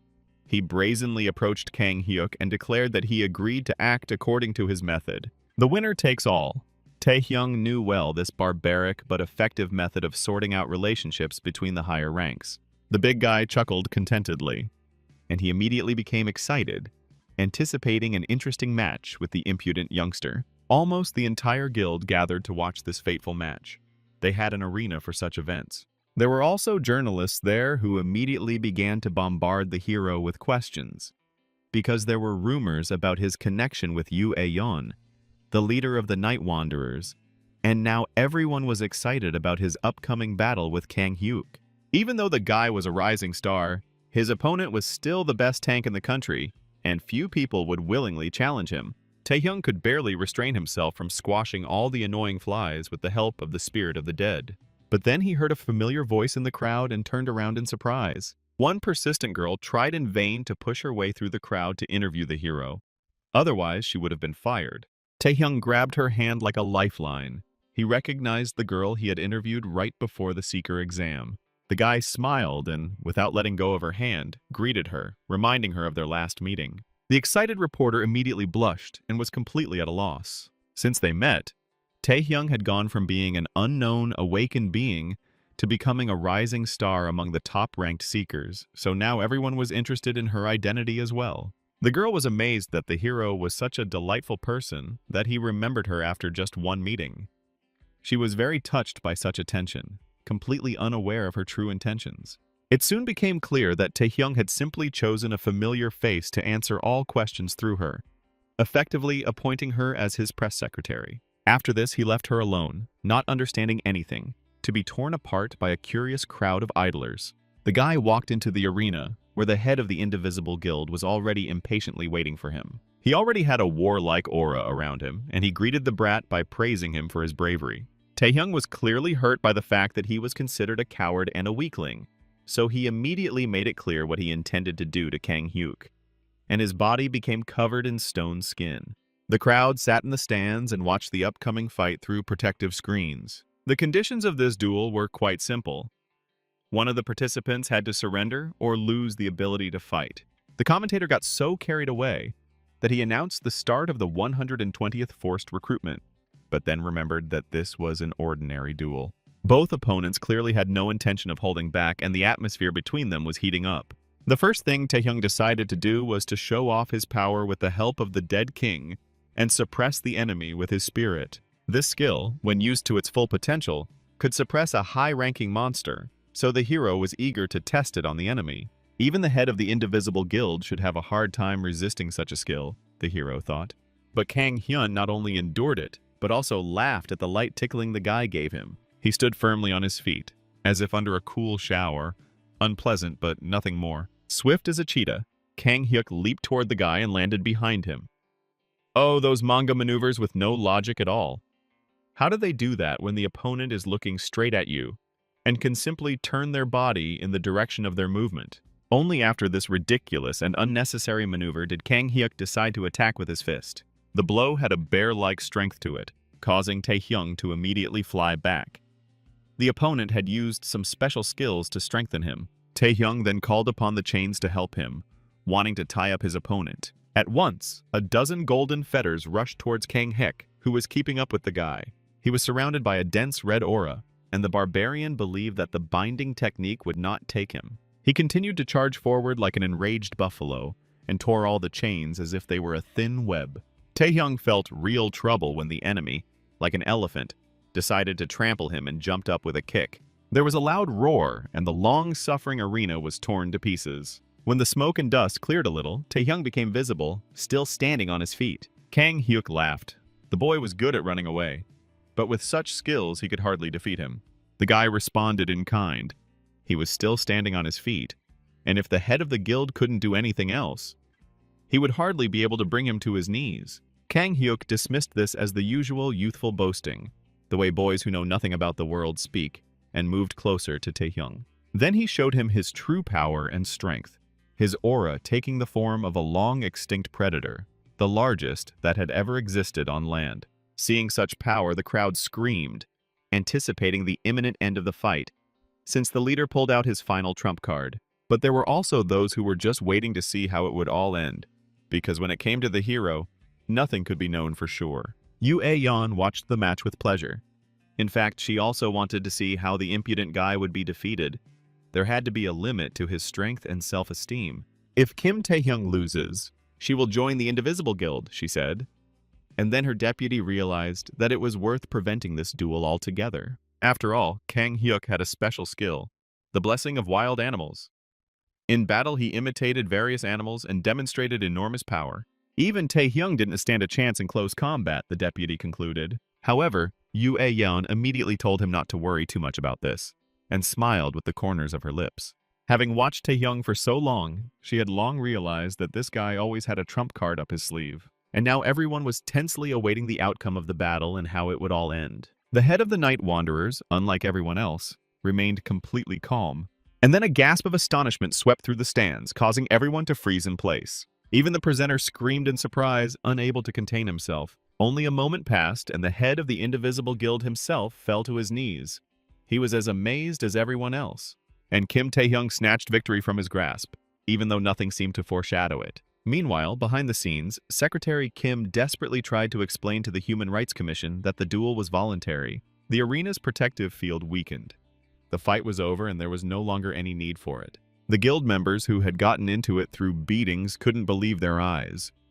They thought their leader was invincible, but in reality, he had only beaten weaklings whom he could defeat. Many immediately began looking for excuses.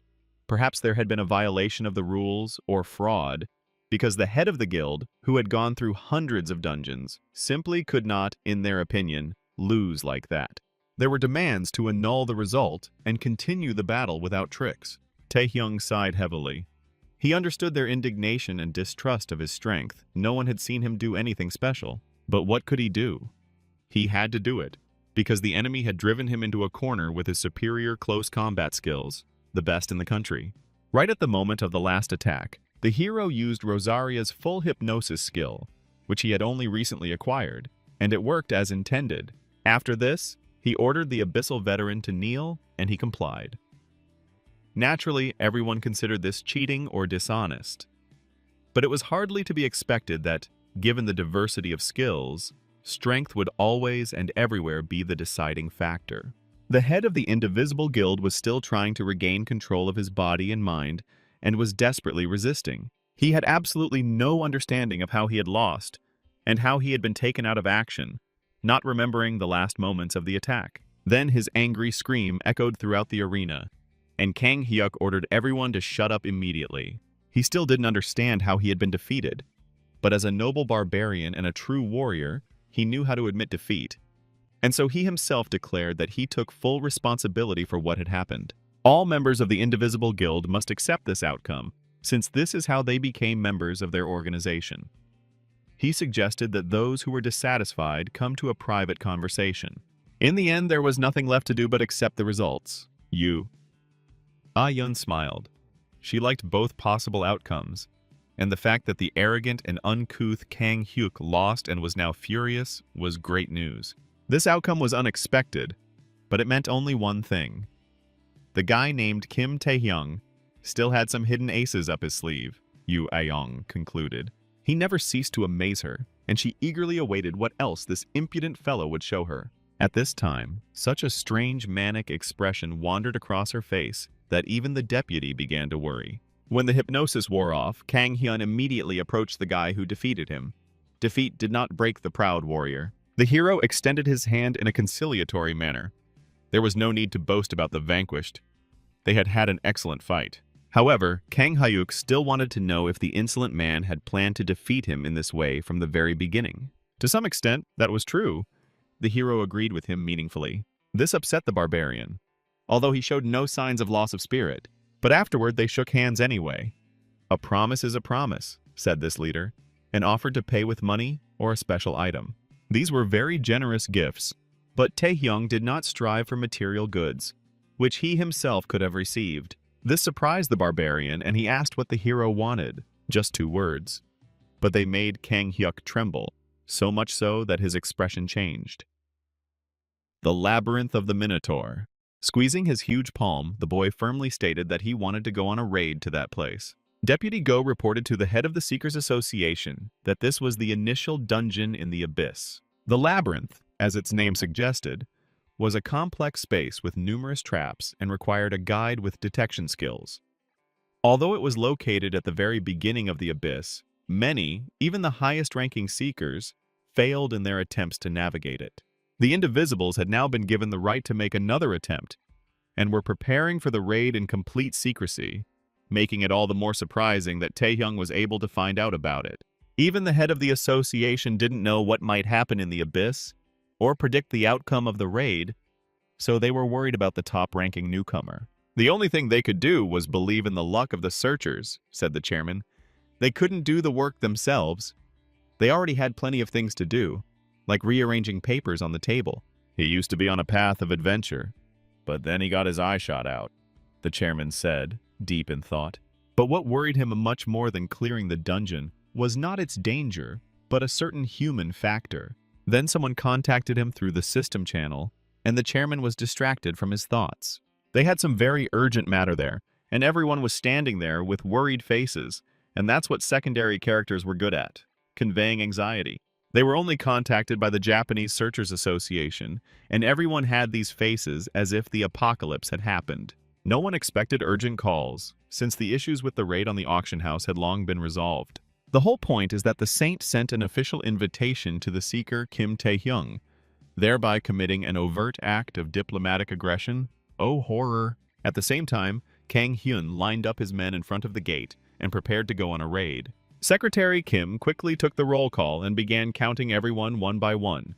The cardboard people all stood there with faces of complete seriousness, building up the suspense. However, they didn't have cheats or a second life, so it's not surprising that they were nervous. 100 people were in perfect order and ready to move out, the secretary reported briskly. Kang Hyuk waved his hand like a true leader and led his warrior squad behind him to show the monsters where the crayfish spend the winter.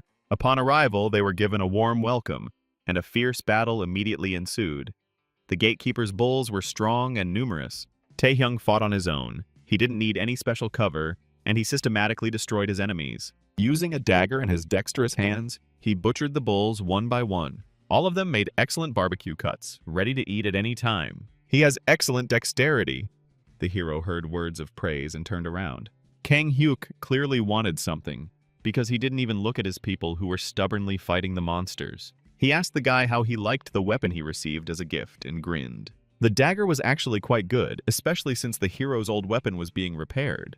This knife was called Aslan, and Kang Hyuk had originally intended to give it to the boy after joining the guild. But since they were going on a joint raid that would be beneficial to both of them, the chieftain decided it was a good idea to reward the hero.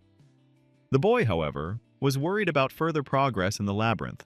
For 30 years, this labyrinth had been the death place of many seekers, and it was obvious that emergency measures were needed to overcome it, but Secretary Kim told the guy not to worry. After all the participants in this raid were veterans of the second rank and higher. They knew their business well, the girl stated. Even in the conditions of the expedition, she did not change her office skirt.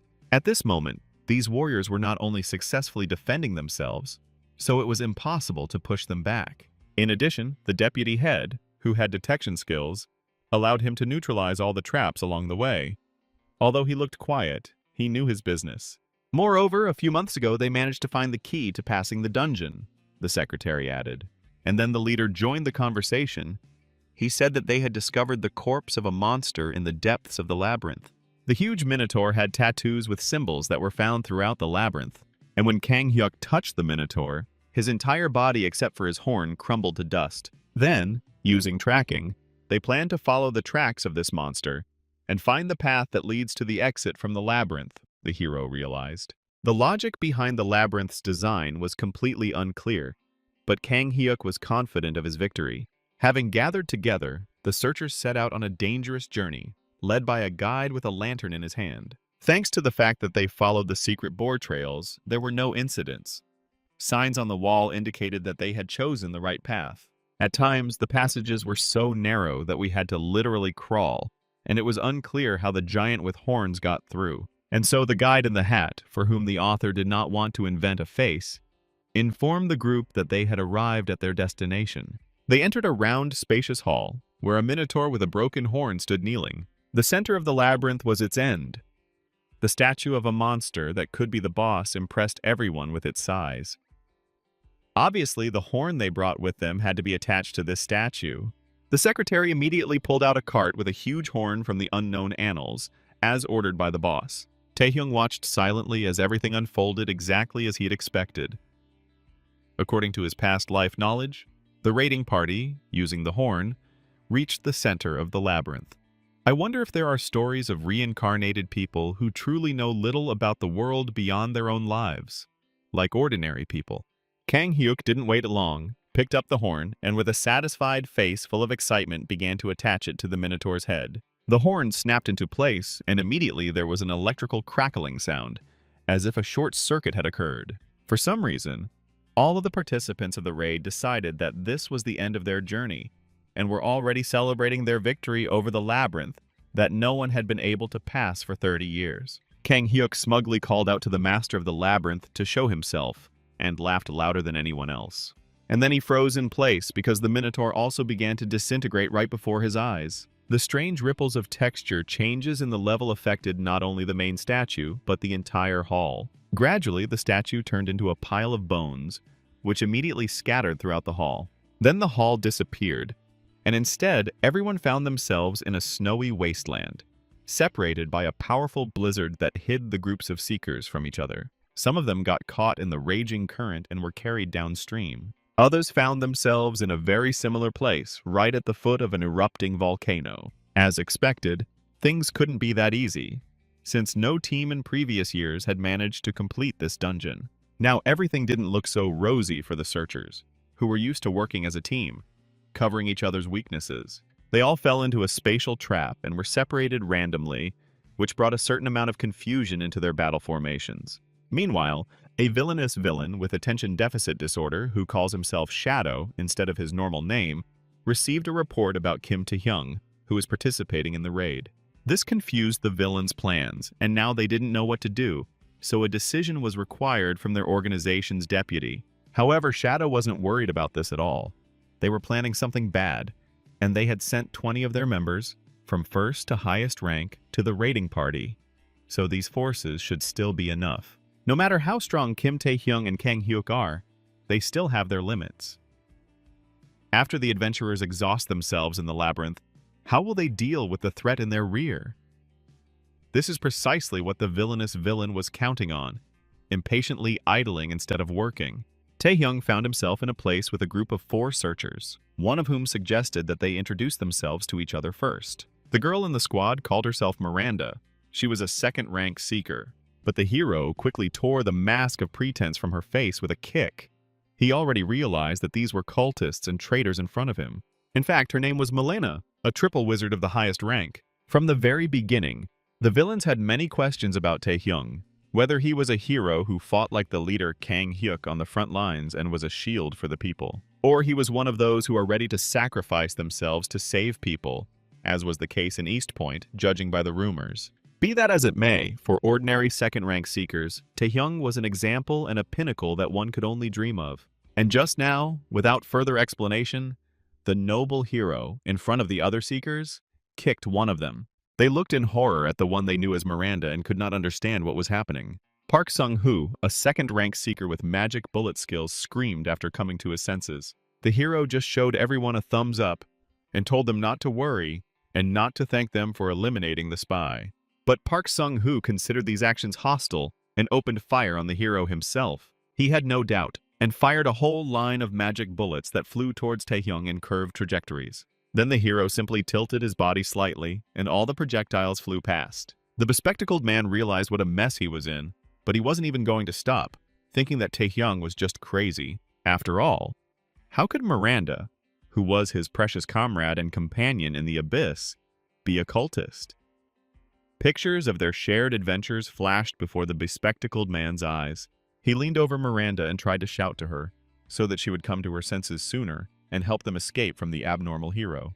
The bespectacled man promised to protect her without fail, although the cultist hardly heard him. But the guy tried, perhaps because he was in love with the spy. At that moment, his screams woke her up, and instead of gratitude, Park Sung-hoo received a fist to the jaw.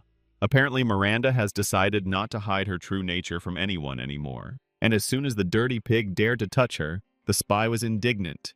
But she could have continued to use the gullible seekers. Here the remaining 2 seekers also rushed at Tae-hyung, and one could only marvel at his luck, since 3 of the 4 people who had accidentally been thrown with him turned out to be enemies. As usual, the enemies used an area of effect attack, which immediately raised a cloud of dust, giving the hero a chance to dodge and suddenly attack for greater drama. Where did he disappear to?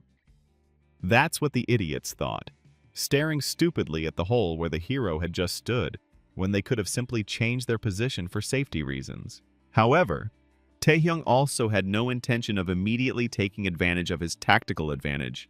He spoke up while standing behind the spies.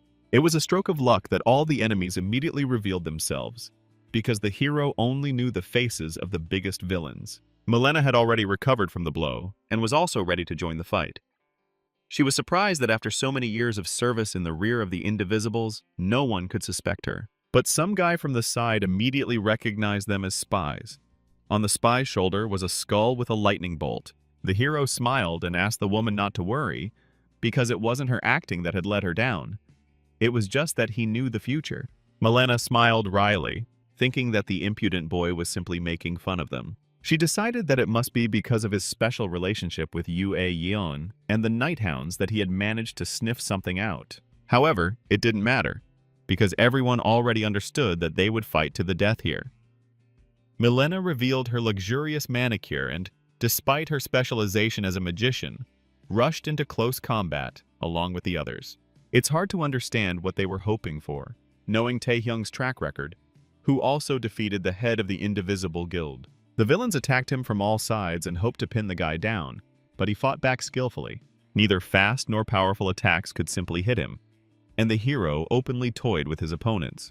It was time for the chains, and he immediately caught 2 of the 3 villains. The guy landed abruptly, while the prisoners, on the contrary, found themselves on top, although it was absolutely impossible to understand the physics of this maneuver. After this, Milena pounced on him, wanting to help her allies free themselves, but her claws were again useless, only scratching the hero's blade.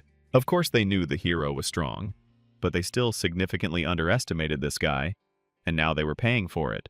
The Witch's Claw, a spy skill that caused nausea, paralysis, and hallucinations, spreading its poison from the moment it touched. Even the highest-ranked seekers were no exception to this skill. Yet Taehyung didn't show even a sign of weakness. Milena even managed to leave a light scratch on the guy's face. That should have been enough. But in the end, she felt like she was losing the fight. The hero broke the distance and summoned the spirit of the dead knight to suppress them all at once. Thanks to the absorption of the predator, something like poison or paralysis could not affect the boy. And since the spy had no other aces up her sleeve except for her one and only skill, she was powerless against the guy with cheats.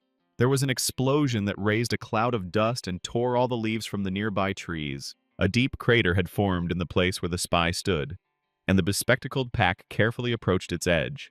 Nearby, he saw an unharmed Taehyung, who had tightly bound the helpless villain with chains. She demanded that she be released immediately and made senseless threats to tear the guy to pieces. Then Taehyung grabbed the spy by the hair and lifted her face to him. He had no time to play with villains. His voice sounded cold and indifferent, which made Milena even more afraid. "It's time to tell the whole truth," Taehyung declared, and used Rosaria's hypnosis skill on the spy. He wanted to know how many spies were in the raiding party and what their main objective was. 20 people, 5 of them high-ranking. 1/5 of the raiders were traitors. A simply insane number. Blood splashed onto the white flowers, and Secretary Kim was dumbfounded by the terrible scene she had just witnessed. The traitors' goal was to kill Kang Hyuk, and they immediately began to carry out the task as soon as the guild leader was left alone. Soon the cultist became silent and showed no further signs of life. 5 high-ranking spies were a strong threat. Before the reincarnation, there were no more than 3 of them in the raid, Taehyung remembered. As with the gate breaking, the future was changing slightly, and he himself was the cause of it, having an ever-increasing impact on the world. Now that the conspirators' goal was clear to him, the hero decided to first protect the head of the guild. Seeker Park walked with his head bowed, never imagining that the one who had endured so many trials with him in the abyss had turned out to be a traitorous spy. What was also astonishing was that Taehyung had known about this from the very beginning, although one wondered why he hadn't informed everyone of the betrayal beforehand. Meanwhile, the hero was pondering how to escape this place. By his reckoning, it would be easy as pie. Although the forest around them looked like the real thing, it was actually a small room, part of a labyrinth. So they soon found doors leading to a corridor that connected different parts of the tangled space. They were connected by a chain, so you just had to go in a straight line and go through all the vast rooms with different terrain. Before the boy stepped through the door, Seeker Pack shouted at him. He wanted to ask just one question. Why didn't the hero reveal the entire truth he knew before the raid began?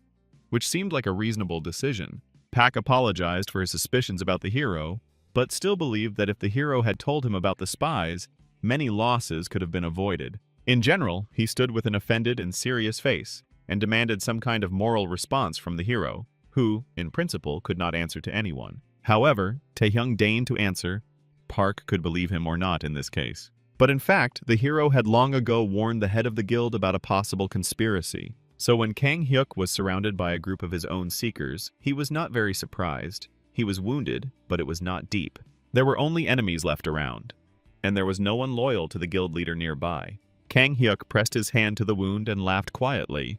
The jokes had gone too far, he said, since even the guild's deputy, thanks to whom they had come this far, turned out to be a traitor. His only faithful companion was Secretary Kim, who bravely ran straight to the head. But it was a rash decision because she was immediately attacked by her former ally. As a result, the country's best tank had to take a hit and receive another wound in order to protect the girl. She let out another alarmed cry. This blow was quite painful, the head of Khan admitted. Moreover, the enemies did not think to give them a break and immediately attacked, taking advantage of the fact that the guild leader was weakened. Then Kang Hyuk threw Secretary Kim aside, and leaving her in the rear, he himself went after the villains. He caught them in the air with the strength of a T-Rex, throwing them back like gnats. The fact that the guild leader started with ultimate skills right away indicated that things were bad for them. Realizing this, the girl shouted at her boss not to protect her, because she would also fight. But the leader understood perfectly well that he was facing an enemy who was beyond the capabilities of a secretary whose place was in the office at the boss's desk, and not on the battlefield.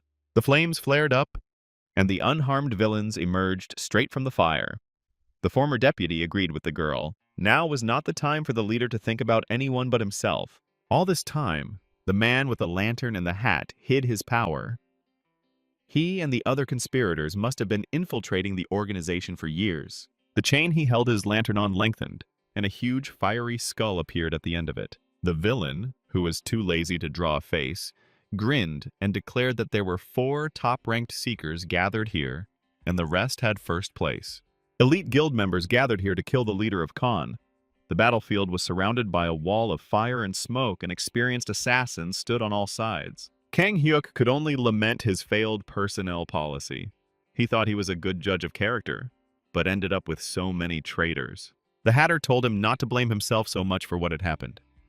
He almost sympathized with his boss, but at the same time he was already anticipating his triumph. He boasted of the cunning and treachery of their plan, which they had been preparing for many years, gradually raising the level of their members within the indivisible guild. Now Kang Hyuk was finally convinced that the guy who had long ago figured out all the spies as soon as he saw the raid participants was right. Now it was the turn of the traitors to be surprised. They did not think that Kim Taehyung could interfere with their plans. But what was more important was that despite the news of the betrayal, Headcan still did not take any action. The noble barbarian immediately replied that he had dismissed the warning outright because it cast a shadow on his dear comrades. That was the kind of man he was, with a nobility bordering on stupidity. Even his deputy was so stunned by this nonsense for first graders that he didn't know what to answer. The other traitors also couldn't believe that they had worked for such a fool for so many years. It left a strong aftertaste. Secretary Kim was the most indignant about this, calling her boss an irresponsible idiot for not even bothering to take precautions and verify important information. Then the fiery mace in the shape of a skull on a chain began to move. The traitors got tired of waiting and attacked first. The faceless deputy praised his former boss for his excellent mental work, thanks to which the conspiracy, even on the verge of being exposed, ultimately worked. He swung his fiery skull towards Kang Hyuk again, wanting to finish what he started. At the same time, the noble barbarian did not even flinch as he saw himself being attacked without any respect. His aura suddenly took on monstrous forms that no one had ever seen before. A real last trump card that the leader did not show even during the battle with Taehyung. He dealt such a crushing blow to his former deputy that he lost his teeth and his hat too, and now it became clear that his face was bored. Kang Hyuk took the form of a dragon, even though he didn't want to suspect his comrades and lose themselves in guesses about who the traitor was, but he also didn't intend to simply expose his chest to attack. Meanwhile, the Seeker Khan was also deeply perplexed by the complete inaction of the head of his guild, and the hero suggested that he personally ask the boss about it. It happened in one of the labyrinth tunnels when they were alone. Taehyung didn't understand why Boss Kang wanted to put himself in harm's way. Even knowing about the betrayal, he should have acted more carefully. But the boy's words stung the noble barbarian, so he asked the boy if he really thought he had seen all his strength.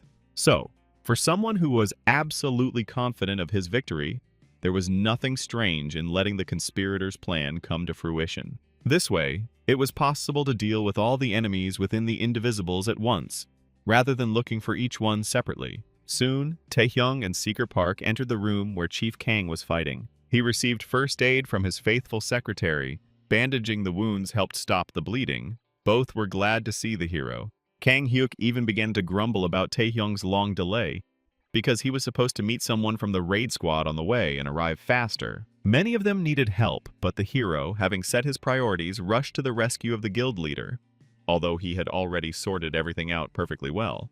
The chief was once again amazed by the heartlessness of the guy, who did not think long about such dilemmas. Now, under the current circumstances, with the raiding party significantly weakened by the actions of the traitors, Kang Hyuk planned to retreat home. There could still be spies among them, and even after reaching the center of the labyrinth, they still did not find the owner of this place. Even though the barbarian was loath to retreat from the battlefield, he was responsible for his men and had to think through a retreat plan.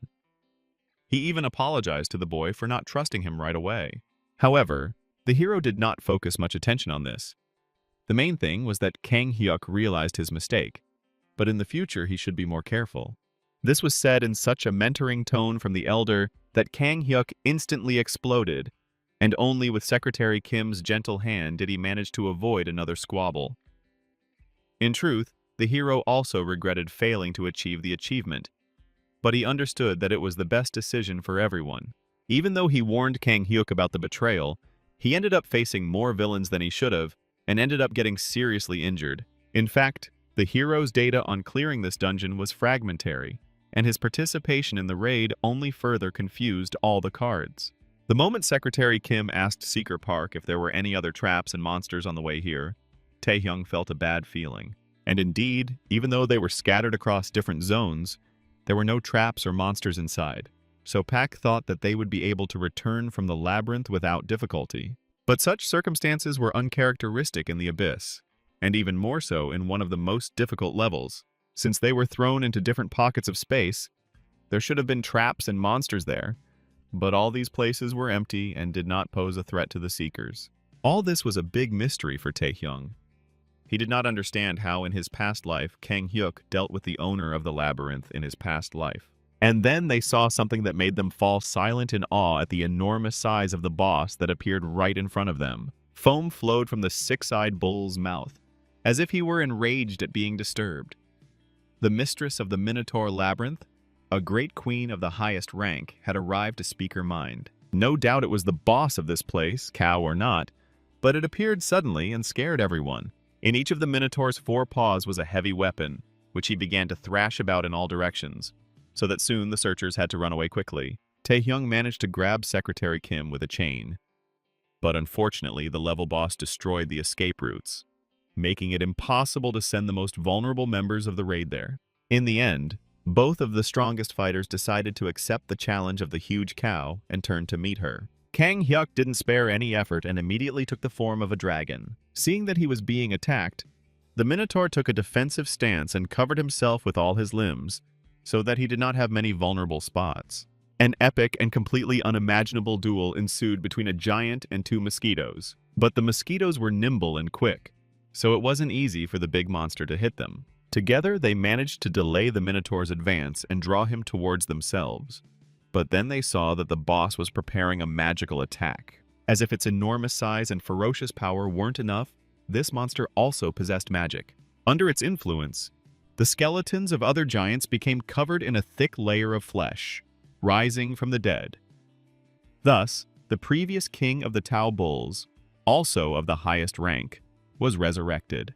Now for every top-ranking fighter, there was a monster of his own rank, and there was no one to help them in this battle. To make matters worse, two more resurrected bulls were approaching Secretary Kim and Seeker Pak, targeting the weakest. The bulls surrounded them and cut off their escape route, putting the team in a very unfavorable position where they had to not only fight but also defend. Both of the strongest warriors rushed to save their comrades, leaving the main cow behind. She just growled arrogantly that she would show everyone who entered the labyrinth what a mistake they made, and continued casting magic. Under this influence, all the resurrected bulls went into a frenzy and began to rage. One by one, a whole army of monsters was resurrected, and the pitiful bullets of the pack seeker could hardly do anything to them. Then they saw how, having gathered all their strength into a fist, the best tank in the country broke through the ring of enemies, from the blow of which all the bulls turned into mincemeat. The hero, moving quickly in the style of Peter Parker on his chains, immediately burst into the resulting gap. In the blink of an eye, he tied the bulls with chains to open the way for Kang Hyuk to strike. The bulls were also recovering from the heavy blows with the queen's strength. To interrupt their regeneration, the noble barbarian spat fiery breath at them. It worked, and the room filled with the smell of roast beef, causing both men's stomachs to rumble. But this time, too, the regeneration proved stronger than the damage inflicted. The bulls did not fall into a pile of charred bones, even when there was no flesh left on them. The searchers were momentarily at a loss. They needed to do something urgently, but no solution came to mind. Kang Hyuk tried his luck again and smashed a couple of bull skulls to pieces, but even the most powerful blows were not enough to break the recovery cycles, which showed no signs of exhaustion. The battle of endurance was clearly not in the favor of the Seekers, the strongest of whom was also wounded. Until they destroyed the main cow, they would not be able to kill the rest. But getting to the main goal was quite a challenge, especially since the Queen of the Bulls could stand up for herself. And all this in a disadvantageous position where it was constantly necessary to protect the vulnerable rear. Even the fact that it was possible to destroy a bull with one blow did not make the task any easier. Undoubtedly, both warriors will soon reach the limit of their endurance, and it's time for the coolest and ultimate skills. It was then that Kang Hyuk remembered a rather unpleasant conversation with the association chairman, who kept grumbling about his methods of adding new members to the Indivisible Guild. He told him that people should be accepted into the guild not only based on their skills and personal abilities, but also on their personal qualities. But Kang Hyuk responded in his noble, barbaric manner, saying he wasn't one to suspect others. The chairman knew about such quirks, bordering on feeble-mindedness, and still tried to bring the strongman to his senses. The chairman knew what he was talking about, because in the past he himself had been a seeker and had seen a lot, and then his eye had been gouged out. There were times when one mistake forced him to lose everything he had, and he had to sacrifice something to protect what was left. Not everything in this world can be solved by force. Awareness of one's betrayal is very important for achieving ultimate goals, the head of the association insisted. These are all qualities that make a seeker outstanding, he claimed. But Kang Hyuk listened to him indifferently. It's all because he's too weak and old, Kang Hyuk said sarcastically and laughed openly. Now he understood what the chairman had told him, and he realized that he had made a mistake by not listening to him and allowing his self-confidence as an invincible warrior to get the better of him. Right now, no matter what choice Kang Hyuk made, his loyal comrades could still die. But filled with fighting spirit and determination, the noble barbarian could not simply stand and watch this. With the next blow, he blew off half the body of the nearest bull, after which he broke through to Taehyung and asked him how he was still holding up. The plan came to fruition. If they were pushed against the wall, they needed to fight back. Kang Hyuk was going to tear to shreds all the bulls that were running after them and interfering with their lives. Taehyung didn't quite understand what kind of madness the barbarian was up to, but he liked his attitude, and he expressed his suspicions to him that there was still a way to destroy the Queen of the Minotaurs. While they were standing there, a whole crowd of immortal bulls approached them and surrounded them from all sides. Kang Hyuk listened to the guy's words, but he was still unsure about his plan.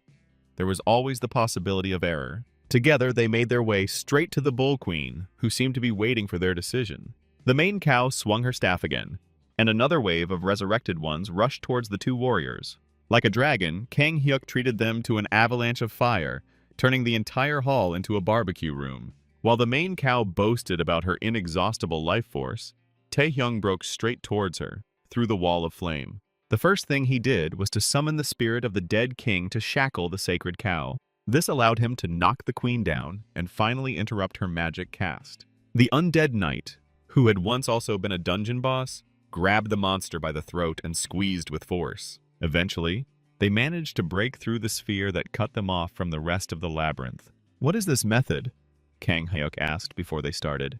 According to Taehyung, the space they were fighting in was also connected to other parts of the labyrinth, and the Bull Queen was covering the gap so they couldn't escape. In this place where they were, Under the influence of the magic of the main cow, the bulls could endlessly return to life. So if you drive the bull queen out of this space, the rest of the minotaurs will simply disappear, Taehyung suggested. This plan sounded daring and very risky, because if the guy made a mistake, they would all simply die in this place, adding to the list of victims. Then Taehyung also chuckled and answered Leader Khan that in any case, their current situation was no better, which meant it was worth the risk. And they took the risk. Those who watched this epic battle of the titans from the sidelines could only watch silently with bated breath. Right before their eyes, the bulls returned to the dust from which they had been created. Meanwhile, the spirit of the dead man held the sacred cow tightly and did not allow it to move. But the level boss still resisted and struck, one of which hit the Death Knight in the jaw. Here, a threat was created for Taehyung himself when he came under one of these sweeping blows. A powerful explosion separated them with the flash of 1,000 suns, and the air instantly heated to the limit. The Bull Queen landed on a pile of bones full of human skulls. Taehyung also fell there, on a terrible bed of human remains. This place was a crypt. However, the worst of all was for Kang Hyuk. He paid for his rescue with his own hand, and now blood was gushing from his wound. But the battle was not over yet, so the barbarian roared through the pain and ordered the hero to come to his senses. The two wounded and completely exhausted fighters stood shoulder to shoulder, and the monster was already approaching them. The sacred cow was in perfect order and could deliver a crushing blow. Hand-to-hand combat ensued again, as it had at the very beginning, with both fighters attacking with the remainder of their forces. But they were thrown back by a powerful shockwave, never managing to get close to the enemy. Kang Hyuk was once again sprawled on the ground, unable to rise to his feet, while the sacred cow mocked them, feeling completely superior. After all, the power that could not be used to resurrect the Bull Kings, she directed to finishing off the exhausted fighters. 4 heavy weapons immediately fell on the place where Taehyung stood, and a terrible roar was heard. Dust and bone fragments flew everywhere. The gap in skills was too great. The hero couldn't hold on and was also thrown back, saved only by his stone skin. To defeat such a monster, it was necessary to use a predator, but it was only good as a last resort, due to the fact that it could get out of control.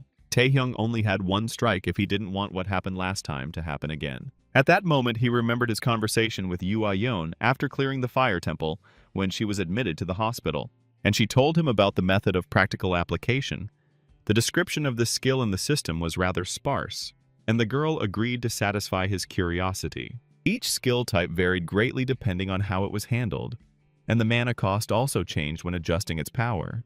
The only use of Aeon's immense power was the skill of Amazon Magnificence, but she was able to use this energy to strengthen her body and create magic bullets. In fact, there have already been cases where Taehyung himself mixed skills before using them.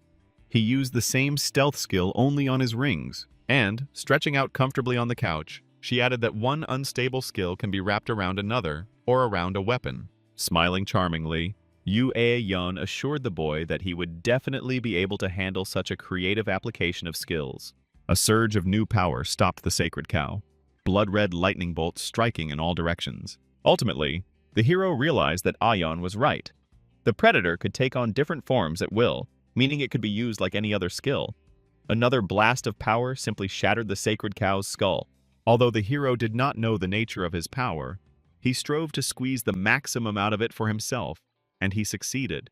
The predator devoured the body of the minotaur, and it quickly turned to dust, while at the same time the illusory space collapsed. And all who were imprisoned in it returned to the main hall of the entire labyrinth. The searchers were stunned by what happened.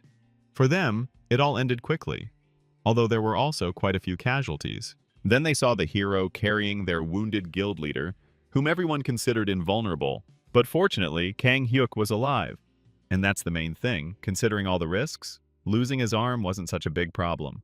When everyone finally realized that the battle was over, they rushed to the warriors to congratulate them on their victory and rejoiced with joy. After the battle, the raiding party discovered a mound of gold and silver, although in reality it was only possible to raise 1,000. However, the biggest reward was an elixir that, when drunk, could significantly increase one's stats. It was called the Fountain of Endurance, not to be confused with a potency remedy. Since the number was limited, this reward was split between Taehyung and Kang Hyuk, but they still made the biggest contribution to the raid by defeating the cow boss. True, due to the loss of his arm, the noble barbarian lost most of his stats, which he was able to replenish, so the elixir could be considered a consolation prize. All the cultist spies were identified and arrested for their treason, in disgrace. After this, the Indivisible Guild focused on treating the victims, giving preventative injections and enemas. Taehyung managed to fortunately avoid this and left the hospital after examination, together with his family. Thus, the eventful raid with bulls and cows came to an end, and on this occasion, the noble barbarian gave a press conference when he felt better. When he made the announcement, it caused shock and awe among all the journalists present at the conference. After all, the great warrior declared that he wanted to finish his work as a seeker and was retiring. True, he immediately corrected himself that this was a vacation for recovery and not a complete retirement from business. This also meant that he might not be able to take part in the Asian tournament that was supposed to take place soon. However, on this account, the noble barbarian said not to worry. He was still the best tank in the country. But there was also someone to replace him. And at that very moment, Taehyung came up to the podium, which was not surprising at all. His candidacy raised many questions among journalists about whether he was qualified enough for such a tournament, since he was still in school just a year ago. For his raid into the labyrinth, he was awarded 5th place on the achievement list, so all formalities were met, and the boy was eligible to participate in the tournament. Moreover, rumors circulated that, having consumed the Fountain of Endurance, the hero had already reached the national level of strength. Of course, not everyone was ready to believe that some guy, even a newbie, possessed such power. National strength level meant exceptional ability, even among the highest ranks. A class above all classes, and the boy was clearly far from that level. While the debate about him was raging, the hero did not hesitate or doubt himself at all. He went up to the podium and introduced himself. He understood all the debate and anxiety surrounding his candidacy. It wasn't a clear-cut one. Taehyung also understood the responsibility he had to the people. He didn't deny that he was a newcomer and lacked experience. It was difficult to say whether he would be able to perform as well as previous members of the team, but he had already attracted the attention of many important spectators and his future opponents. Taehyung modestly noted that he could not yet clearly demonstrate his level of strength. He himself could hardly confidently say that he had already reached this level, because it was not so simple. The hero was pulling the cow by the tail. But then he added that the Asian tournament would be the place where he would prove everything to everyone, and he said this with a ton of heroic pathos. Then, in his opinion, everyone will understand that among the high mountains, there are even higher ones. At the same time, one spy managed to escape, and she was kneeling before the shadow, apparently begging for mercy, but the outcome was expected. It would have been better for her to simply pretend to die on the battlefield and run away than to try to return. "Might is law," said the villainous villain over her body, another cliché from his stock of words for this occasion. Her death would serve as a good example to others. Shadow ordered the place to be burned along with the body before the association came on the trail of the fugitive. But the deputy himself was still angry, as he had been responsible for the entire operation. This time, more resources had been invested to avoid what had happened at the auction house. And even so, the assassination attempt on Kang Hyuk had failed. Even so, no one expected the raid to clear the labyrinth. Kim Taehyung clearly knew how to entertain, Shadow thought. This year's Asian tournament would be fun. He left, not looking at the mansion burning brightly. Later, the hero showed up at the meeting, where he was already expected, as the security guard at the entrance informed him. The best searchers in the country gathered behind this door, some of which the guy should already know. When he entered, he was introduced to the others, as befits a hero. The chairman himself sat directly in front of him, with Deputy Go standing next to him, and the 4 other tournament participants from their country sitting on either side. Chang Jin-soo was the first to make a skeptical remark, and looked sternly at the shaggy guy, who was ranked 7th in terms of achievements. On the other side sat Seo Han-gil, another guy with the 8th grader syndrome. He came to the meeting wearing a mask and glasses, showing no respect. He hinted that the boy was still too young, and that the Child Welfare Association might demand an explanation. Kwak Xian, a pretty sorceress with stars in her eyes, asked them not to push the newcomer so hard. She was ranked 4th. The last to comment was the seeker Park Sung-jin, the one who administered the exam and ranked 3rd in the achievement rankings. Park had expected the boy to join them one day, but he didn't think it would happen so soon. Now everyone was assembled, Chairman Ju stated, while the guy hesitated at the entrance, waiting to see what would happen next. Then he was asked to take his place, and the meeting regarding strategy for this tournament could already begin. Go Tavuk decided to start with general questions about what the tournament was and showed them the stand. In those years, when monsters filled the planet, and villains and cultists began to appear at every turn, the world plunged into chaos, and then punishers from different countries united for joint operations, laying the foundation for a friendly tournament. Currently, the tournament is run in such a way that participants are given 7 days to destroy monsters, each of which is assigned a rating and points. Thus, the usual hunt for monsters and villains turned into a well-publicized popular show and served the purpose of reassuring citizens around the world. And although we are talking about a competition, in essence, it is a small war. The tournament is a means of demonstrating the military power and potential of the country. All this becomes a means of propaganda and glorifies the country and the seekers. Everyone will inevitably face competition, as the winning country will receive colossal prizes, unique items, and access to dungeons. Considering the level of the event and the possible rewards, Taehyung had no doubt that he had made the right choice in deciding to participate. The succubus queen of Rosaria, whom he managed to bind to himself with a contract, knew about the king and his power, but he shouldn't expect her to obediently tell him everything. In order to ask questions on an equal footing, the hero needed to become stronger again. That's why the Asian tournament was so important for him, because here he could compete with strong opponents and win awards. However, their team had problems in this regard, Deputy Go said. Since the strongest adventurers like Kang Hyuk and Yu Ah-yeon were unable to participate this year, there was no one to take first place on the team, and their fighting power was significantly weakened. Here, Seeker Pack objected that the problem with power should have been solved, since a talented newcomer had joined them. This statement from the strongest member of the team caused everyone to silently question, and the other members stared at him. And then they turned their gaze to the guy, still very much doubting that he had a national level of strength. Taehyung immediately stated that all of this was just rumors and not true at all. "Nothing has been proven yet, and it's too early to talk about it," the guy mumbled, so the group was immediately disappointed. It was still too early to reveal their trump cards, and so the group thought about what to do, not to look for a new team member. The chairman slammed the table and took matters into his own hands.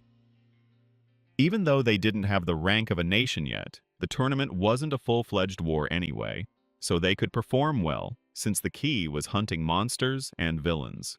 If everyone remains calm, there will definitely be a chance of winning. Seekers Park Song, Sorceress Kwak Xian, and Song Han Gil, as the more experienced ones, were to be in charge of hunting monsters. The rest were supposed to participate in the elimination of the discovered cultists. Once everything was decided, the chairman said that he expected good results from them next week. When it was time for the competition, the participants lined up at the World Association of Explorers Stadium. Teams from all over the continent, from all the countries of the East, gathered here. The main contenders for victory were teams from China and Japan, both of whom had national-level challengers.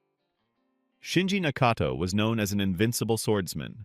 China even fielded 3 national-level seekers: Liu Feng, the Bloody Sword, Kai Mingming, and a certain god of great power, Shaishan. On the other hand, many great seekers withdrew from participating this year. Taehyung's family watched the competition on TV, and his aunt was more concerned about him returning home safely than winning. But their restless son Hwang, on the contrary, was full of fanatical enthusiasm. It's good that there's no need to look for a jester in the hero's retinue. He behaved extremely strangely and told his parents to root for Taehyung, who had become their benefactor, and to believe in his victory. Even their house was bought by the hero as a sign of gratitude for all these years, and he also supported the whole family with money. Of course, Hwang had a selfish motive. The more victories Taehyung achieved, the richer he became, and the more his favor flowed. The expression on his son's face caused his parents great concern, and they realized they'd taken a wrong turn in his upbringing, since he was so obsessed with money. After that, Hwang continued shouting at the TV for his brother Taehyung to show everyone there how to be a cool hero. During the opening of the tournament, a woman approached the hero and greeted him. She was dressed in a long, luxurious dress and was very sweet, and she also said that she was grateful to him for what happened at East Point. Saint Yoshikawa Sarara smiled seductively and expressed regret that she could not arrive at the scene sooner. It was she who resolved all the issues with the demon Neru in Taehyung's past life. Given her abilities, he understood why such a crisis was quickly resolved then. She spoke quietly and without hesitation, with a deep sense of self-confidence. And then the saint asked him why he had not accepted her invitation to Japan, where she could better express her gratitude. Taehyung understood what they were talking about and immediately remembered the end of the meeting, when the others had already left for their important business. The hero also wanted to go and rest already, and was the last to get up from the table. But he was specifically asked to stay, and the head of Ju informed him of the invitation from the saint. The saint possessed super regenerative abilities, and her skills could, in theory, restore Kang Hyuk's arm, which would, in theory, strengthen the country's defense, the chairman stated. It would be nice to build bridges and meet her before the tournament, since she herself invites us, they suggested to the hero. However, the guy in his usual abrupt manner refused. Deputy Go immediately tried to reason with the boy, claiming that Kang Hyuk had suffered while defending him, even though the saint hadn't yet made any real promises. Then the chairman stopped him. First, he wanted to hear the hero's reasons and patiently asked what was the matter. The reason was extremely complex, but the guy couldn't give a full answer. The whole point is that the just hero knew what an ugly reality was hidden under the title of saint, and he told Yoshikawa exactly the same thing to her face. Then her mask of composure cracked and her face twisted into a strange grin. As expected, the reason for the refusal was not at all simple, Yoshikawa realized. That guy obviously knew something about her, and this made the swordsman on his team wary. He suggested that they immediately bleed the hero by cutting off his head, but Yoshikawa quickly corrected herself that this was not what she had in mind. Everyone else was concerned about the boy's explosive growth and the limits of his strength and abilities, while the saint was puzzled by the boy's level of knowledge. The guy had made too many moves that couldn't be resolved by relying on strength alone, and in particular, the saint didn't understand how the hero knew about her true nature. However, she was very eager to make this guy hers, and she licked her lips greedily, as if there was a delicious steak in front of her. The announcer began the countdown. The tournament was soon to officially begin. "It's finally starting," Yoshikawa said, clearly plotting something against the hero. The tension was mounting, and some of the seekers were already thinking about starting the tournament with a couple of kills right there in the stadium. The Korean team stuck together. They had a plan, and they stuck to it. However, when Captain Pak inspected his team, he found one member missing. The searchers looked at each other and finally confirmed that Taehyung was nowhere to be found. The announcer finished his report and announced the start of the festival with a smile on his face, but at that moment his voice broke off mid-sentence. Seeker Taehyung made his move, which looked like utter madness, and blew off the poor guy's head. A heavy sigh of horror and incomprehension of the true motives of the just hero who eliminates only the bad guys hung in the stands. At the same time, some kind of skirmish began. The Seekers attacked each other as if it were a real war. Everyone rushed at the hero's team using their best means. As a result, instead of fireworks, the Seekers almost destroyed the entire arena, along with those who came to see the unforgettable show. In the ensuing chaos, people couldn't make out anything, and panic arose. Everyone saw how the presenter's head was cut off. The Korean team surrounded Taehyung and covered him from the attacks of other searchers. And judging by their appearance, things weren't going well for them. The sorceress from the team was quickly using up her strength. Even though Taehyung acted completely recklessly, they still didn't abandon him. Here, the strongest warrior from the Chinese team was already approaching them. He was amused by the idea they had arranged, so he hurried to join in the fun. He didn't care about excuses or explanations at all. Since all the Korean team's searchers supported Taehyung, they were guilty and subject to destruction. At the same time, Captain Pak confronted the saint and her swordsman bodyguard, alone against the strongest in the world. Yoshikawa smugly ordered the devil sword to kill everyone except Taehyung. Her eyes flashed greedily with a poisonous light at the thought of who the witch already considered her property. However, no massacres took place. The tournament organizers intervened and ordered everyone to remain in place. The Singapore Searchers chairwoman, Haley Tan, walked alongside Chairwoman Ju and stated that she would handle the matter herself, as it was their searcher who had been killed. Chief Ju desperately tried to convince her that his people would definitely not have done such a thing without a reason, and therefore what had happened was clearly a misunderstanding. However, in Haley's opinion, it was all pretty obvious. A murder had taken place before their eyes. Here, Taehyung finally spoke up. He stated that only so that the cultist Wang Zai, who brutally killed and tortured to death many people on a cruise ship several years ago, would be eliminated. A reward of 30 billion tugriks was offered for him, but the criminal himself disappeared, having managed to profit from the information he obtained under torture. However, Haley still didn't understand what was going on, and rudely said that it had nothing to do with them. Then the hero kicked the scoundrel's severed head, and everyone saw that his face had changed. His ability allowed him to change appearance, which is how the killer managed to hide in the past. This meant that the murdered presenter was definitely not who he claimed to be, and one can only applaud his tyranny for participating in the large-scale organization of a tournament, in full view of everyone. Taehyung asked to thank the Nightwalkers Guild for providing the information.